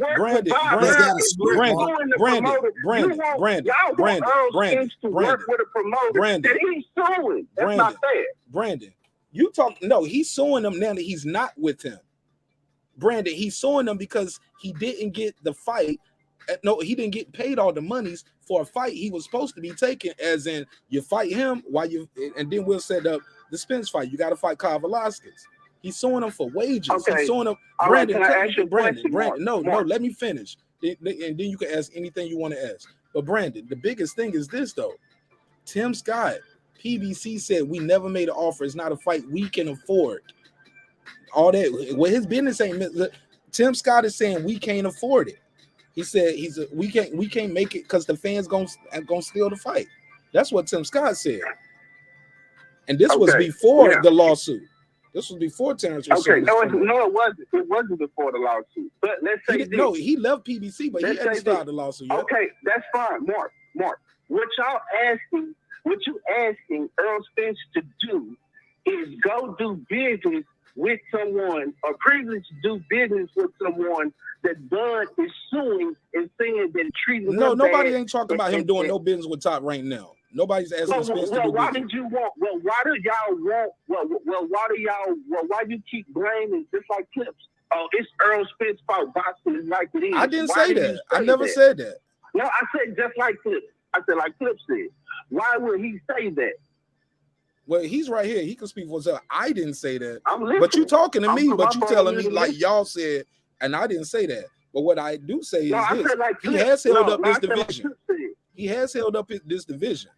Because all of that, I'll clean up my side of the street, still ain't done yet. To this day. Now what? Now stop, Brandon. Brandon, humble yourself. Because that's a fact. You don't even have to cut me off from rebuttal. That's a fact. It's nothing you should be saying right there. Now, he does have a fight scheduled. Now, hopefully, maybe, possibly, he could win. But right now, as of March 15th, he still ain't done it. He got his initial belt and the belt he beat Sean Porter for. That's it, bro. And everything else has been self-inflicted. Brandon, everything else. And this long layoff, this 2-year layoff, and this 2-year layoff, bro, this 2-year layoff. Bro, he got 2 out of the 4. What you talking about? Bro, he didn't have a 2-year layoff. Y'all budget. He had a medical injury. What are you talking about? He had a detached retina. My nigga, that's still a layoff. He out the ring. Man, he didn't have a layoff. He had a layup. He was laid up. Bro, stop, Clips, because I ain't even trying to troll him. Please don't cut me off just to crack the jokes. Like, you ain't got to cut me off to crack the jokes, though. Like, because I'm trying to have a serious conversation with the brother. And he ain't going to take me serious if you cut him off to do that. Like, put that in the chat. Let me say this. My brother, Brandon, whether it was self-inflicted or not, being out the ring, you don't like the jargon or the verbiage of me calling it a layoff, call it whatever you want to. Call it injury, call it an accident, call it a sparring setback, whatever it is, setback, layoff. He's out the ring. He's inactive, my brother. What am I lying about? Please, Brandon, what am I lying about? Nothing. Here's the thing, Mark. You just said y'all keep saying that, and that ain't true. He did not have a layoff. He had an eye injury. Nigga, he out the ring. Okay, let's put it in perspective for those who probably casuals and listening to the show for the first time. They might be like, wow, dude was out. Why was he out of the ring? The reason he was out of the ring with what y'all call a layoff, we'll call it what y'all want to call it, is because he had a detached retina, which threatened his whole career. We talking about before that too. That's why I said 2 years. Because I went back before That's that. why he was out of the ring. Because he was out of the ring for a year too, with recovering from DUI injuries. You want to tell it all. Oh no, he came back. He came back from that. And look, he came back from that. Did he come back? Because he got in one fight, then his eyeball popped out. How many fights do you need to come back? One, right? I mean, well, if that was the case, that one fight he could have came back and fought for the title. He can't come back, Mark. He had a detached retina. No, and Bud you is just said he suing came back. Bob He could have Arum. fought Hold on, Garcia Mark. then. Bob Arum. Bud is suing Bob Arum right now, for saying because he did not get the fight that Bob Arum promised him. So he didn't get the money. Hold up. He didn't get the fight or the money. You told me you was gonna get me this fight if I fight. I'm talking about the fight. I'm talking about the fight. But you can't separate it though, Brandon. You can't separate it. It's all in the lawsuit. You can't separate the two. Separating. You just said you talked about the fight. You keep saying he didn't get the fight. Brandon, it's not just that. I'm talking about Errol Spence, and the reason why he didn't get the fight. He listed it in his lawsuit. Brandon, you know I got the lawsuit. I don't understand. And we did a full breakdown. No, I'm not about to do what you want me to do because you said do it, nigga. Like we already did this. I'll send you the file. Like this wasn't even a whole topic. That's why I told you. That's why I told you when you started. Like I just want to do a little rebuttal, Marq. It ain't no little rebuttal with you, nigga. I know you, man. I know what I'm dealing with. You made this whole shit about Errol Spence right here. Like, and it's all cool. It's all cool. Cause like I said, I don't hate the brother. I get my joke here and there off. Like, but I never start talking about his wife and his kid. I ain't do no video about the baby mama shit. How trill is that? And a lot of niggas, I don't know what you're talking about. Oh, see, how about that part? See, and I thought you was an honorable man. You gonna just tell lies, bold.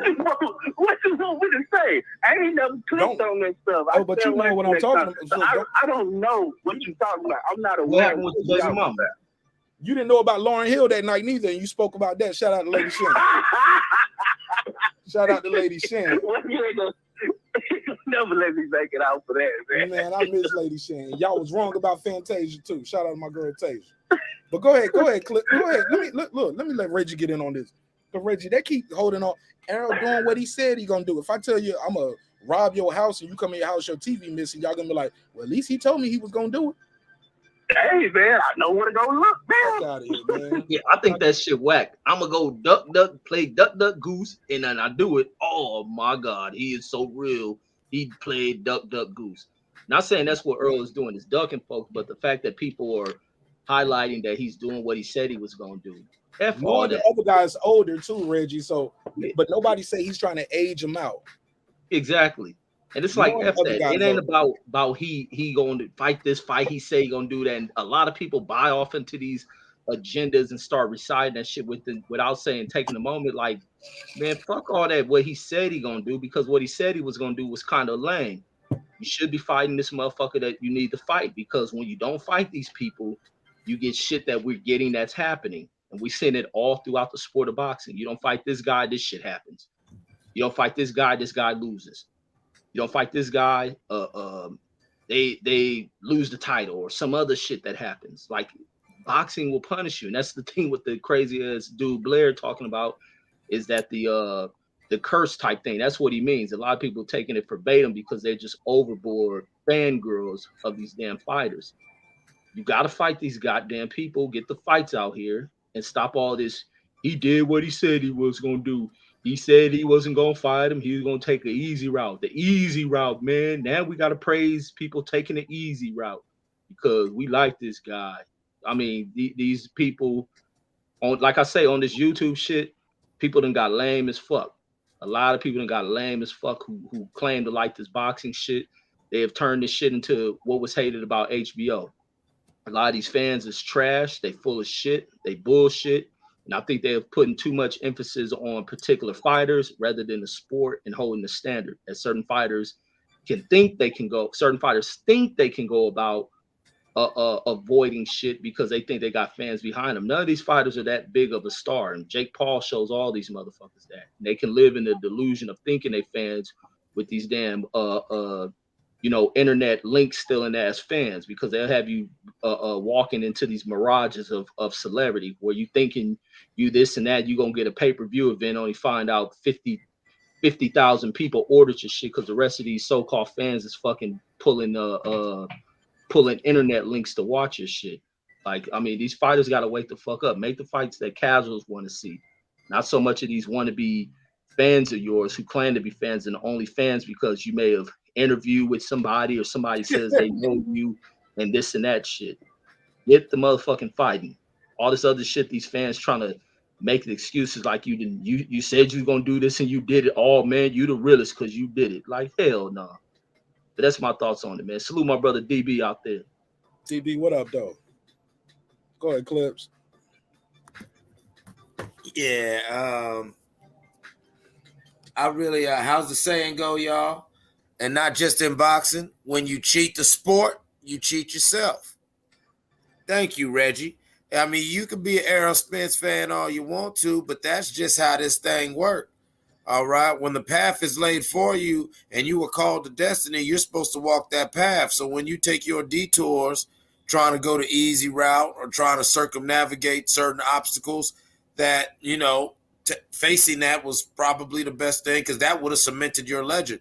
To be honest with you, the reason why I don't have EJ as a Hall of Famer, not yet, or I definitely don't have him first ballot, is because of all this inactivity and all that bad juju he seemed to have brought to himself, where for whatever reason, however the cookie crumbled, it was him not taking the sport seriously. If you a prize fighter like that, you shouldn't be out there getting drunk, even if you didn't have a fight coming up, because if you got money and everything and you drinking like that, you shouldn't be driving. You're an adult. You cheat yourself when you cheat the sport. And so I agree with what Blair Cobb said. It's nothing to get mad about, Brandon. If anything, if you a true EJ fan, you would want EJ to hear all that and go ahead and handle business against Ugas, then go on a real tear, because no, he has not truly cleaned up his street yet. But what that say? Well, I mean, what that mean? If like you telling me, hey, Eclipse, I want to fight you, and I go, oh, okay, but all right, but before I fight you, I'm gonna fight Reggie Owens, then I'm gonna fight Marq Nash, then I'm gonna go fight Taylor Bell, and then I gotta clean up the neighborhood, and then after that, I gotta fight a couple more niggas up the block, and then I'll make my way to you. What that sound like? Some fish of shit. A big fish.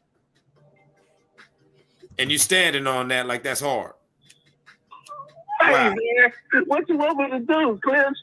Man, I mean, I want you to do better, brother. My brother, I need you to do better. This is what we're going to do in 22, okay? I need a brand new you. That old bullshit, just let it fall down to the bottom of the ocean. And then come out. Rise up out the ocean. Not a fish, but a man. Stand on some shit, man. Yo, facts, yo. Let me say this, too. A lot of these same brothers, yo, was going bodyguard hard that Keith Thurman needs to fight Errol Spence. Like, and now he's doing the same shit. Keith Thurman was talking about, I'm going to fight Spence for 3 belts. Not just 1 belt, not 2, but I want to fight him for 3 belts. I want to fight him for all the belts. That's what he was on. And people was like, nah, boycott his fight. That's whack. He's ducking Spence. Spence doing the same shit. He's Keith Thurman Jr. Keith one-time Thurman Jr. And just like Keith one-time Thurman, I was quiet. Now, look, I know I'm hurting your feelings. That's why you want to cut me off. Let everybody else talk. But I'm going to tell you right now, he's Keith Thurman Jr. Just like Keith Thurman, them knockouts stop. Just like Keith Thurman, he experienced injuries. He's been holding up the division. But y'all being biased, I get it. Texas is a big-ass state, so y'all got a big-ass army of motherfuckers who's going to ride for this bullshit. But I ain't got no dog in the fight, and I love Texas. Got a lot of love in Texas, even if Dallas might not love me. But it's all good. I ain't going anywhere. I know what y'all did to Kennedy. Look, I'm going to go to San Antonio where I still got some backup there. I'm telling y'all, it's the same shit, and y'all just being biased, yo. And I wish y'all would have some integrity, yo. Shout out to Megazord, because Megazord keep it a buck, yo. He was like, look, I'm from Dallas. I'm from Dallas, but he's calling it right down the middle. We ain't with that, man. Don't. Then you finna play the Megazord. So you finna. I'm finna play the Megazord card. I'm just keeping it a buck. Keeping it a buck because he's from East Dallas, and I believe him. I believe he a real East Dallas dude, born and raised. Like, I don't believe all of that, like that transplant shit where he just going along to get along because this is my city and I got to rep and I got to ride. Nah, man. Some people, look, that's a special talent, bro, to be able to say it's not cool, it's not a popular opinion, but and they ain't gonna like it. But shit, this is me. I don't think blah blah blah, and it goes against the popular opinion in your city. Or come on, bro. What if I told you the Megazord don't like nothing about Dallas? He don't like the Mavericks. He don't like the Cowboys. What if I told you that? Would you still respect the opinion, or would you be like, man, maybe he's just alternative on anything just popular? Well, Dallas Cowboys been blowing it for a while now. Let's tell the truth. Like you act like we talking about like he's Reggie Owens saying I hate Tom Brady. Tom Brady's a winner. You act like he's saying he hates a winner, like a guy who's out there just doing it, coming back for his 23rd season. Cue the Reggie Owens hate. And he gonna get hurt. He gonna get hurt. You kick HLB off. You could shut the show down, and you just caught your second win. When I brought up this Errol Spence, yes, I admit. No. I was being respectful to you, and Reggie brought up 2 topics, and I was like, let's do that. But I love HLD. HLD know he can pull back up. Y'all know how I get down. I don't run from none of this shit. Open channel, open panel, open dialogue. As long as we keep it respectful, we come back and do this shit every night. But I bet you do. Yes, I am biased.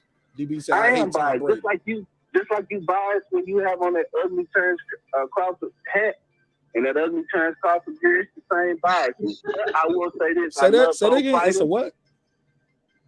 It's a bias. You said it's the same bias? No, yeah, I'm not. No. That's the thing, bro. I'm not gonna tell you Terrence Crawford is doing right when he's doing wrong, just to say I support him. I'm not gonna make excuses for him. The guy is winning. He's winning in dominant fashion. He's on like a 10-fight knockout streak, something crazy like that. Like I respect the dude for getting the job done. If they don't belong getting there with you, get him the fuck up out of there. That's it. Respect the bird. That's all I'm saying, bro. Like, he gets the job done. He's a family man. I like that about him. I like the fact he lives a clean boxing lifestyle. Stays out of trouble. Come on, bro. That's all that matters. He ain't in it. Hold on. Then we gonna do that fake game right there. Just because. Do that. We're gonna do that. Let's not do that. I ain't gonna do it. Let's not do that. I ain't gonna do that. Just because your favorite fighter can drink all of us under the table. That's foul. Just because your favorite fighter can drink like a fish. That's probably why they call it big fish, because he drink like a fish. Oh boy. Yeah. And the Charlo niggas be out there drunk too. Like, what is it about the Texas guys that can't stay off? How Stephen A. Smith say you can't smoke weed, period. I need to make one say you can't drink liquor and box, period. I need a Stephen A. Smith drop like that. What my Stephen A. Smith drop with the smoke weed? You can't smoke weed, period. I'm gonna do one like that. You can't get drunk, period. I'm gonna do one just like that, and I'm gonna cue that one every time y'all talk about Errol. Ohio clips. Make sure you put Ohio as the poster child. Oh, you talking about who? AB? Yeah, that was for you, Clip. Oh, AB ain't flipped his car over 18 times like Eddie Murphy. Thank you, exactly. That's why lost some. Hey, look, Errol Spence car. You see AB flipped his bank account 48 hours. AB flipped his bank account to negative 18 times. Oh, damn. Yeah, checkmate. And we seen all those bullet holes when AB pulled up. He had a bunch of bullet holes because he had just. That's some Ohio shit. That's 330. Hey, Clips, let him know how it go down. That ain't his fault. You can't help niggas be shooting up here, man. HB was a street nigga before he got into boxing, though, right, Clips? Come on, man. Yeah, exactly. Hey, he lost a couple fights, but listen, man, he didn't lose the better years of his life fucking off for the wrong reasons. AB Yes, he did. Yeah, AB did go to jail for like 2 years early on. Oh, yeah, he beat that bitch. Yeah, damn shit. Yeah, that nigga did some time early on. But Spence was a good boy. He was one Spence in like the Harlem Boys Choir or some shit when he was growing up. Wasn't he in the choir or something at the church? I wouldn't know. I didn't go to church growing up, so I don't know. I thought Spence was at the church choir or something like that. Somebody told me he was somebody told me he was like pastor, like youth pastor or something. Or like or he used to be like on the usher board. What was nigga, I feel like you insulted me too. Hey, look, Reggie, you ain't out here trying to act like you know gangster neither though. Trying to hang out with the not rap. at all. You admonish all that shit. Yeah, and I believe look, Reggie, and I believe even if you was in the choir, Marq. Hey, look, ain't nothing wrong with it. Shout out to Bishop Graves. But don't be out here acting like you some gangster out here. Come on, bro. Stop it. You know what it is. But Reggie, I think you're such a good person, bro. If something was to happen to you, even post-hominis, people would say the same thing about you. Reggie Owens a good dude. Post-hominis. Post-hominis. I had to throw that one in. I had to throw some post-hominis in there. A little post-hominis. Y'all will get it. If you don't know, check the replays. Inside joke. Let's get to this next topic, man. Before I go, man, cause I gotta go. Naomi Osaka was given a microphone after a loss to Veronica Kurdimadoff, and this is what she had to say. Let me share my screen. And I appreciate Brandon. People be like, yo, let them have their opinion. I'm like, man, yeah, they got his opinion, but that's my dude. We're gonna challenge their opinions. You get what I'm saying? Especially if some shit is not quite accurate. And if you challenge the opinion, sometimes you'll realize that person might be like, oh, I didn't know that, or I was wrong. So it's okay. It's okay. It's all good. It's all love. Let's see what the sister had to say right here.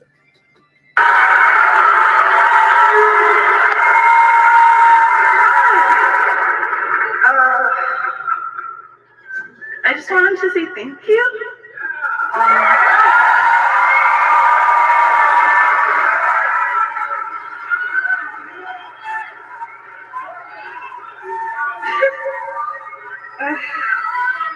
Yeah, I feel like I've cried enough on camera, but I just wanted to say, yeah.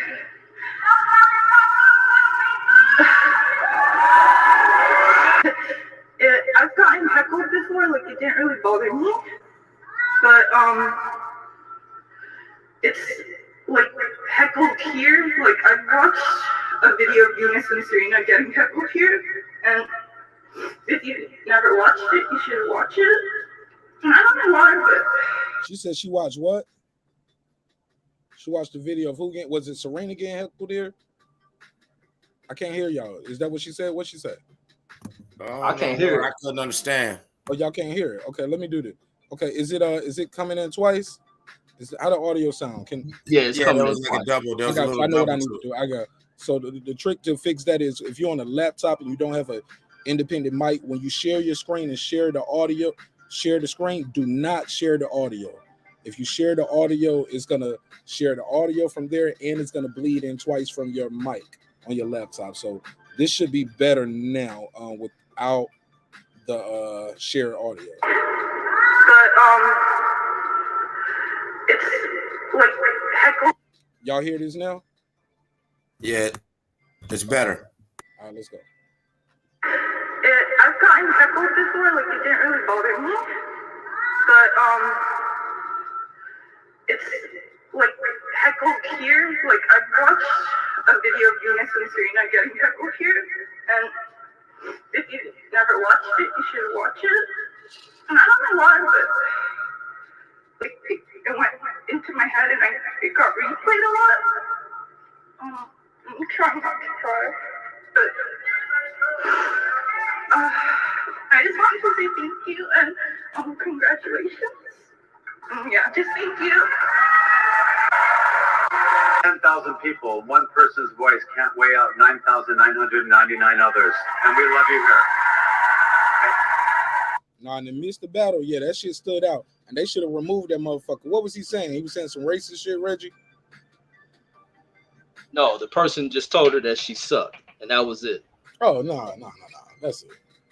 You suck is bothering her? I'm sorry, baby. I'm sorry.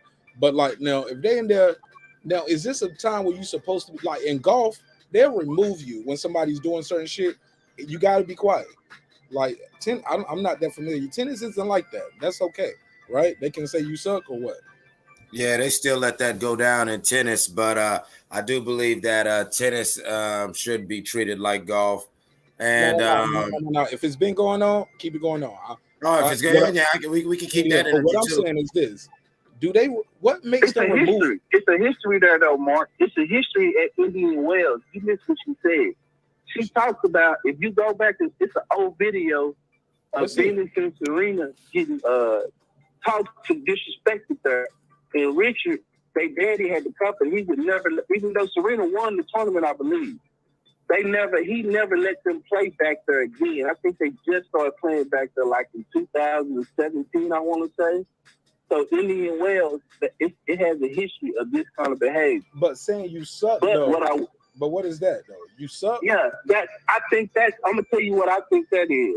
First, she was having flashbacks because she knew the experience that then she said it. She said that was playing in her mind. But I think she shouldn't have watched that shit the day before the match, bro. You heard me? You said what? I don't think she should have watched that shit the day before the match. I agree. Those type of things you shouldn't put in your mind, and I think that they help them like Simone Biles. You know what I mean? Like they just fragile. These children can't take pressure. I know because I'm raising them, and it's not their fault. It's the way society treats them and the way society gives them. Just like in the military, I heard you can give the sergeant a stress pad. You stress me out. Like you in your face too hard. I don't know if it's true or not. It's just what I heard. But they have like stress cards where they didn't have that. You feel they didn't have that. You talking about in the Army? I'm talking about in the military. Yeah, I don't know. Basic training. I heard they were doing that. Yeah, they doing that now. But Brandon, look, let's leave that alone because you're not that experienced with that. And when I was in the Army, they didn't have that. Reggie was in the Army, they didn't have that. And these girls aren't going to fight for their country, respectfully. They're playing a game. But the point that I'm making is the society is allowing scapegoats for when you fail mentally. Because if you fail mentally, you have a mental lapse. They're like, she has mental health issues. She has mental health. Why? Because she couldn't hold her composure when she's being confronted.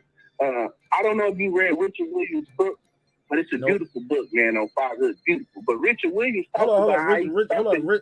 Richard Williams wrote a book, Serena Williams and Venus' dad. That's what the movie King Richard is based off of. It never heard of it. Sorry. I ain't never read it. Don't do the book, bro. You should, if you want to make your children into something like create a plan for them, dude, you need to get this book, Marq, because he laid out how he wrote his plan for his daughters, and he speaks about how he just speaks about fatherhood. One of the best books I read in my life, Richard Williams. No nonsense, a real man. But anyway, he talks about how he took his daughters to Compton on purpose because he wanted to raise them up in a hostile environment because he wanted them to know what it felt like to have people against him. So he talks about in his book that he would have the gang members kind of help his daughters, or he would put them in situations where they would be stressed out, and he would talk to them about how they should handle these situations. And I think that's probably what Naomi is missing, that she didn't have that mental fortitude to build her up. Okay, because look, what I'm saying is this was racist abuse from what I'm hearing, what I'm reading here. From this story right here, this was some racist abuse.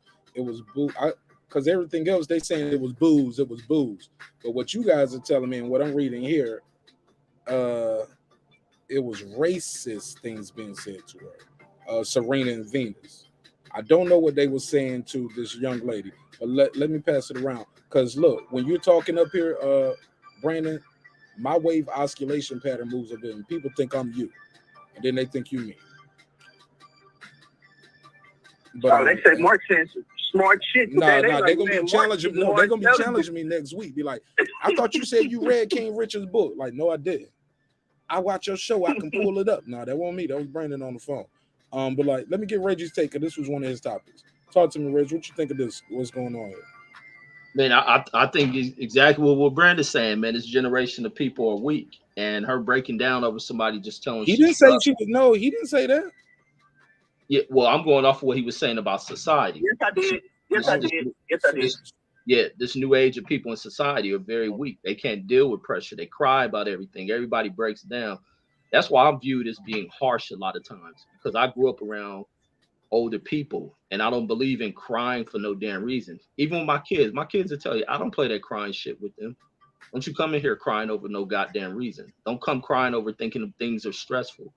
And I've been teaching him. And it's funny you were bringing up about the book where he was talking about taking the Compton to deal with high pressure situations. I do that thing. I do that same shit with my kids when we're doing homework, where they're locking up on giving out answers on stuff, and I'll get the pressuring them. What's the answer? Come on, let's get it. What is it? Come on, how do you figure this out? And it ain't a thing of just yelling or mistreating them or being mean. It's a thing of teaching them how to stay calm, relax, and deal with things under pressure. To where you think that it's a pressure type situation, but when you begin to relax, get an understanding of what is at hand, it becomes very easy. So now when you're in a test environment, you're not stressing and locking up and freezing your brain to where something you sit here and get everything wrong because you allowed stress to overcome you. And in these high pressure situations, you begin to have a relative calm to where you can really see what is going on and you can make, much wiser decisions and how you got to function. This young girl's kind of been, I won't say pampered or whatnot, but I think her achieving that level of success, and sometimes people coming into things a little bit too young, they don't know how to deal with it. Just like be in the it was something before this where she ended up pulling out because she was needing to take a break because she was having some kind of mental lapse or whatnot. And I think she's coming to the Olympics. Was it the Olympics? I can't remember. I know it was something, but she pulled out of it because it was stress. It was a couple of girls pulled out. I think it was the French Open, or I think it was the French Open or the Australian Open. It was one of those after she because she was breaking down talking to the media. Yeah. And they said, and that was mandatory. Media obligations was mandatory. I remember that. Yeah, it was the WTA. She pulls out a WTA event. This was January the 8th, 22. After Body Gets a Shock, she was getting okay. So this happened. Then she pulled out of Wimbledon in June of 2021, but aims for the Olympics. And then I believe she pulled out the Olympics too. Yeah, so this is just her going through a mental weakening, and I think it's something dealing with. Maybe the stress has gotten to her, the fame and everything, and she doesn't know how. I'm sorry, she got knocked out of the Tokyo Olympics.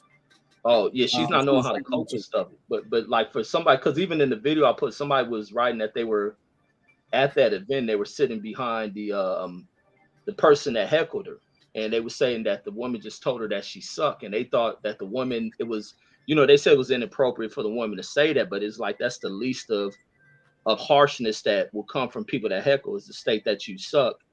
And it was like from there she just lost it. She just began to break down. Then she goes over sitting down wanting to cry. Like these type of emotions, you can't move you every time now. Exactly. Exactly. And that's even with my kids. I tell them about wanting to cry because somebody says something. I teach my kids to learn how to be offensive. Ain't none of that fucking crying shit. You start crying around people, they got fuel to fire your fucking ass. And this girl wanted to sit there and say that shit in front of a crowd was something that I think was a big mistake for her. She should have did that shit with her coaches, not in front of a fucking crowd who can be and people watching that shit. You gonna go to another arena and they're putting in bets. Are they looking for an opponent you're going against who they want to win some shit? They got all the fuel they need to fucking shake this girl's brain up. But that's my thoughts on it. I thought it was wrong, and she needs to toughen the fuck up. Yeah, I don't think she should have did that interview. Somebody who's in charge of her career should have said, "Not right now. We'll do it. We need a break right now. We'll do it right after this." You get what I'm saying? Not right now. We'll do the post, but not right here. Well, you got to. Not right now. Find me whatever you want to find. The game over, and I lost. So what you gonna do? Suspend me for next year? Find me whatever, but not right now. Because she's still a baby. She's a grown woman, but in the aspects of life, she's still a baby.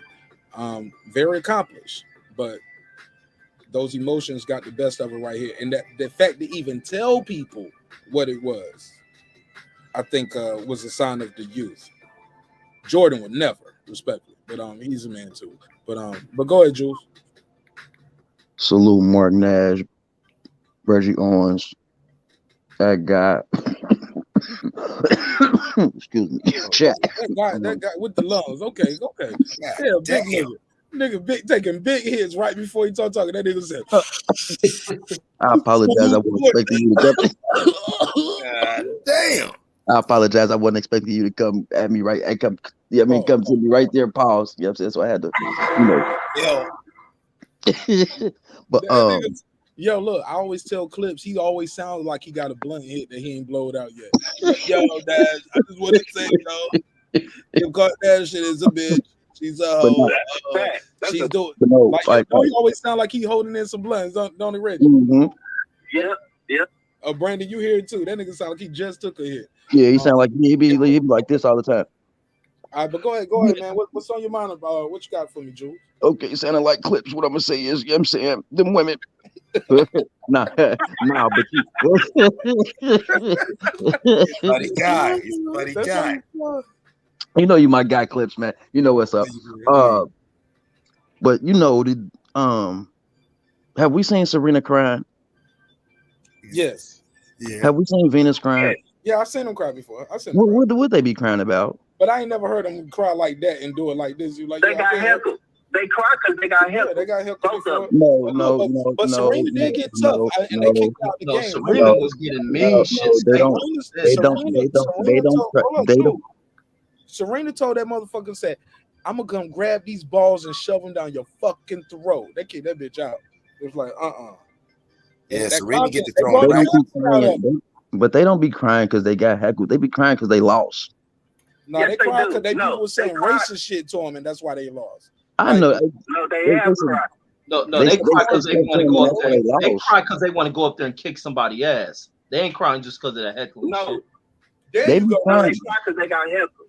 Yeah, no. It ain't the heckling. Slow. No, they want to kick ass. I gotta be a model citizen for a combination. But a lot of them go up there when see, and that's the thing with tennis. They start out so young. They lose out on a lot of their childhood because they playing tennis.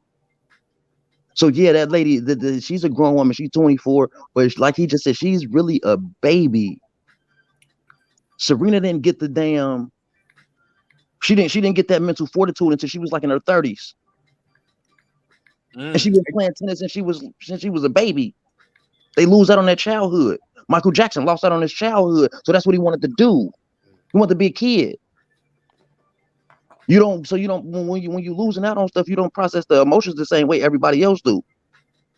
So she got up there, you get up there, you lose, and you're getting heckled at the same time. It's a combination.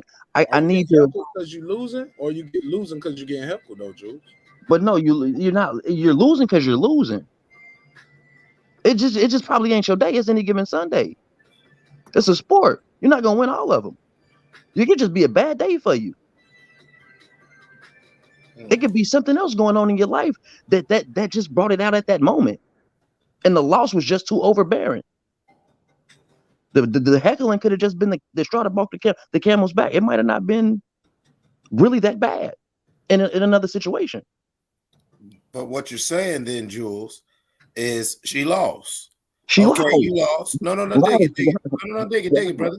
You lost. Right. You got heckled. Right. And you didn't handle it right. Right.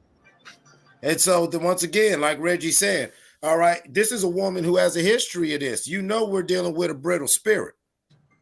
So when you see her on that court and that girl's kicking her ass, you already should be saying to yourself, okay, now it's like a corner when you got a boxer who you know is a little chinny. You know, okay, now they should have.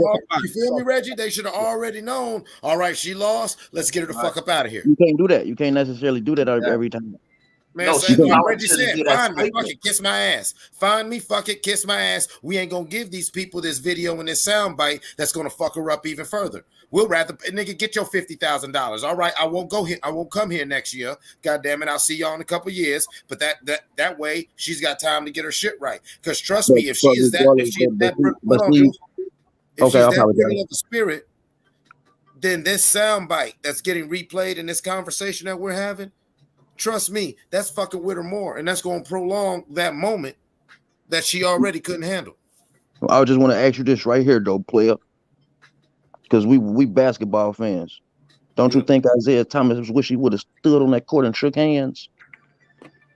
Damn sure does. Oh, but it wasn't a time. You can't just always run because that's a sound bite. That's not a sound bite. That's a picture's worth 1,000 words. That's a whole video. Now LeBron she's a sore loser. Now she's a sore loser. Thank you, Mark. I was just about to say that. LeBron. Yeah, I said, hey, Jules. Yes, sir. Remember that year LeBron didn't shake hands when he lost and everybody was mad at him? He said, sore loser. He don't know how to lose. Yeah, but you know what, though? He shake hands now. Yeah. But they let it go. Like it happens. They let that go because he had another chance to redeem himself. Isaiah Thomas didn't have another chance to redeem his. The Pistons didn't have another chance. They didn't get another chance to shake hands. Yeah, they had a bunch of losses after that. They lost again. Yeah, but they didn't get a lot of chances to shake. I mean, for that magnitude of them games, no. I get you, Jules, but you're assuming that Naomi Osaka will not be back on the big stage. No, not at all. I'm saying that's what I'm saying. You don't know if you will or if you won't. She needs to worry about her health care. She needs to worry. You always have to worry about your mental health first. That should be the first thing you worry about. Exactly. And so let's get her up out here. She is breaking, just like at a corner. Back to what I was saying, a corner in boxing. You know your guy's chinny. He's a good boxer, but you know, you've even seen it in sparring. Once he's hurt, he's hurt. Okay. So you know what? You throw in that goddamn towel. Get him out of here. But what if that's her? Huh? What if that's her? And if that's her, you get her up out. And you have that conversation with her. No, I mean, what if that's her in life? What if she's just a sensitive person? What if somebody can say you're stupid and can make her cry? What if she's gonna find a different career? What you say, Reggie? She need to go find a different career. She might as well hang the rackets up. It's over with. Use the money. Go elsewhere. Hopefully, you have another talent. It's time to move away from it because it ain't gonna stop. She gonna go somewhere else. You don't get in front of a young crowd. You don't get some young kid who wants to get a thrill out of making their friends laugh by seeing if they can make Naomi break down and cry. Because even in the speech she gave, she didn't have to get that speech. She asked if she can have the mic.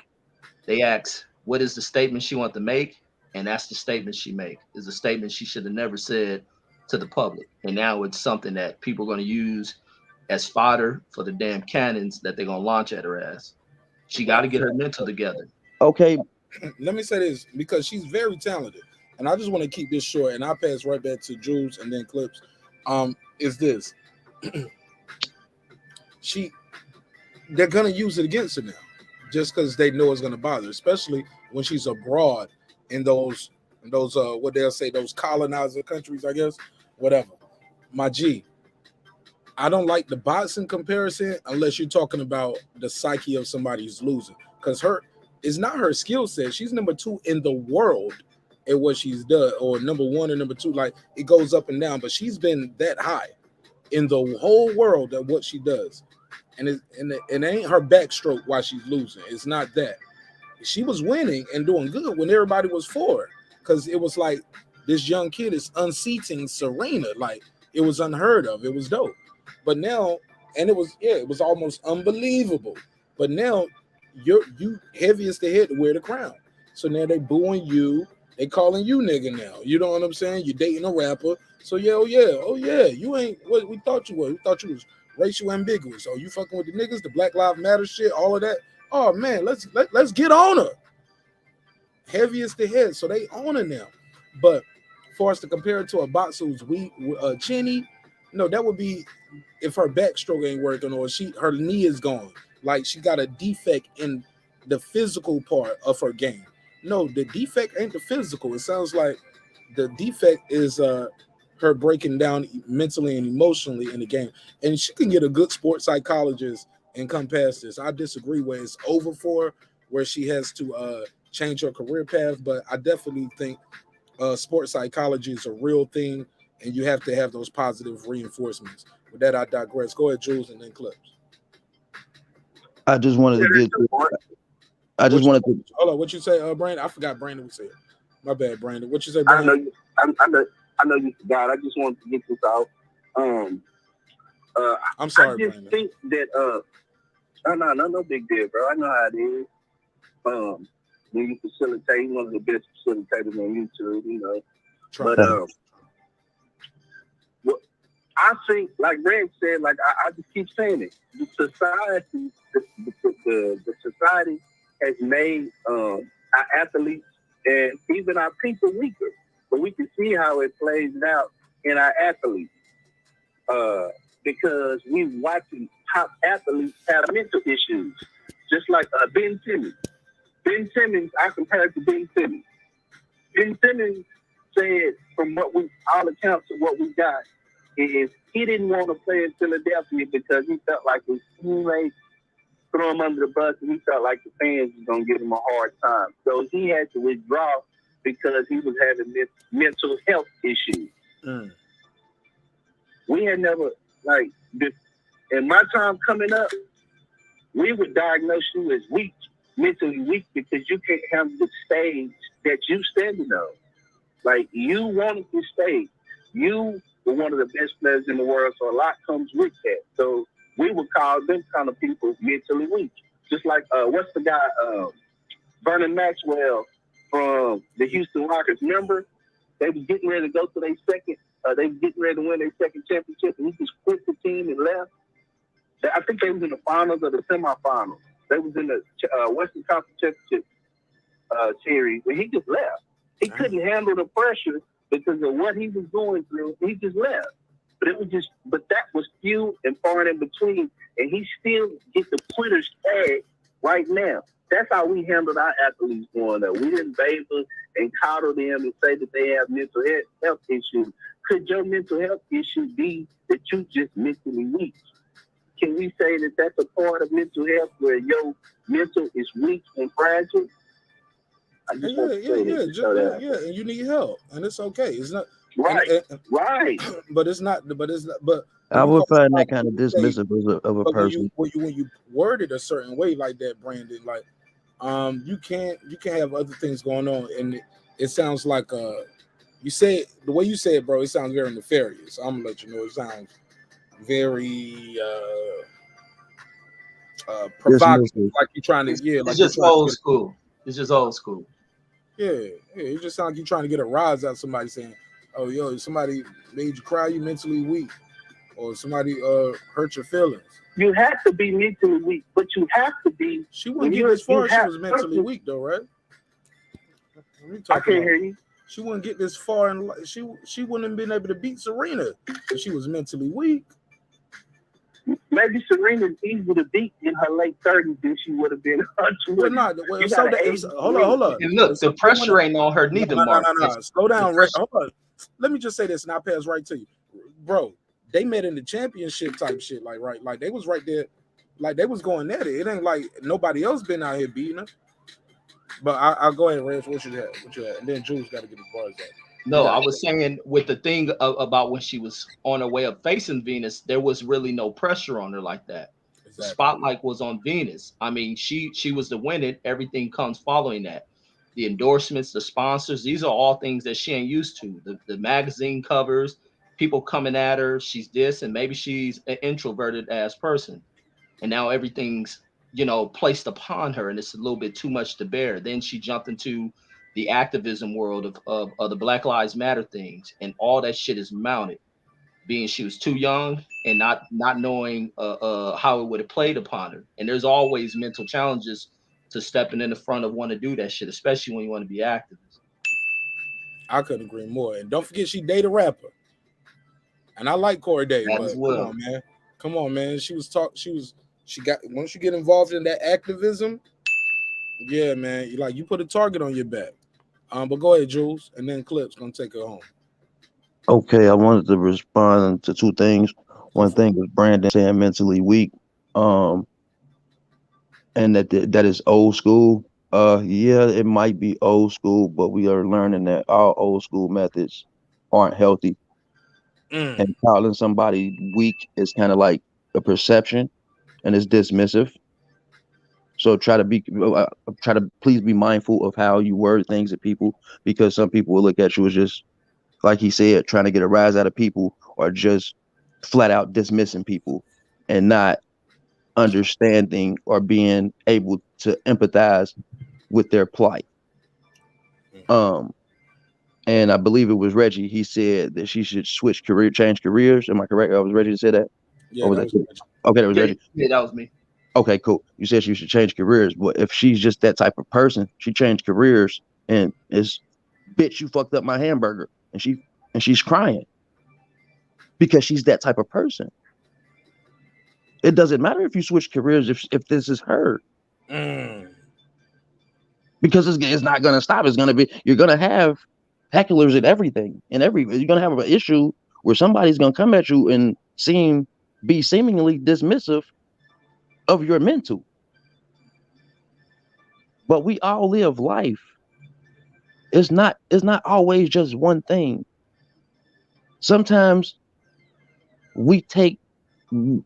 something happens and we take and internalize it for something else. We blow up because we take our anger out and our frustrations out in the wrong manner, or to the wrong people who didn't deserve it, because they the person at the time that might have said something that just pushed you over the edge. You were already on edge, and somebody could have just said something small, maybe joking with you, and you just blew up at them. We all do it. We all have done it. I've never. But Never look, hold it up. What you talking about? Never even hold to it up. Where my drop at? Never. But Jules, I would like to say, can I say this? Yes. As far as I'm moving my mic. if you have mental health issues and you showing yourself to have, okay, if she can't handle being heckled, that means that's a certain weakness in her mental that she needs to strengthen. That's not dismissive. It's the definition of words that I think we get hung up on, and the connotation and what it means to you. If we say she has mental health issues, that's a weakness on her mental health that she needs to go see, like Marq said, a sports psychiatrist that gets her mental stronger, where she's not weak and doesn't succumb to being heckled. That's the context I meant it in. It was not dismissive. I was using the exact words for what they mean. Okay, I understand that. Let me say I this. appreciate that. Let me say this. Hey, Brandon. No. Let me say this. When you say mentally and emotionally weak, things like that, it can come across as having a negative connotation, my brother. And you're very smart, and you know what you mean when you say those things, and I do too. So let's not play like that, Brandon. all right. So how should you say it then? Oh, I'm sorry. I'm supposed to be muted. My bad. How should he say what? Say the statement again, Brandon. So because I tell my kids the same shit. Don't be mental. Don't be acting mentally weak. I tell my son the same thing. That's how I taught my daughter. But that's your children though, because you know what they've been through for the most part, because you there. We don't know this lady's story and journey. I'm gonna tell you what I know. It feels like. I know. I don't know how many times you've been out the country. I know a professional. Hold on, let me say this. I know a professional athlete who gets paid millions and millions of dollars to perform in front of people got heckled by saying you suck, and she broke down. That's a mental weakness from an athlete's standpoint. She needs to be strengthened mentally, which will help her mental health to be stronger. Okay. Hey, can I say this right here? Yeah. Oh, almost how many years ago was it? It was over 20 years ago, damn near. Yeah, damn near. Well over. Ricky Williams. And everyone laughed at him. He said, fuck this shit, and he focused on his mental health. Then, y'all gonna keep trying to fire me and find me and kick me out and try to do all this? No, I need to smoke weed to deal with my anxiety and everything, because no, this shit is freaking me out. I love football, but on the highest level, this shit is freaky. And eventually, what did he say? Fuck y'all. And everyone called him crazy. Maybe she is a great athlete, but maybe God has blessed her with this money and this whatever, but at the highest level of this shit ain't for her. And maybe it is time for her, that's why I use the boxing analogy, because yes, it is a mental, from the athlete standpoint, when you know that when you're as a trainer, when you know your athlete at certain levels of pressure, they have a very distinct cracking point. Let me put it like that. We ain't going to call it mentally weak. They have their distinct triggers and they have their clear cracking points. When you see them triggered and you see them reaching their thresholds, you get them the fuck out of there. Right. And I want to say this too for the people who say, well, if somebody's just booed or you say you suck. Even Serena and their dad was talking about yeah, it's some boos, but those when somebody say nigger, those nigger chants stand out. So yeah, those you sucks is what might have some people picked up and might be recording let's go Brandon. They were just saying let's go Brandon. No, it was some other chants going on that day. You get what I'm saying, Brandon? You know what I mean when I say these things. It's some other things being said. But she would address racism, and she never addressed that. It was just heckling, which was she sucked.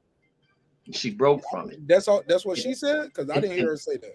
Yeah, she would have addressed it, and nobody in the crowd addressed anything would say the racist against her, and they would have condemned that. But then it's the other side of things. They didn't condemn Serena's and Venus' racial slurs. But Serena and them addressed that shit, and their father did, and they didn't condemn it. Listen, but look, this is still the other side of it. These athletes at these levels have to understand what people are in here going to do. You see that NBA games where these athletes are dealing with it. Yeah, the NBA has tried to get a better hold on addressing fans that come there for that shit. But the athletes have to. That's the other thing that's separated. These sports ain't just about where you are physically, because you can be the fastest, you can be the strongest. Right. But if you ain't got that mental edge, and it was great with Clips making the analogy to boxing, it's some real shit. When you don't have the mental edge, you have to get people up out of there. Same thing with Ricky Williams. That motherfucker was an ultimate talent. But when he had the mental breaking and shit, all that talent that he had, it was out the window. When 90% of what takes place in these competitive sports and even the competitive world ain't the physical side of shit. It's the mental side. And when you can't deal with it and you're constantly going through these mental collapses, it's going to compound on you, and it's going to tear you apart. So the best thing is to pull yourself away from it. And that's one of the things that this girl may have to, even though she's young, she has to cope with it, because this you suck ain't going to be the worst shit she gonna hear. She gonna hear more of this shit, and she may hear it in larger crowds with more people saying it. She gotta stay tough. It's gonna get worse, because we can't agree. Just because that's documented, we don't know other things aren't being said. Just because she didn't address it, she might address it later, like King Richard did in the book, or address it later, like some people did. But at the end of the day, it all boils down to this: both things can be true. Where on the way up to, as she was climbing the ranks, she didn't feel this type of pressure. Granted, it was pressure. You don't be number one in the world at what you do. I don't care if you was washing windows or landscaping. To be number one in the world at what you do means something. So we can't. I think that's kind of abhorrent to say she's mentally, emotionally weak. But on the flip side of that coin, both. Can I finish? But on the flip side to that coin, both this part right here could be true. She was the A side. She was the darling. Times have changed. She wasn't an activist at that time. So now it's even more pressure. And that, along with that same stuff, can cause someone to break. But I think we should lift her up and wish her nothing but the best.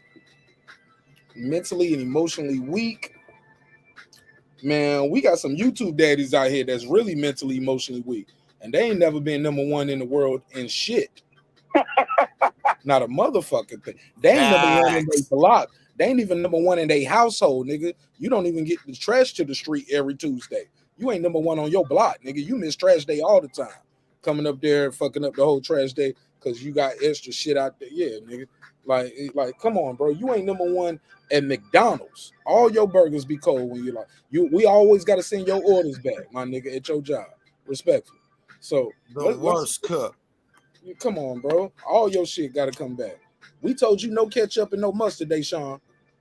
Well, I thought you said no mustard and extra. All right, I'll make it again. Nigga, we can't keep making extra burgers all week just because of your ass. So, look, the sister is #1 in the world and what top 2, top 3, top in the world at what she's done and has been #1 in the world before. So, I think that means something, but who knows? Like I said, both things could be true. It could be starting to affect her outside the ring. But I'm here to support anybody out there having some mental health issues, man. It's all love on this side. And I wish you nothing but the health. I wish you nothing but health, wealth, and prosperity. All good things must come to an end. Even this show. Damn, we had 5 hours. Go ahead, Jules. Fuck it, we here now. Okay, I just wanted to say, when he say, I forget how he words it, but I want to say we all have mental health issues. All of us. I'm the smartest nigga in the room. I ain't. And what's crazy? And what's crazy? I'm the smartest nigga in this motherfucking room. And I bet $10,000 on it. I was like, what you say? I bet $1,000 times. I was like, okay. But no, billions. Yeah. Go ahead, Jules. Even the person who believes that they don't have any mental health issues probably has more than anybody else. Sorry, never mind. I retort. What I said. I was just playing. I'm not. I was going to say that anyway. That wasn't. I mean, towards you, that was coming out. But I know. You know, it's a. But you know, being an owner of a mental health awareness app, White Flag, please go download it on your iOS, Android. It's in the Google Play Store, Apple Play Store, wherever you find your apps at. It is there. It is a peer-to-peer mental health awareness app. Please go download it. It is called White Flag. Now, saying that, mental health is something that we all suffer from, even if it's something as common as anxiety, because anxiety is probably one of the most common mental health issues that we deal with.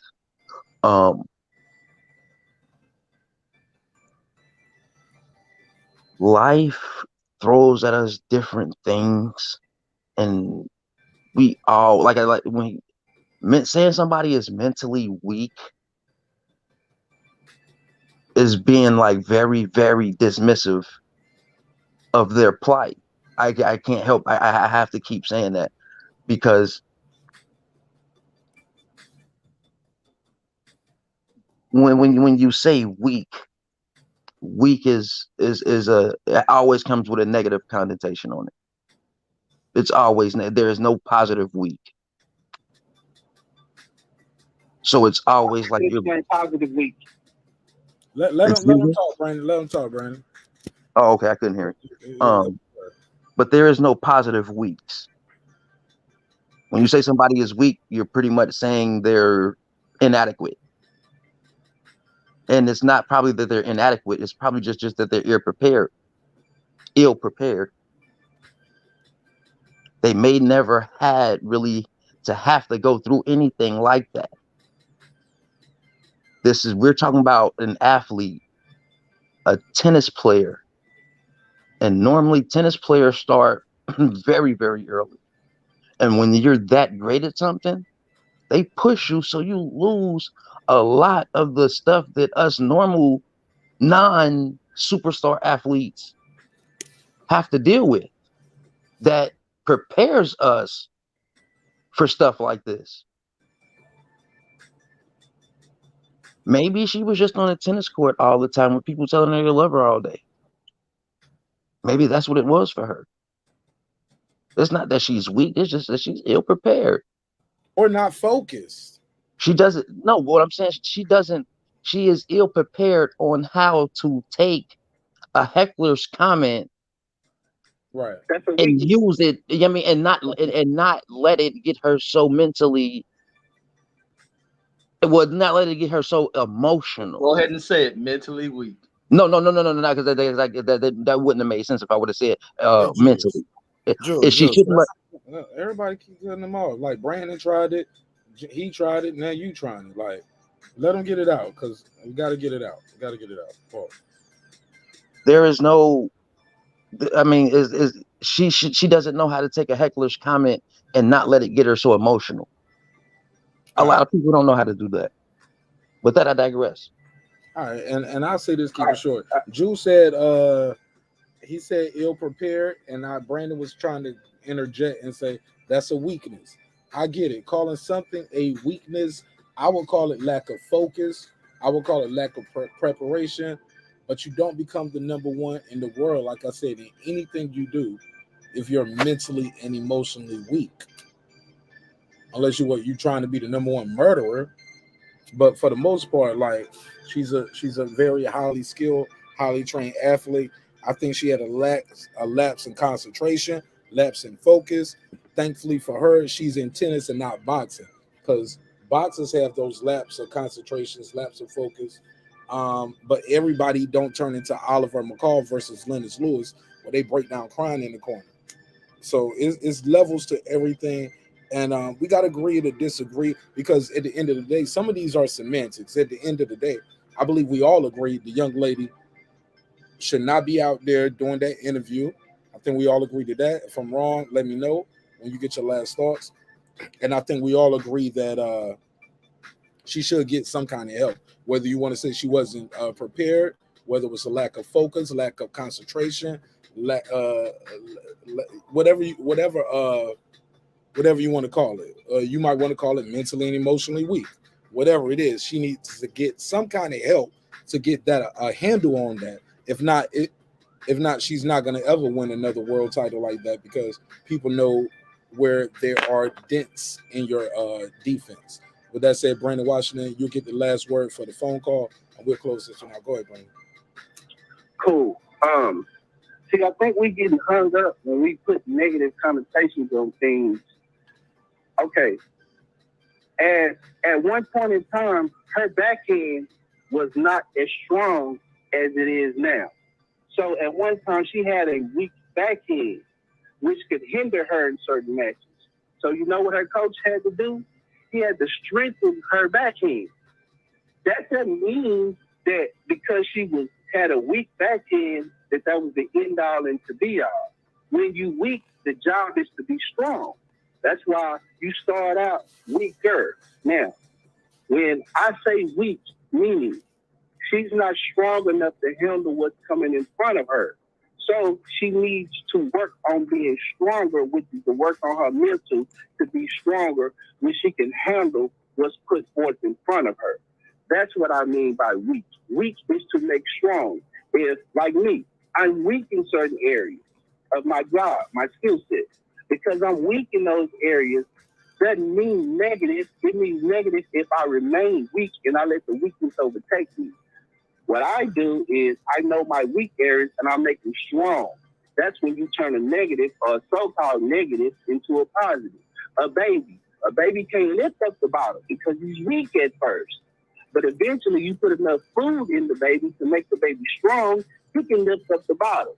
Now, do you look at the baby when the baby can't lift up the bottle and say, look at that weak baby? No, you feed and nourish the baby and you teach it and you build it up where it's strong enough to do the job. So that's the point we're making. We need to help build her up emotionally where she can see, and mentally where she can see other things and say, oh, that's how I should conduct and carry myself. Oh, I should try these techniques to strengthen my mental where I won't be so weak and succumb to heckling. I may need to strengthen my mind by doing these types of exercises, these types of things. That's what I meant by that. But thank you, Marq. Great facilitator. Always beautiful show. You always bringing thought-provoking things to the forefront. And it's good for us to have a little friction because we need to be able to articulate our point of views and need to stand on them. If we're wrong, we need to recognize, hey, man, maybe I could have said that better, or maybe he is right when he says it like that. Like, I like the way that you said it, Marq. You said, like, having mental lapses or that kind of thing. That's better. If I was standing in front of her, I would say it like that. But just to have the conversation, that's the way I see it. But I bet you would, because she looked like this when she ain't on that tennis court. Look like she walking right down the mall in Texas right now. Yeah, salute to Red, salute Hopping to on a Flip, Bentley. salute to Jules, everybody, salute, man. Beautiful panel. I'm always learning something. Jump back in the chat. Hey, Thank look, you, before Marq. you jump, hey, look, appreciate all those kind words. When you jump back in the chat, read what I wrote about you. You're gonna get mad at me, but you're gonna type, No, you're I'm gonna not. take back all them compliments. But go ahead. I bet. Love you, bro. Tell Megazar said what Love you up, man. back. Peace. Bet. All right. Yeah, shout out to Brandon Washington. Get him out of here. It never heard of it. Get him out of here. Go ahead. What y'all got, man? Trying to end this no later than 4. I know we went way over the topic line, but that should be hard for me to chop this shit up in clips, man. We go too long because I'm tired. But go ahead, man. I'm over here. I'm lit right now. I need to get my final thoughts on this are real simple. There's a proverb, and there's actually a species of monarch of butterfly. It's the emperor moth. It's not a butterfly. It's called the emperor moth. And how you make an emperor moth in Japan is they would cut open the chrysalis and help the developing young butterfly out of the chrysalis. And so it had these beautiful wings, but the wings weren't as big, and of course they couldn't fly. And so the saying was, when you coddle certain people, in different ways, like even Jules was alluding to, maybe that's her situation. You have these emperor moths who, because they didn't use their own wings to break through that chrysalis that they were formed in, their wings aren't strong enough. They're not developed. And so when I say about weakness doesn't have to have a negative or dismissive connotation. It's just that is underdeveloped. You could use any other adjective that you want to, but at the end of the day, that's a deficiency, which isn't negative, because if it is acknowledged, then that is something that can be grown on. We all have them. We, just like you said, our mental health, we all have mental health issues. We've got to identify where we come up short to come up strong. And at this point in her career, we know this is a thing for her. They should have been watching for that, especially after the Olympics. Remember, after the Olympics, she was almost on damn near a suicide watch. The world was nervous for her. You know what I'm saying? So her doing this isn't as much as newsworthy as she's doing this again.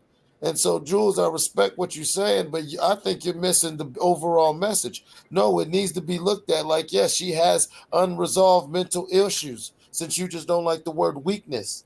However you want to phrase this, no, she needs the energy of healing, which means that area is sick, weak, diseased.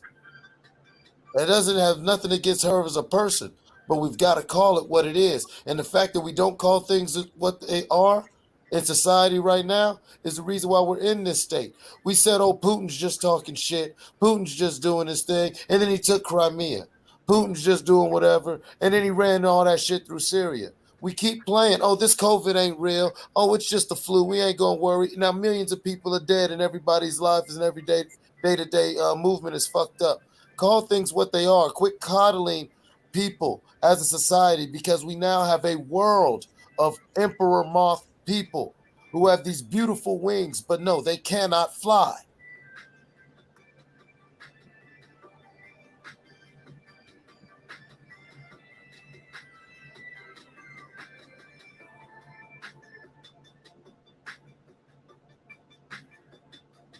Man, great fucking point. Great goddamn point. And I'm 1,000,000,000% with what you said, Clips. And my thing is, as a coach, and if I was to be a coach of an athlete, I'm not doing all that soft shoeing around the approach to shit. If it's you being mentally weak, it needs to be stated. Coaches have to be in there to be able to be rough with an athlete. It's to prepare you, it's to train you for what is ahead and what is out there. Ain't to be worrying about how you're gonna take me saying that you're being mentally weak. Like I state, I tell my kids when they're being weak, stop being weak, stop showing the mental weakness. What are you crying for? Why are you behaving like that?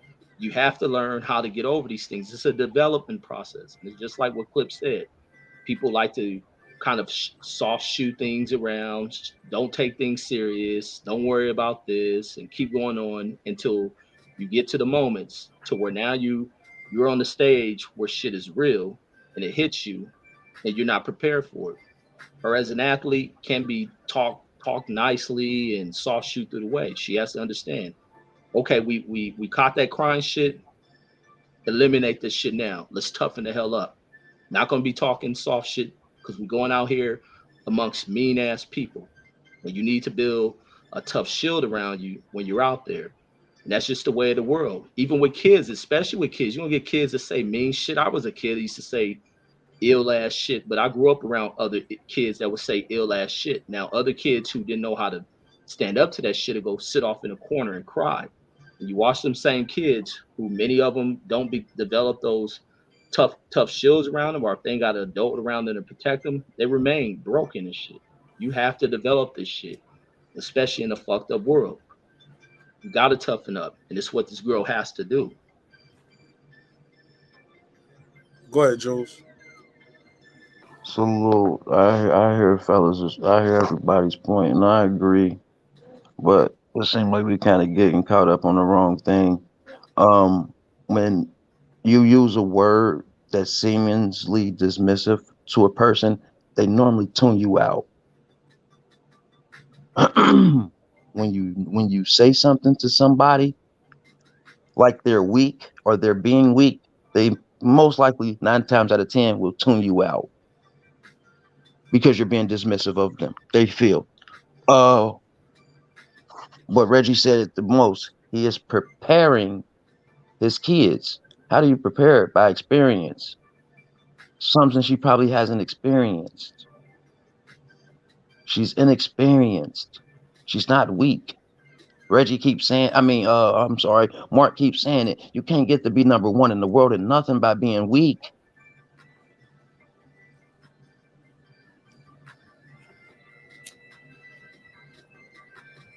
But with that, I digress. Salute. Marq, always a beautiful show. Much love to my fellas up here, Reggie Owens Clips. Y'all do y'all thing. Brandon, man, thanks for the beautiful insight and a point of view. I love hearing everybody's perspective. I'm always tuned in, always a fan. Marq Nash, dope show. Appreciate you, brother. Much love. Man, thank you, man. Shout out to Jules Gaming Lounge. Hey, man, when the next battle? What's that battle Yo-Yo got here in Atlanta, bro? March 26th. March 26th, Stigmata. Hosted by the one and only Geechee Gotti. Geechee gonna hold that shit? Let me ask you this. He's hosting it. Yes, sir. Geechee Gotti is hosting it. And this is Yo-Yo event. Like, is he selling this is selling stage presence too? You know, can you buy a stage seat? Like, where I can stay? You talking about VIP? Is that VIP? That's what they call it. Well, yeah. I mean, it's different VIP sections, but yeah, you can probably get. I don't think because it's not just gonna be like a battle rap event. This is like a party with battle rap. You're gonna be there. How much is the VIP? What they charging for the VIP? You get bottles. I believe the last time I checked, it was $150 for the VIP. $150 for VIP. Yeah, but it's just it's a party. It's a party. That battle rap is gonna be there. There's only 5 battles on the card. We got the venue from 2 to 10. You know. Yeah, is it a bar? Yeah. Yo, y'all selling food in there? They got chicken wings? Yes, from what I heard, yes, we got it, the whole works in there. Yes, sir. Because you know, most battle rap events, they won't even give you a bottle of water, let alone bro, like I said, bro, this ain't a battle rap event. This is a party. We got 5 battles on the card, and they all are 1-rounders. Okay. Oh shit. So this is a celebration. This is a party. Who's on the card? We got wow. Let me see. We got Luke Kane. No, hold up, no, because they just did that. They just battled him in like madness. I'm sorry. I got the wrong one. I want to see Snake Eyes and Stumbles. I can't come to that. I'm gonna have to bring my pistol to that. I gotta bring the pistol. No, they trying to go for that. They trying to go for the WWF belts and all that other thing. So I'm good on that. Yeah. But we got Chef Trez. Chef Trez versus Rio Nicosi. Quantum Physics versus Clip Coleon. LL Cool J versus Gullah JB. WFN Jackpot versus Abysmal. Luke Kane versus Don Vito. And De Niro versus AK Asia. Oh, this y'all whole crew. Yeah, niggas do it. Is this their first one face off? Well, not everybody. Well, not everybody's because we just sent we just had Abysmal. But this is the first time everybody's gonna be doing the face to face. Oh yeah, everybody together. Yeah, because we just had 5. Man, I gotta be there for this, man. Yeah. I need to see this. I need to see this. Matter of fact, I'll make sure I get you the info. I get you all the info. I got What's you. Make sure. Do you know the venue? I don't know I got the address. I don't know I got the address. I don't know if it. I don't know. You know what I'm saying? Because we changed the venue. Okay. Because the venue been changed. Okay, so this is March the 26th. Yes, the next Saturday. 11 days. Yes, 11 days from today. Yes. Next Saturday, not this Saturday. No, yeah, and it's 2 to 10. Yes. All right, we're gonna promote it. We're gonna promote it. Hold up. No, hold up. No. Nigga, I'm sorry. I apologize. No, because now the doors open at 3. Why is it? Why did that change? Man, see what I'm saying?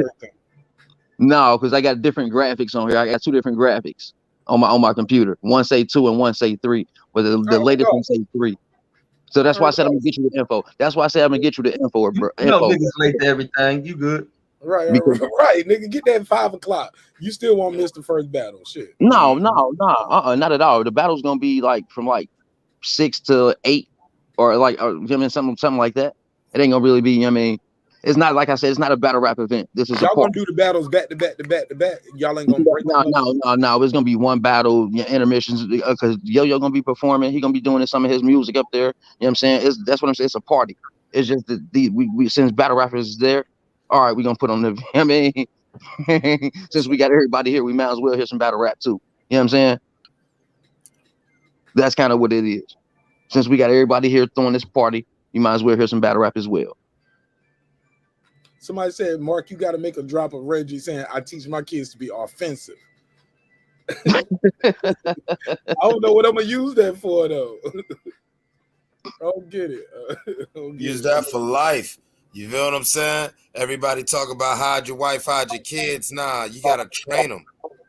You better train them. Exactly, because I don't want my kids coming home, Mama, Daddy, the white kids said they don't want to play with me because I'm black. I got something for their ass. But you also don't want your kids coming home, or a motherfucker calling them saying a motherfucker done called him a nigger and he done bust his head open too. Now he going to jail for the rest of his life. I shot the school up. Nah, I want my kid to be like, yeah, them kids wanted to get with me, and I said, nah, you can't ride in my Ferrari because you're white. Nah, I'm playing. I'm bullshit, no. But for real, they gotta have some mental toughness. Listen, you're gonna take your licks in this world. And as everyone knows, what is the most respectable thing about any man or woman, or what's the true sign of adulthood? You can handle shit. You forgot to hit that bing on that shit right there. Bing. I'm gonna hit the bing on that one. I think it's more of the way. It's more to adulthood than quote unquote handling shit. No, but it is a core thing. You've got to be able to handle yourself, handle situations, handle your bills, handle your responsibilities. You've got to be able to handle it. And you know what? Cry in the car. Fuck it. But you know what? When it's crunch time, you've got to be clutch. If you're a parent, I don't give a damn if the sky's falling. That baby needs food. That baby needs shelter. That baby needs love and guidance. You've got to be able to keep your shit together. Hey, that's on some real shit. Let me say this. He's on some real shit there, but we talk about a tennis match, nigga. But no, he can't handle that. And it's just like going through childhood and you not realizing how poor or the type you living in poverty, but your parents handle shit. You never seen 1 ounce of a struggle. You got to handle everything in life, and just like Cliff said, life is about handling shit. Adulthood, childhood, sports, whatever you name it. That's a fact. The way you handle shit comes with when? Comes with what though? Experience. Exactly. Education. And it also comes with what? Guidance. Those people around her should know when she's in trouble by now.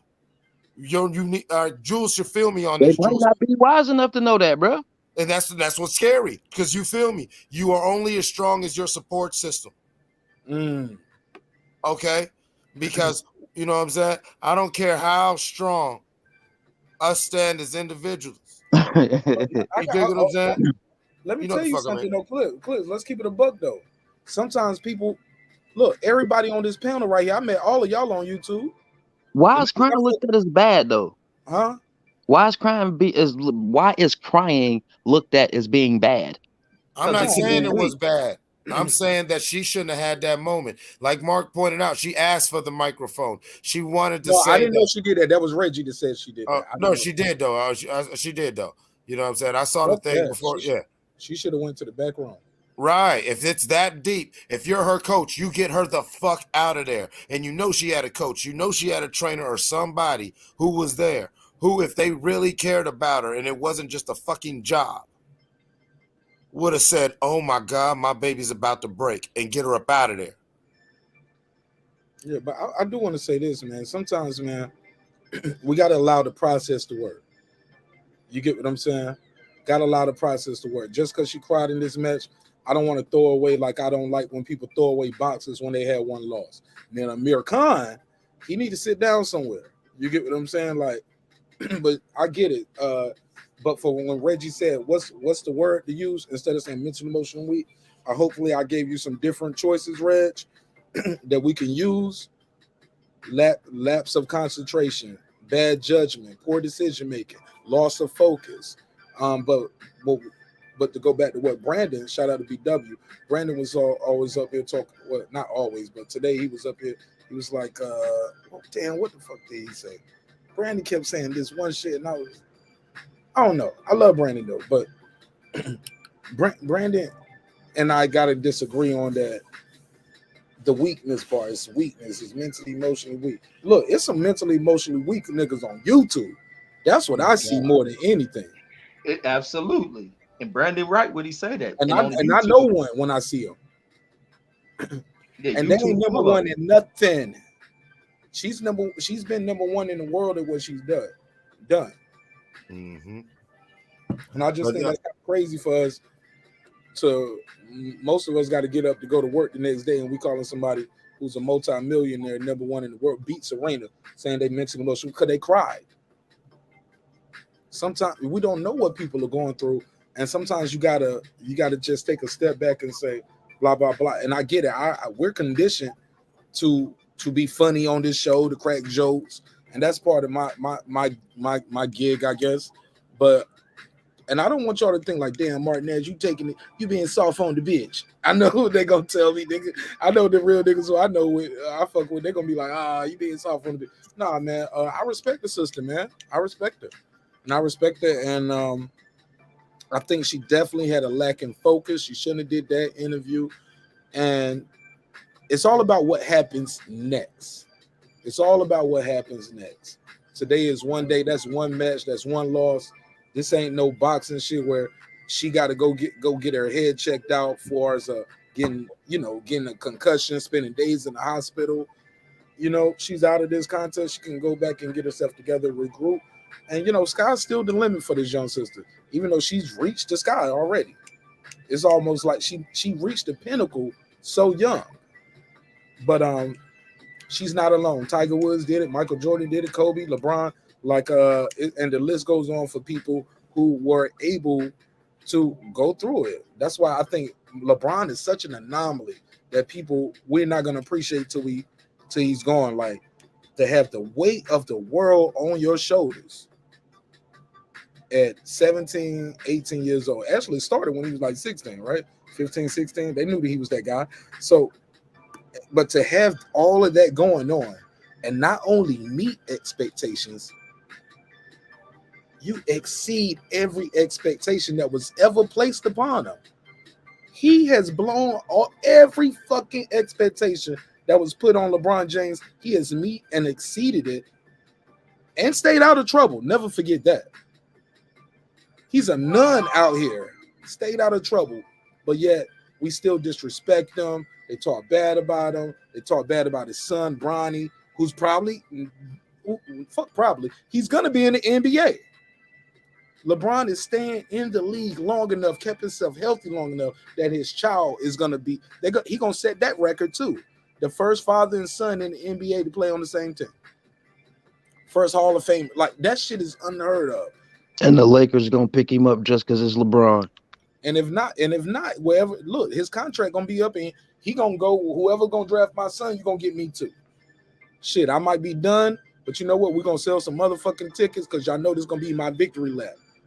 If you sign my son and pick me up, look, come on. He ain't secretive about it. We all know the move. And don't let them win a championship. Oh boy. It's amazing. It's amazing. 2 years. Look, I hope I'm alive to see it. I hope LeBron stay alive enough. You and me both, brother. Like, bro, I want to see it. I want to be a part of this, man. Like a lot of times, man, we spend a lot of time hating, man. I know motherfuckers who spent my whole life that I known this nigga, he never liked Michael Jordan. Michael Jordan, right there when Michael Jordan was playing for the Wizards, and right there when he retired, you're like, man, this motherfucker might have been the best, man. I'm like, nigga, not you. Anybody but you can say that, nigga. I know you my whole life. Like when we were playing the game, yeah, pick them whack ass Bulls. I'm gonna pick the Lakers. He kept picking other teams. I kept picking the Bulls.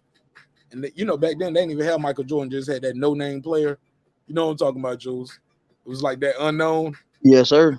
Cause they ain't have enough money to pay Mike to put his likeness up there. But that motherfucker played like Michael Jordan. But I said all that to say this, man. I love y'all. I hope y'all love yourself, man. Anybody got anything else they want to say? Because like I said, as always, my guests will get the last words. It's Breaking Beats with your man marqnash over here at the neighborhood. Man, this been a hell of a show, man. Hell of a show, like, and I enjoyed every bit of this shit, man. Like, I promise, yo, this shit has been legendary. I'm gonna chop this one up. I know I say that a lot, but we kept this show pretty much in a lot of nice segments where I can chop this up into a couple episodes and we can get all of these bars off because people need to hear this in playback. Some people ain't gonna sit back and watch a 6-hour show. Shout out to all the truck drivers though who be fucking with the show. So we're gonna flag this one up and put these timestamps in it. Guess my guest, Hey, Jules Gaming Lounge. hey Mark, I wanted to say I sent you the graphic. I sent you the flyer. And yeah, we got the venue from 2 to 10. Yeah, we got the venue from 2 to 10. We just can't open the doors till 3. We got to be there. We got to make sure we open up. Got everything prepared for y'all to open the doors. We can't just open the doors when everybody get there. So yeah, right. Y'all got to get there and got to make sure y'all got the lights. We got to be there to make sure we set up first. So, I mean, make sure everything before we open the doors for everybody at 3 o'clock. That's all. What email you sent from 2 to 10. Jules, what you sent it to my phone? You text me? Yeah, I just sent it to you. Yeah, nigga, like I'm live. I'm doing live from my laptop. Oh, okay. I was just letting you know I your phone. Oh, okay. I thought you wanted me to put on the show. Oh no, I was sending it to you. I'm trying to put it on the show.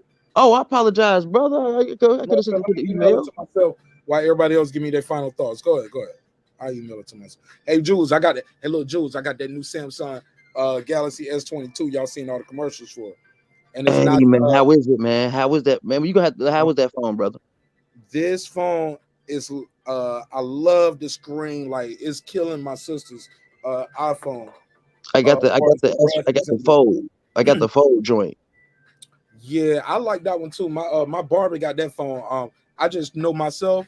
Like Reggie was talking about. Like you got to know yourself, Reggie. Like Reggie don't do earbuds because he gonna lose one. Like he need the fucking cord. I'm just like that too, but I'm so fucked up. I can't take these Beats by Dre buys past the desk. They stay right here. As soon as the show ends, I take them off and I put it right here by the same computer. Cause I got come with a stylus. My bad. I apologize because you have. Oh yeah, hell yeah. This shit come with a stylus and you write right on the screen. You ain't even got to unlock your phone. Oh wow. Yeah. It's like the Note, but they brought it back. They ain't making notes no more. They just gonna. I know. Yeah, the 21 was I got the last note that they made. I remember they said this was the last note that they was gonna make. That's why I kept it. Bro, the camera follow you, bro. So I can set the camera down and do a live, and I can be standing in front of y'all. And if I walk over 2 or 3 steps to the left, the camera follows me. Yeah, and it keeps me in focus. It's a follow focus. You said it's the S22. Yes, it has a built-in gimbal in the camera lens right here. So when you shake your phone, it sounds like you can hear some rattling. Yeah. I don't shake it too hard because I know what it is, but it's a gimbal in the camera. So, bro, you can set the phone down and do a vlog and walk back and forth or be moving, and it'll stay with you. That shit was crazy. They probably want an arm and a leg for that mug too, don't they? This was a birthday gift from my wife. Well, yeah, they still want an arm and a leg. Hey, look, and look, she about to have a baby in September, and she want to go back to Jamaica. That's what her gift want to be. That's what her gift is. She was like, "Don't give me nothing for my birthday. Don't give me nothing for Mother's Day. Just give me my gift. This winter after I had this baby, I'm going back to Jamaica. Let's go." So we're gonna go to Jamaica for the winter for a couple days. That's what she wanted as a gift. But shit. Look at me, I'm over here light flexing, huh? Nah, that's dope. That nigga flexing. Nigga, I'm going to the moon, nigga. Light flex, nigga. Reggie, you gotta pass. Reggie, I never heard you talk about traveling anywhere. What do you like? What do you travel to, bro? You know that nigga on the ankle bracelet. But I do gotta get up out of here though, fellas. Man. I'm taking the. I'm gone, man. All right, God bless you. Shout out to you. I'm about to email this to myself. All right, promote it. All right, appreciate it, brother. Yeah, yes, well, let me flex real quick, man. In September on the 14th, I'm going down to Florida to go up to the motherfucking edge of space with Elon Musk. See, you capping now, nigga.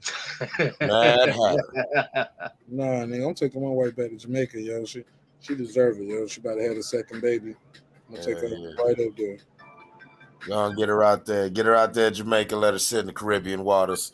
No, I'm gonna get her in Jamaica, and I'm gonna sit son in the water. She's gonna be right back up here pregnant again, nigga. Let's go. Oh my God, Nash Nation, Nash Nation. Yeah, we building a nation, and it ain't on YouTube, nigga. We don't die, we multiply. Oh shit. Oh my God, man. I'm joking. Not seriously though. No, pregnancy ain't really nice to my wife, yo. So this shit been kind of hard on her and me and the family, like, cause this shit, like, she yeah, pregnancy's been rough, yo. Yeah, man. She ain't like that girl Reggie supposed to having them triplets though. Like I told my wife, I always tell her, I'll be like, yo, I showed her that video you sent Reggie, and I was yo, it could be worse. It could be triplets. It could be triplets, baby. It could be I was like, look at this chick. She is struggling to, like, that's crazy, and she got triplets. So it is what it is, man. Like I'm super excited about life. The new addition to our family. We got an ultrasound tomorrow at 3:00. So I might know tomorrow if it's a girl or a boy. My wife's like, do you want to know if they can find it sex tomorrow? I was like, yeah, but knowing what I know now, they probably gonna hold out and make us pay for that shit. You know what I'm saying? But we already paid for it with the cause they do this test to see if the baby has any abnormalities, as far as like Down syndrome and things like that. But with that, you know how many chromosomes it is. It's like a chromosome test. So you can know what you got as far as the gender with the chromosome test. So I can wait the next week. I might know tomorrow though. If it's a boy, I'll probably know tomorrow though. You know what I'm saying? Because if he got any of his daddy in him, he gonna take up the whole motherfucking screen. You know what I mean? Yeah, fuck y'all, man. I gotta try. Look. We got a female audience up here. I gotta tell a lot of them. You gotta make like they give a goddamn. But go ahead. Y'all can't. Hey,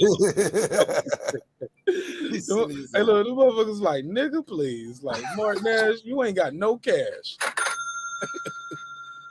But go ahead.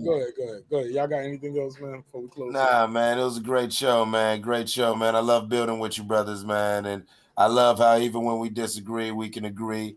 Like, you know, we may disagree on whether the term mental weakness is dismissive, but we all can agree that Errol Spence is a bitch ducking this motherfucker. I'm sorry. Go ahead.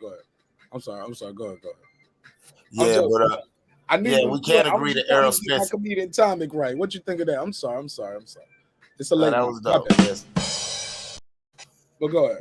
He playing with them buttons. See, there you go. You know what I'm saying? But no, we can't agree Errol Spence is a bitch, right? Let's go, Brandon. I want you to do better. I want a brand new you in 22. Stop, man. That nigga gonna call right back in. That nigga gonna call right back in. And my line read you like, now, Marq, now y'all ain't gonna do this slander. I can't appreciate that. And Marq, get right. I'm disappointed. Yo, he be talking to me like he my father sometimes. Be like, Marq, I'm disappointed in you. And my dad don't even talk like that. That's Brandon's voice. I'm like, nigga, don't you ever tell me you disappointed in me. Respectfully. I would never do that in real life. It's only for YouTube. But go ahead.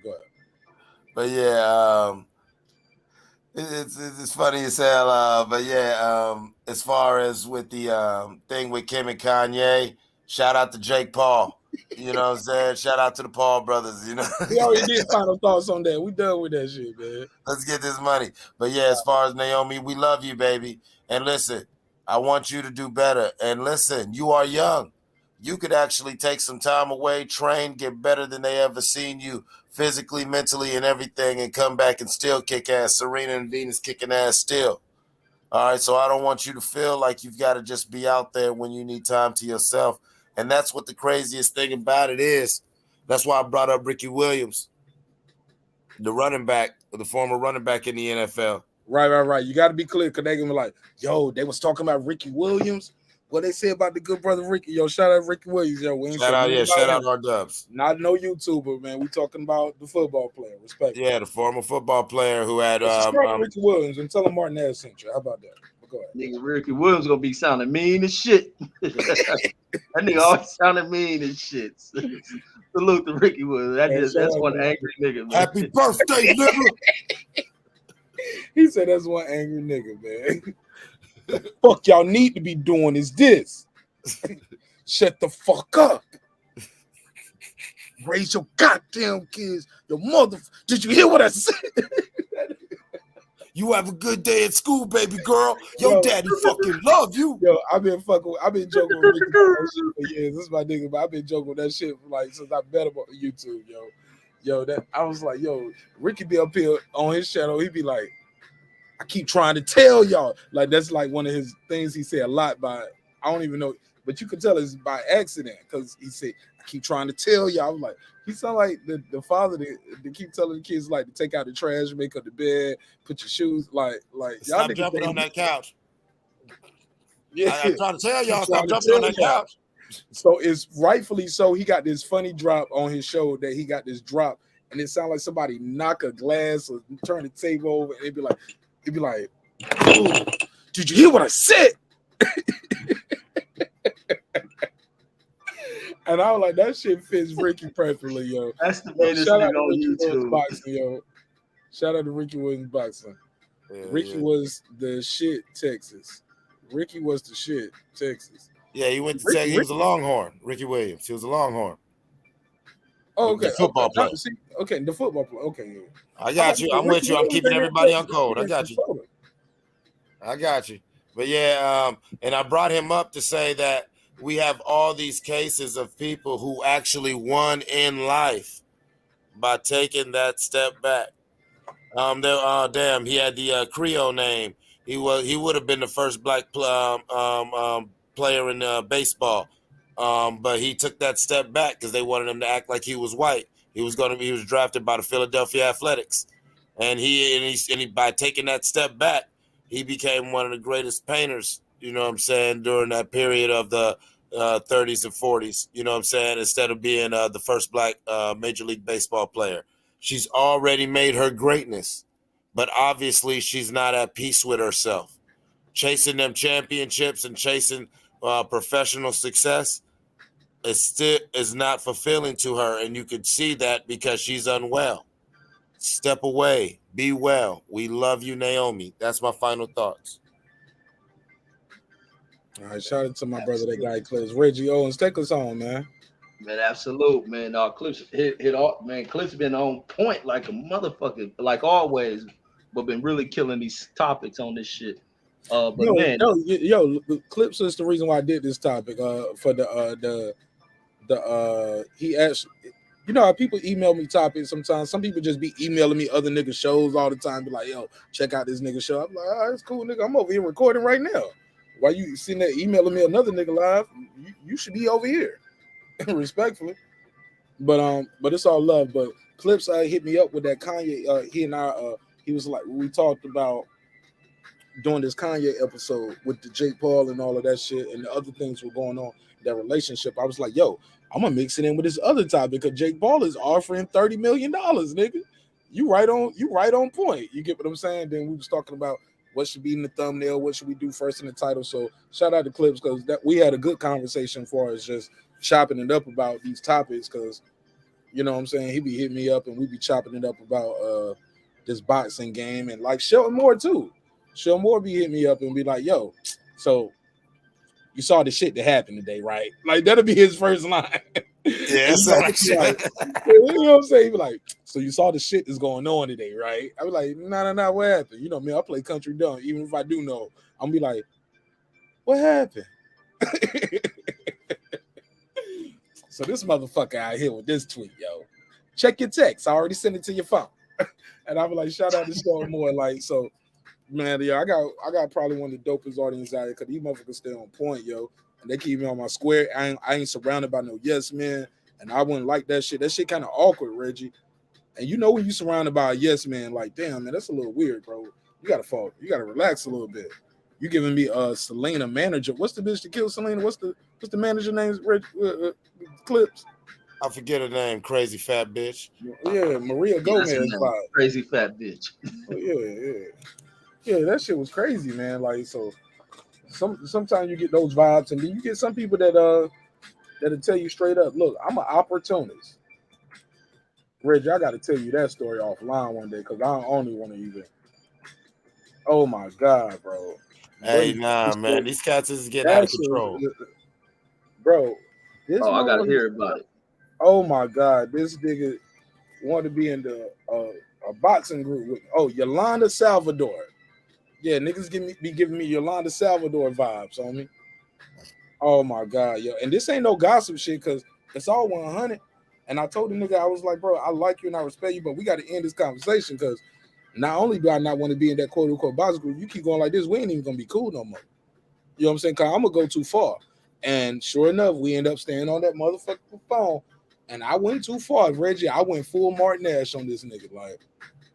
Like nigga, like I told him Eric, and I went, y'all think I go hard on the show. I told this nigga some real nigga shit that he needed to hear.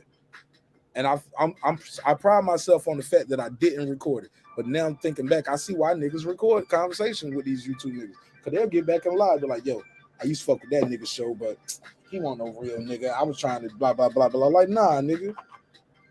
You straight up was up here.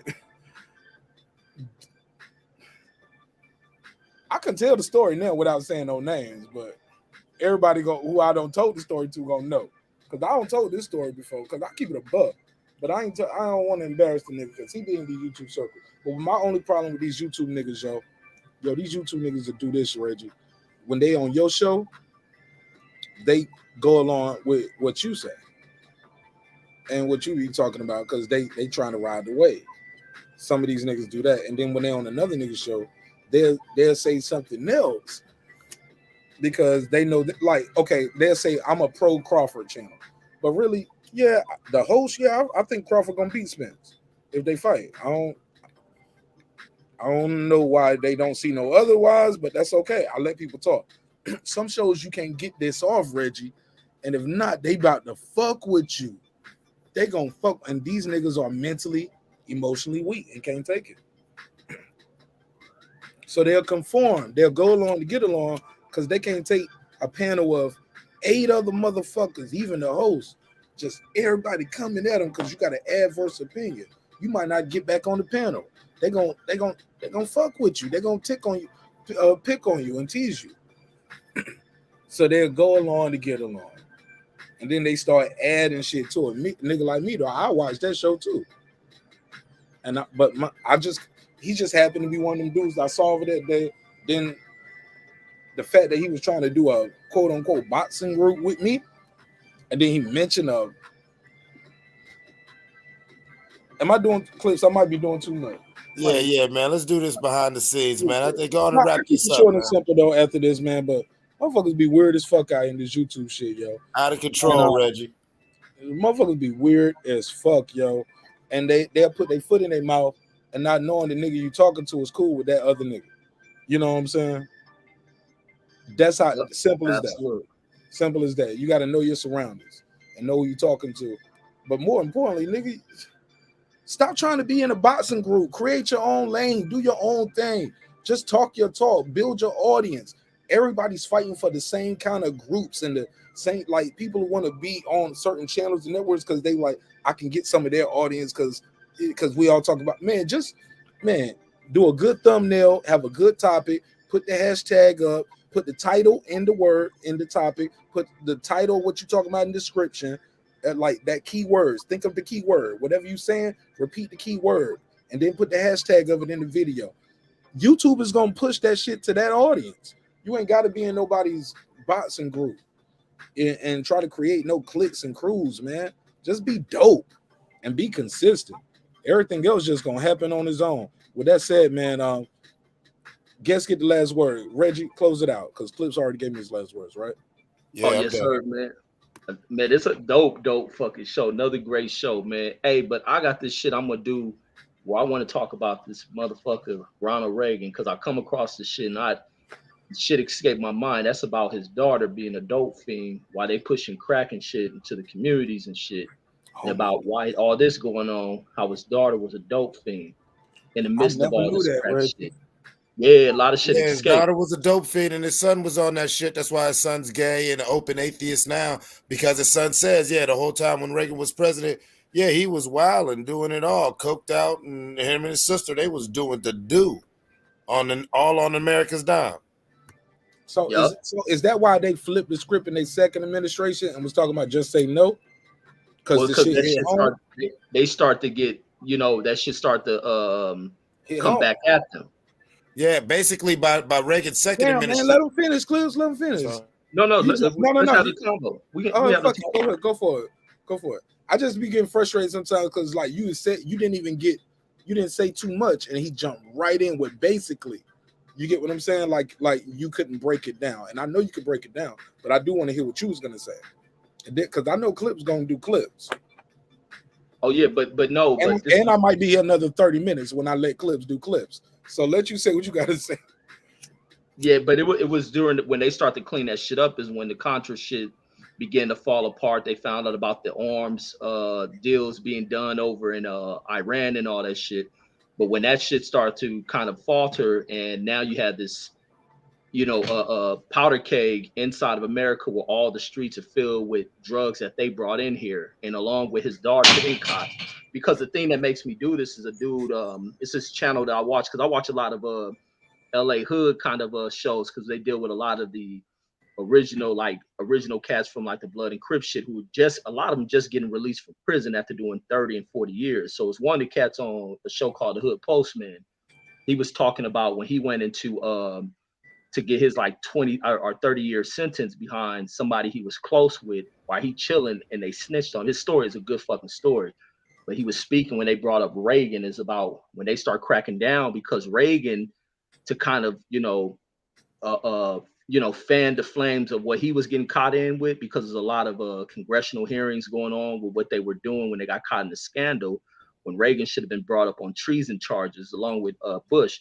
But they started to do this war on drugs, and the best ways to get the, overall politically involved part of society, meaning white society, on board with this shit was to paint this picture of drugs being brought in the community, the crack babies, the crack parents, the abandoning of children was to target the black drug dealer. And this is what started to happen as they try to clean up things. And there's another piece I want to put together, but I'll probably put that on Instagram in that time period when when Bush becomes president.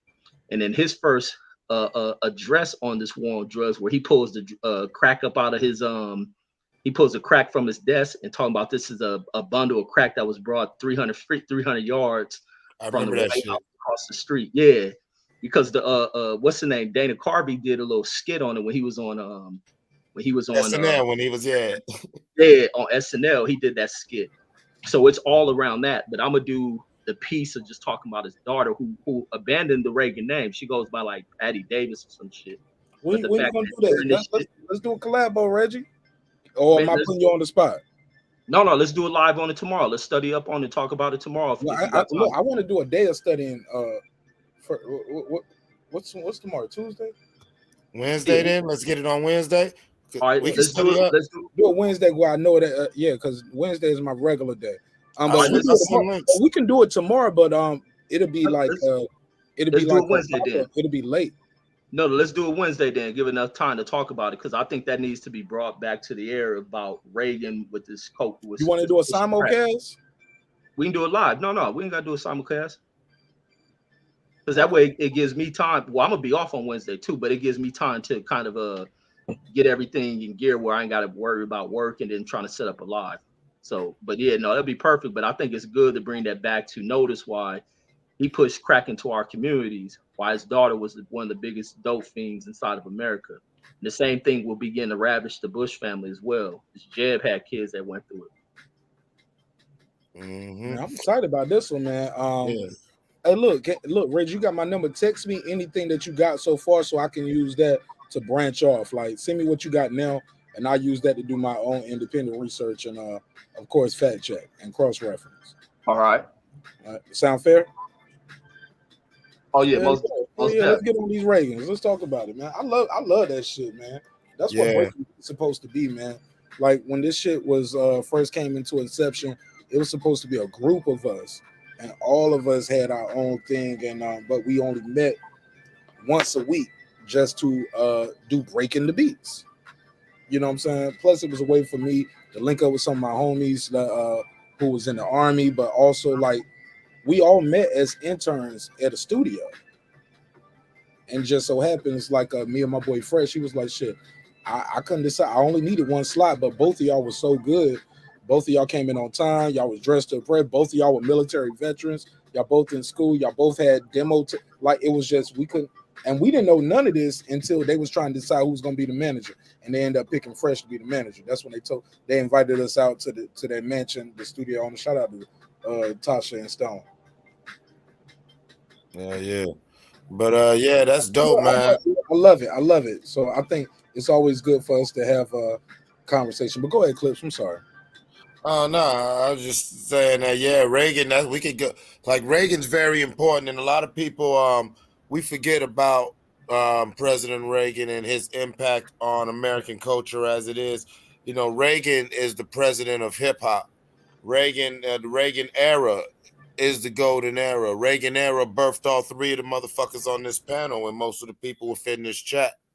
You feel what I'm saying? We Reagan babies, and we, you know, and when you study the Iran-Contra, and then you study how gangs were used, and gangs and gang culture was used to basically fund wars. Like as much as you talk about gang banging and drug dealing as old as vile shit, that yes, it was. Remember, it was the gang banging and drug dealing that was a very integral part of defeating communism. And yeah, and I'm glad you brought on that because, and let's be clear, the way you say that goes back to like Jules and I was talking about. That's not a good thing, right? You get what I'm saying? Right. That's we normalize a lot of fucked up shit. I'm sorry. Go ahead. I ain't gonna cut you off. Go ahead. I thought no, we normalized a lot. No, you're right. We normalized a lot of fucked up shit. All of us Reagan era babies. There were a lot of things about our culture that, yeah, even the good things about it, they are very rough. They're very harsh. They're very fucked up. Maybe that's why people like me and Brandon, we could say things like mentally weak and not think of it as dismissive because we came from an era where it was just, you know, saying so many things that everyone would clutch their pearls about now. These were the in-your-face realities of any 80s baby growing up in America, let alone in any third world country. You know, motherfuckers is soft nowadays. And it's for the better, but it's for the worse. Yeah, man, because I ain't gonna lie, low-key, Reggie, I might have went too far. You probably right. We can do this shit tomorrow. Like, but it won't be 10 o'clock, though. It'll probably be like on the East Coast time, probably be like a midnight show for me. You know what I'm saying? 12 o'clock, 1 o'clock, something like that for me. So I don't know if that's like 10 or 11 for y'all. So that, man, whatever, that shit worked for me because I would love to talk on this topic. Because like I was saying though about what Clips was saying, like we are Reagan baby, a lot of us around here, that's not a good thing. Part of that Reagan economic shit, that Reaganomics that people always talk about, the Republicans talk about, it's terrible. It's not the shit that made America strong. What made America strong and bounce back was the Roosevelt plan, the New Deal, more social programs where everybody's putting in. And all this shit they got going on in America right now where they can let a corporation just be like, you treat a corporation like it's a real person, but you can't put nobody in jail when the shit go fucked up. You get what I'm saying? Like like you can't, you can take the money, but they it's really that they put these people in jail. It's a living, breathing thing, but it's a piece of paper. It's all fake. And when we go back to that Reaganomics part, and I compare it to the New Deal that made America strong, Reaganomics is reduce government spending, reduce federal income tax and capital gains, like those kind of. Nobody talks about these kind of things, especially in our community. And people always think Black folks, we don't like the news, we don't know the news, or we don't know what's going on, and we all conspiracy theorists. No, it's just a lot of times we don't see or hear the news delivered from our perspective, with our voice, with people that look and sound like us. So I think it's very important to deliver the content with a comedy twist, of course, to keep people engaged, but also like from an authentic place.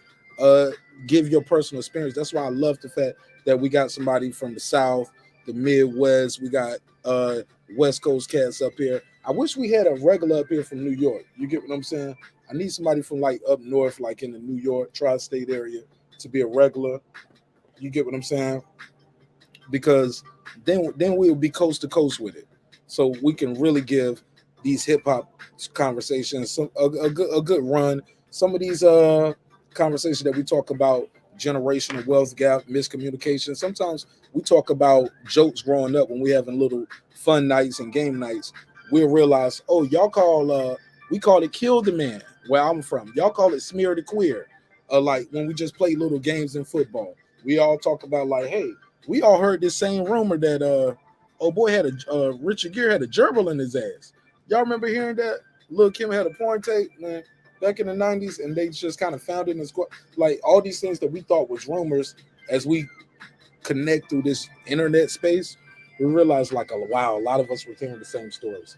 I know I said my guests get the last word, and then I said something. So I'm sorry. I promise I won't say nothing else. Does anybody else have anything else to say about anything else we talked about? I apologize. I can't wait till we do this Reagan shit. And what we're gonna call this? We gotta put his daughter in there because it really want to be about why he pushed Ronald Reagan's daughter. Let's start that. That'll be the key word. Ronald Reagan's daughter. And what it was a crack Ronald up. Reagan daughter, the saga of 80s babies. What you think of that, Reg? Because what else are we talking about? Yeah. That's pretty much, and all that 80s stuff that's going on. I like that. Shout out to my boy Clips. When you gonna do your live on your channel? Oh man, you know what I'm saying? We're gonna get it going, man. But right now I'm just vibing off the energy. Man, let's get that shit going. You can start off with 1 day a week. Do 1 day a week, bro. Like, cause I promise you, bro, you got so much to talk about and shit. If nothing else, we can start it off. I got an idea for a way to do it, and I can holler at you about the production for it. And I'd love to co-produce your first episode and give you like a roadmap to that, that'll work with your schedule, whatever you got going on, and you can drop these shits, man, because you got so much that information and knowledge. And once we going, I hate sometimes I gotta cut you off because I got other people here, and I think you got so much to offer, and I want to make sure I say that live on air because I did cut you off a couple times, or I was trying to wrap you up to pass the mic because I want to be fair to everybody, but. Man, you got so much to offer, man. And we only got a certain amount of time. And I know y'all like, nigga, we've been here 6 hours. What you mean we only got a certain amount of time? Bro, we've been 6 hours and I still didn't get my take off on some shit. Some people in the audience, in the chat, in the panel, they like, yo, you ain't put my comment up. I didn't get to say this. I kept it short because I'm trying to pass the mic. So, but man, you got so much to offer, and I love you, bro. I wish you nothing but the best. I want to make sure I say that live on air before I close this out. So, Clips, let's link up, man. Let's get that live going, man. Just start with once every 2 weeks, once a week. Start with once every 2 weeks. If you feel like doing it once a week, cool. But yeah, start with once a month. You know what I'm saying? Yeah, do a monthly wrap up. But you got a lot to offer, bro. And I respect you and I appreciate you. And yeah, we're gonna support you. We're gonna lift you up, man, to continue to be great. All right. I love you, man. We appreciate it, man. All right, man. Don't make me cry, man. You gotta make me cry of it. It's your man marqnash, another great episode of Breaking Beats, where we break down business, entertainment, art, technology, and anything else you and I feel like talking about. Yo, you can follow my boy right here, Bots and Conversation with Reggie Owens. You got Bots and Conversation with Reggie Owens 1 and 2. He got Reading with Reggie Owens. He got Political News with Reggie Owens. Make sure you subscribe to all his channels. He also got a dope-ass Instagram. Just type in Reggie and type in the zip code for Killeen, Texas, whatever that is. And trust me, you're going to see it and it's going to pop up. Follow my guy, That Guy Eclipse. As you see on the screen, That Guy Eclipse, ECLIPZ330. And you already know that's Ohio. I used to get it in Ohio. Shout out to Cameron. And yo, man, check out Eclipse, man. You can see him on YouTube, Instagram, and he got an album right now. It's called The Before and After Party. You can find that streaming on all platforms. Hey, how did I do this time, guys? Instead of telling everybody, tell them where to follow you at, I was trying to do it myself this time. Am I getting better? What you think? That was nice. That was nice. That was nice, man. I'm telling you, the host with the most, Marq Nash, man. We just thank you for sharing our platform. Well, hold on. Reggie got 80 channels. Reggie, I did the main 4 though, right? Fuck the other 80, bro. I mean, yeah, no, you good. Nigga ain't no 80. No, that was good shit. 76. I'm sorry. 76. Matter of fact, it ain't 76. What's the right number, Reggie? What's the right number? 15, 30, 37, 38, 45, 47. That's how many. It's 47 channels, not 80. Shout out to my brother Reggie Owens. Go ahead, Clips. What we got before I hit this outro? Oh man, nothing, man. Just shout out to the host of, you know what I'm saying, creating this great platform for all of us. Them niggas know where they at. Fuck it. Hey, we gonna catch y'all tomorrow. We gonna catch y'all Wednesday. But when you pull up, just pull up correct. You know what I'm saying? We gonna treat you right. That's all love. Welcome to the neighborhood and all my neighbors. I'll see you next time. And like that, they were gone. This that squad sound. This is Reagan.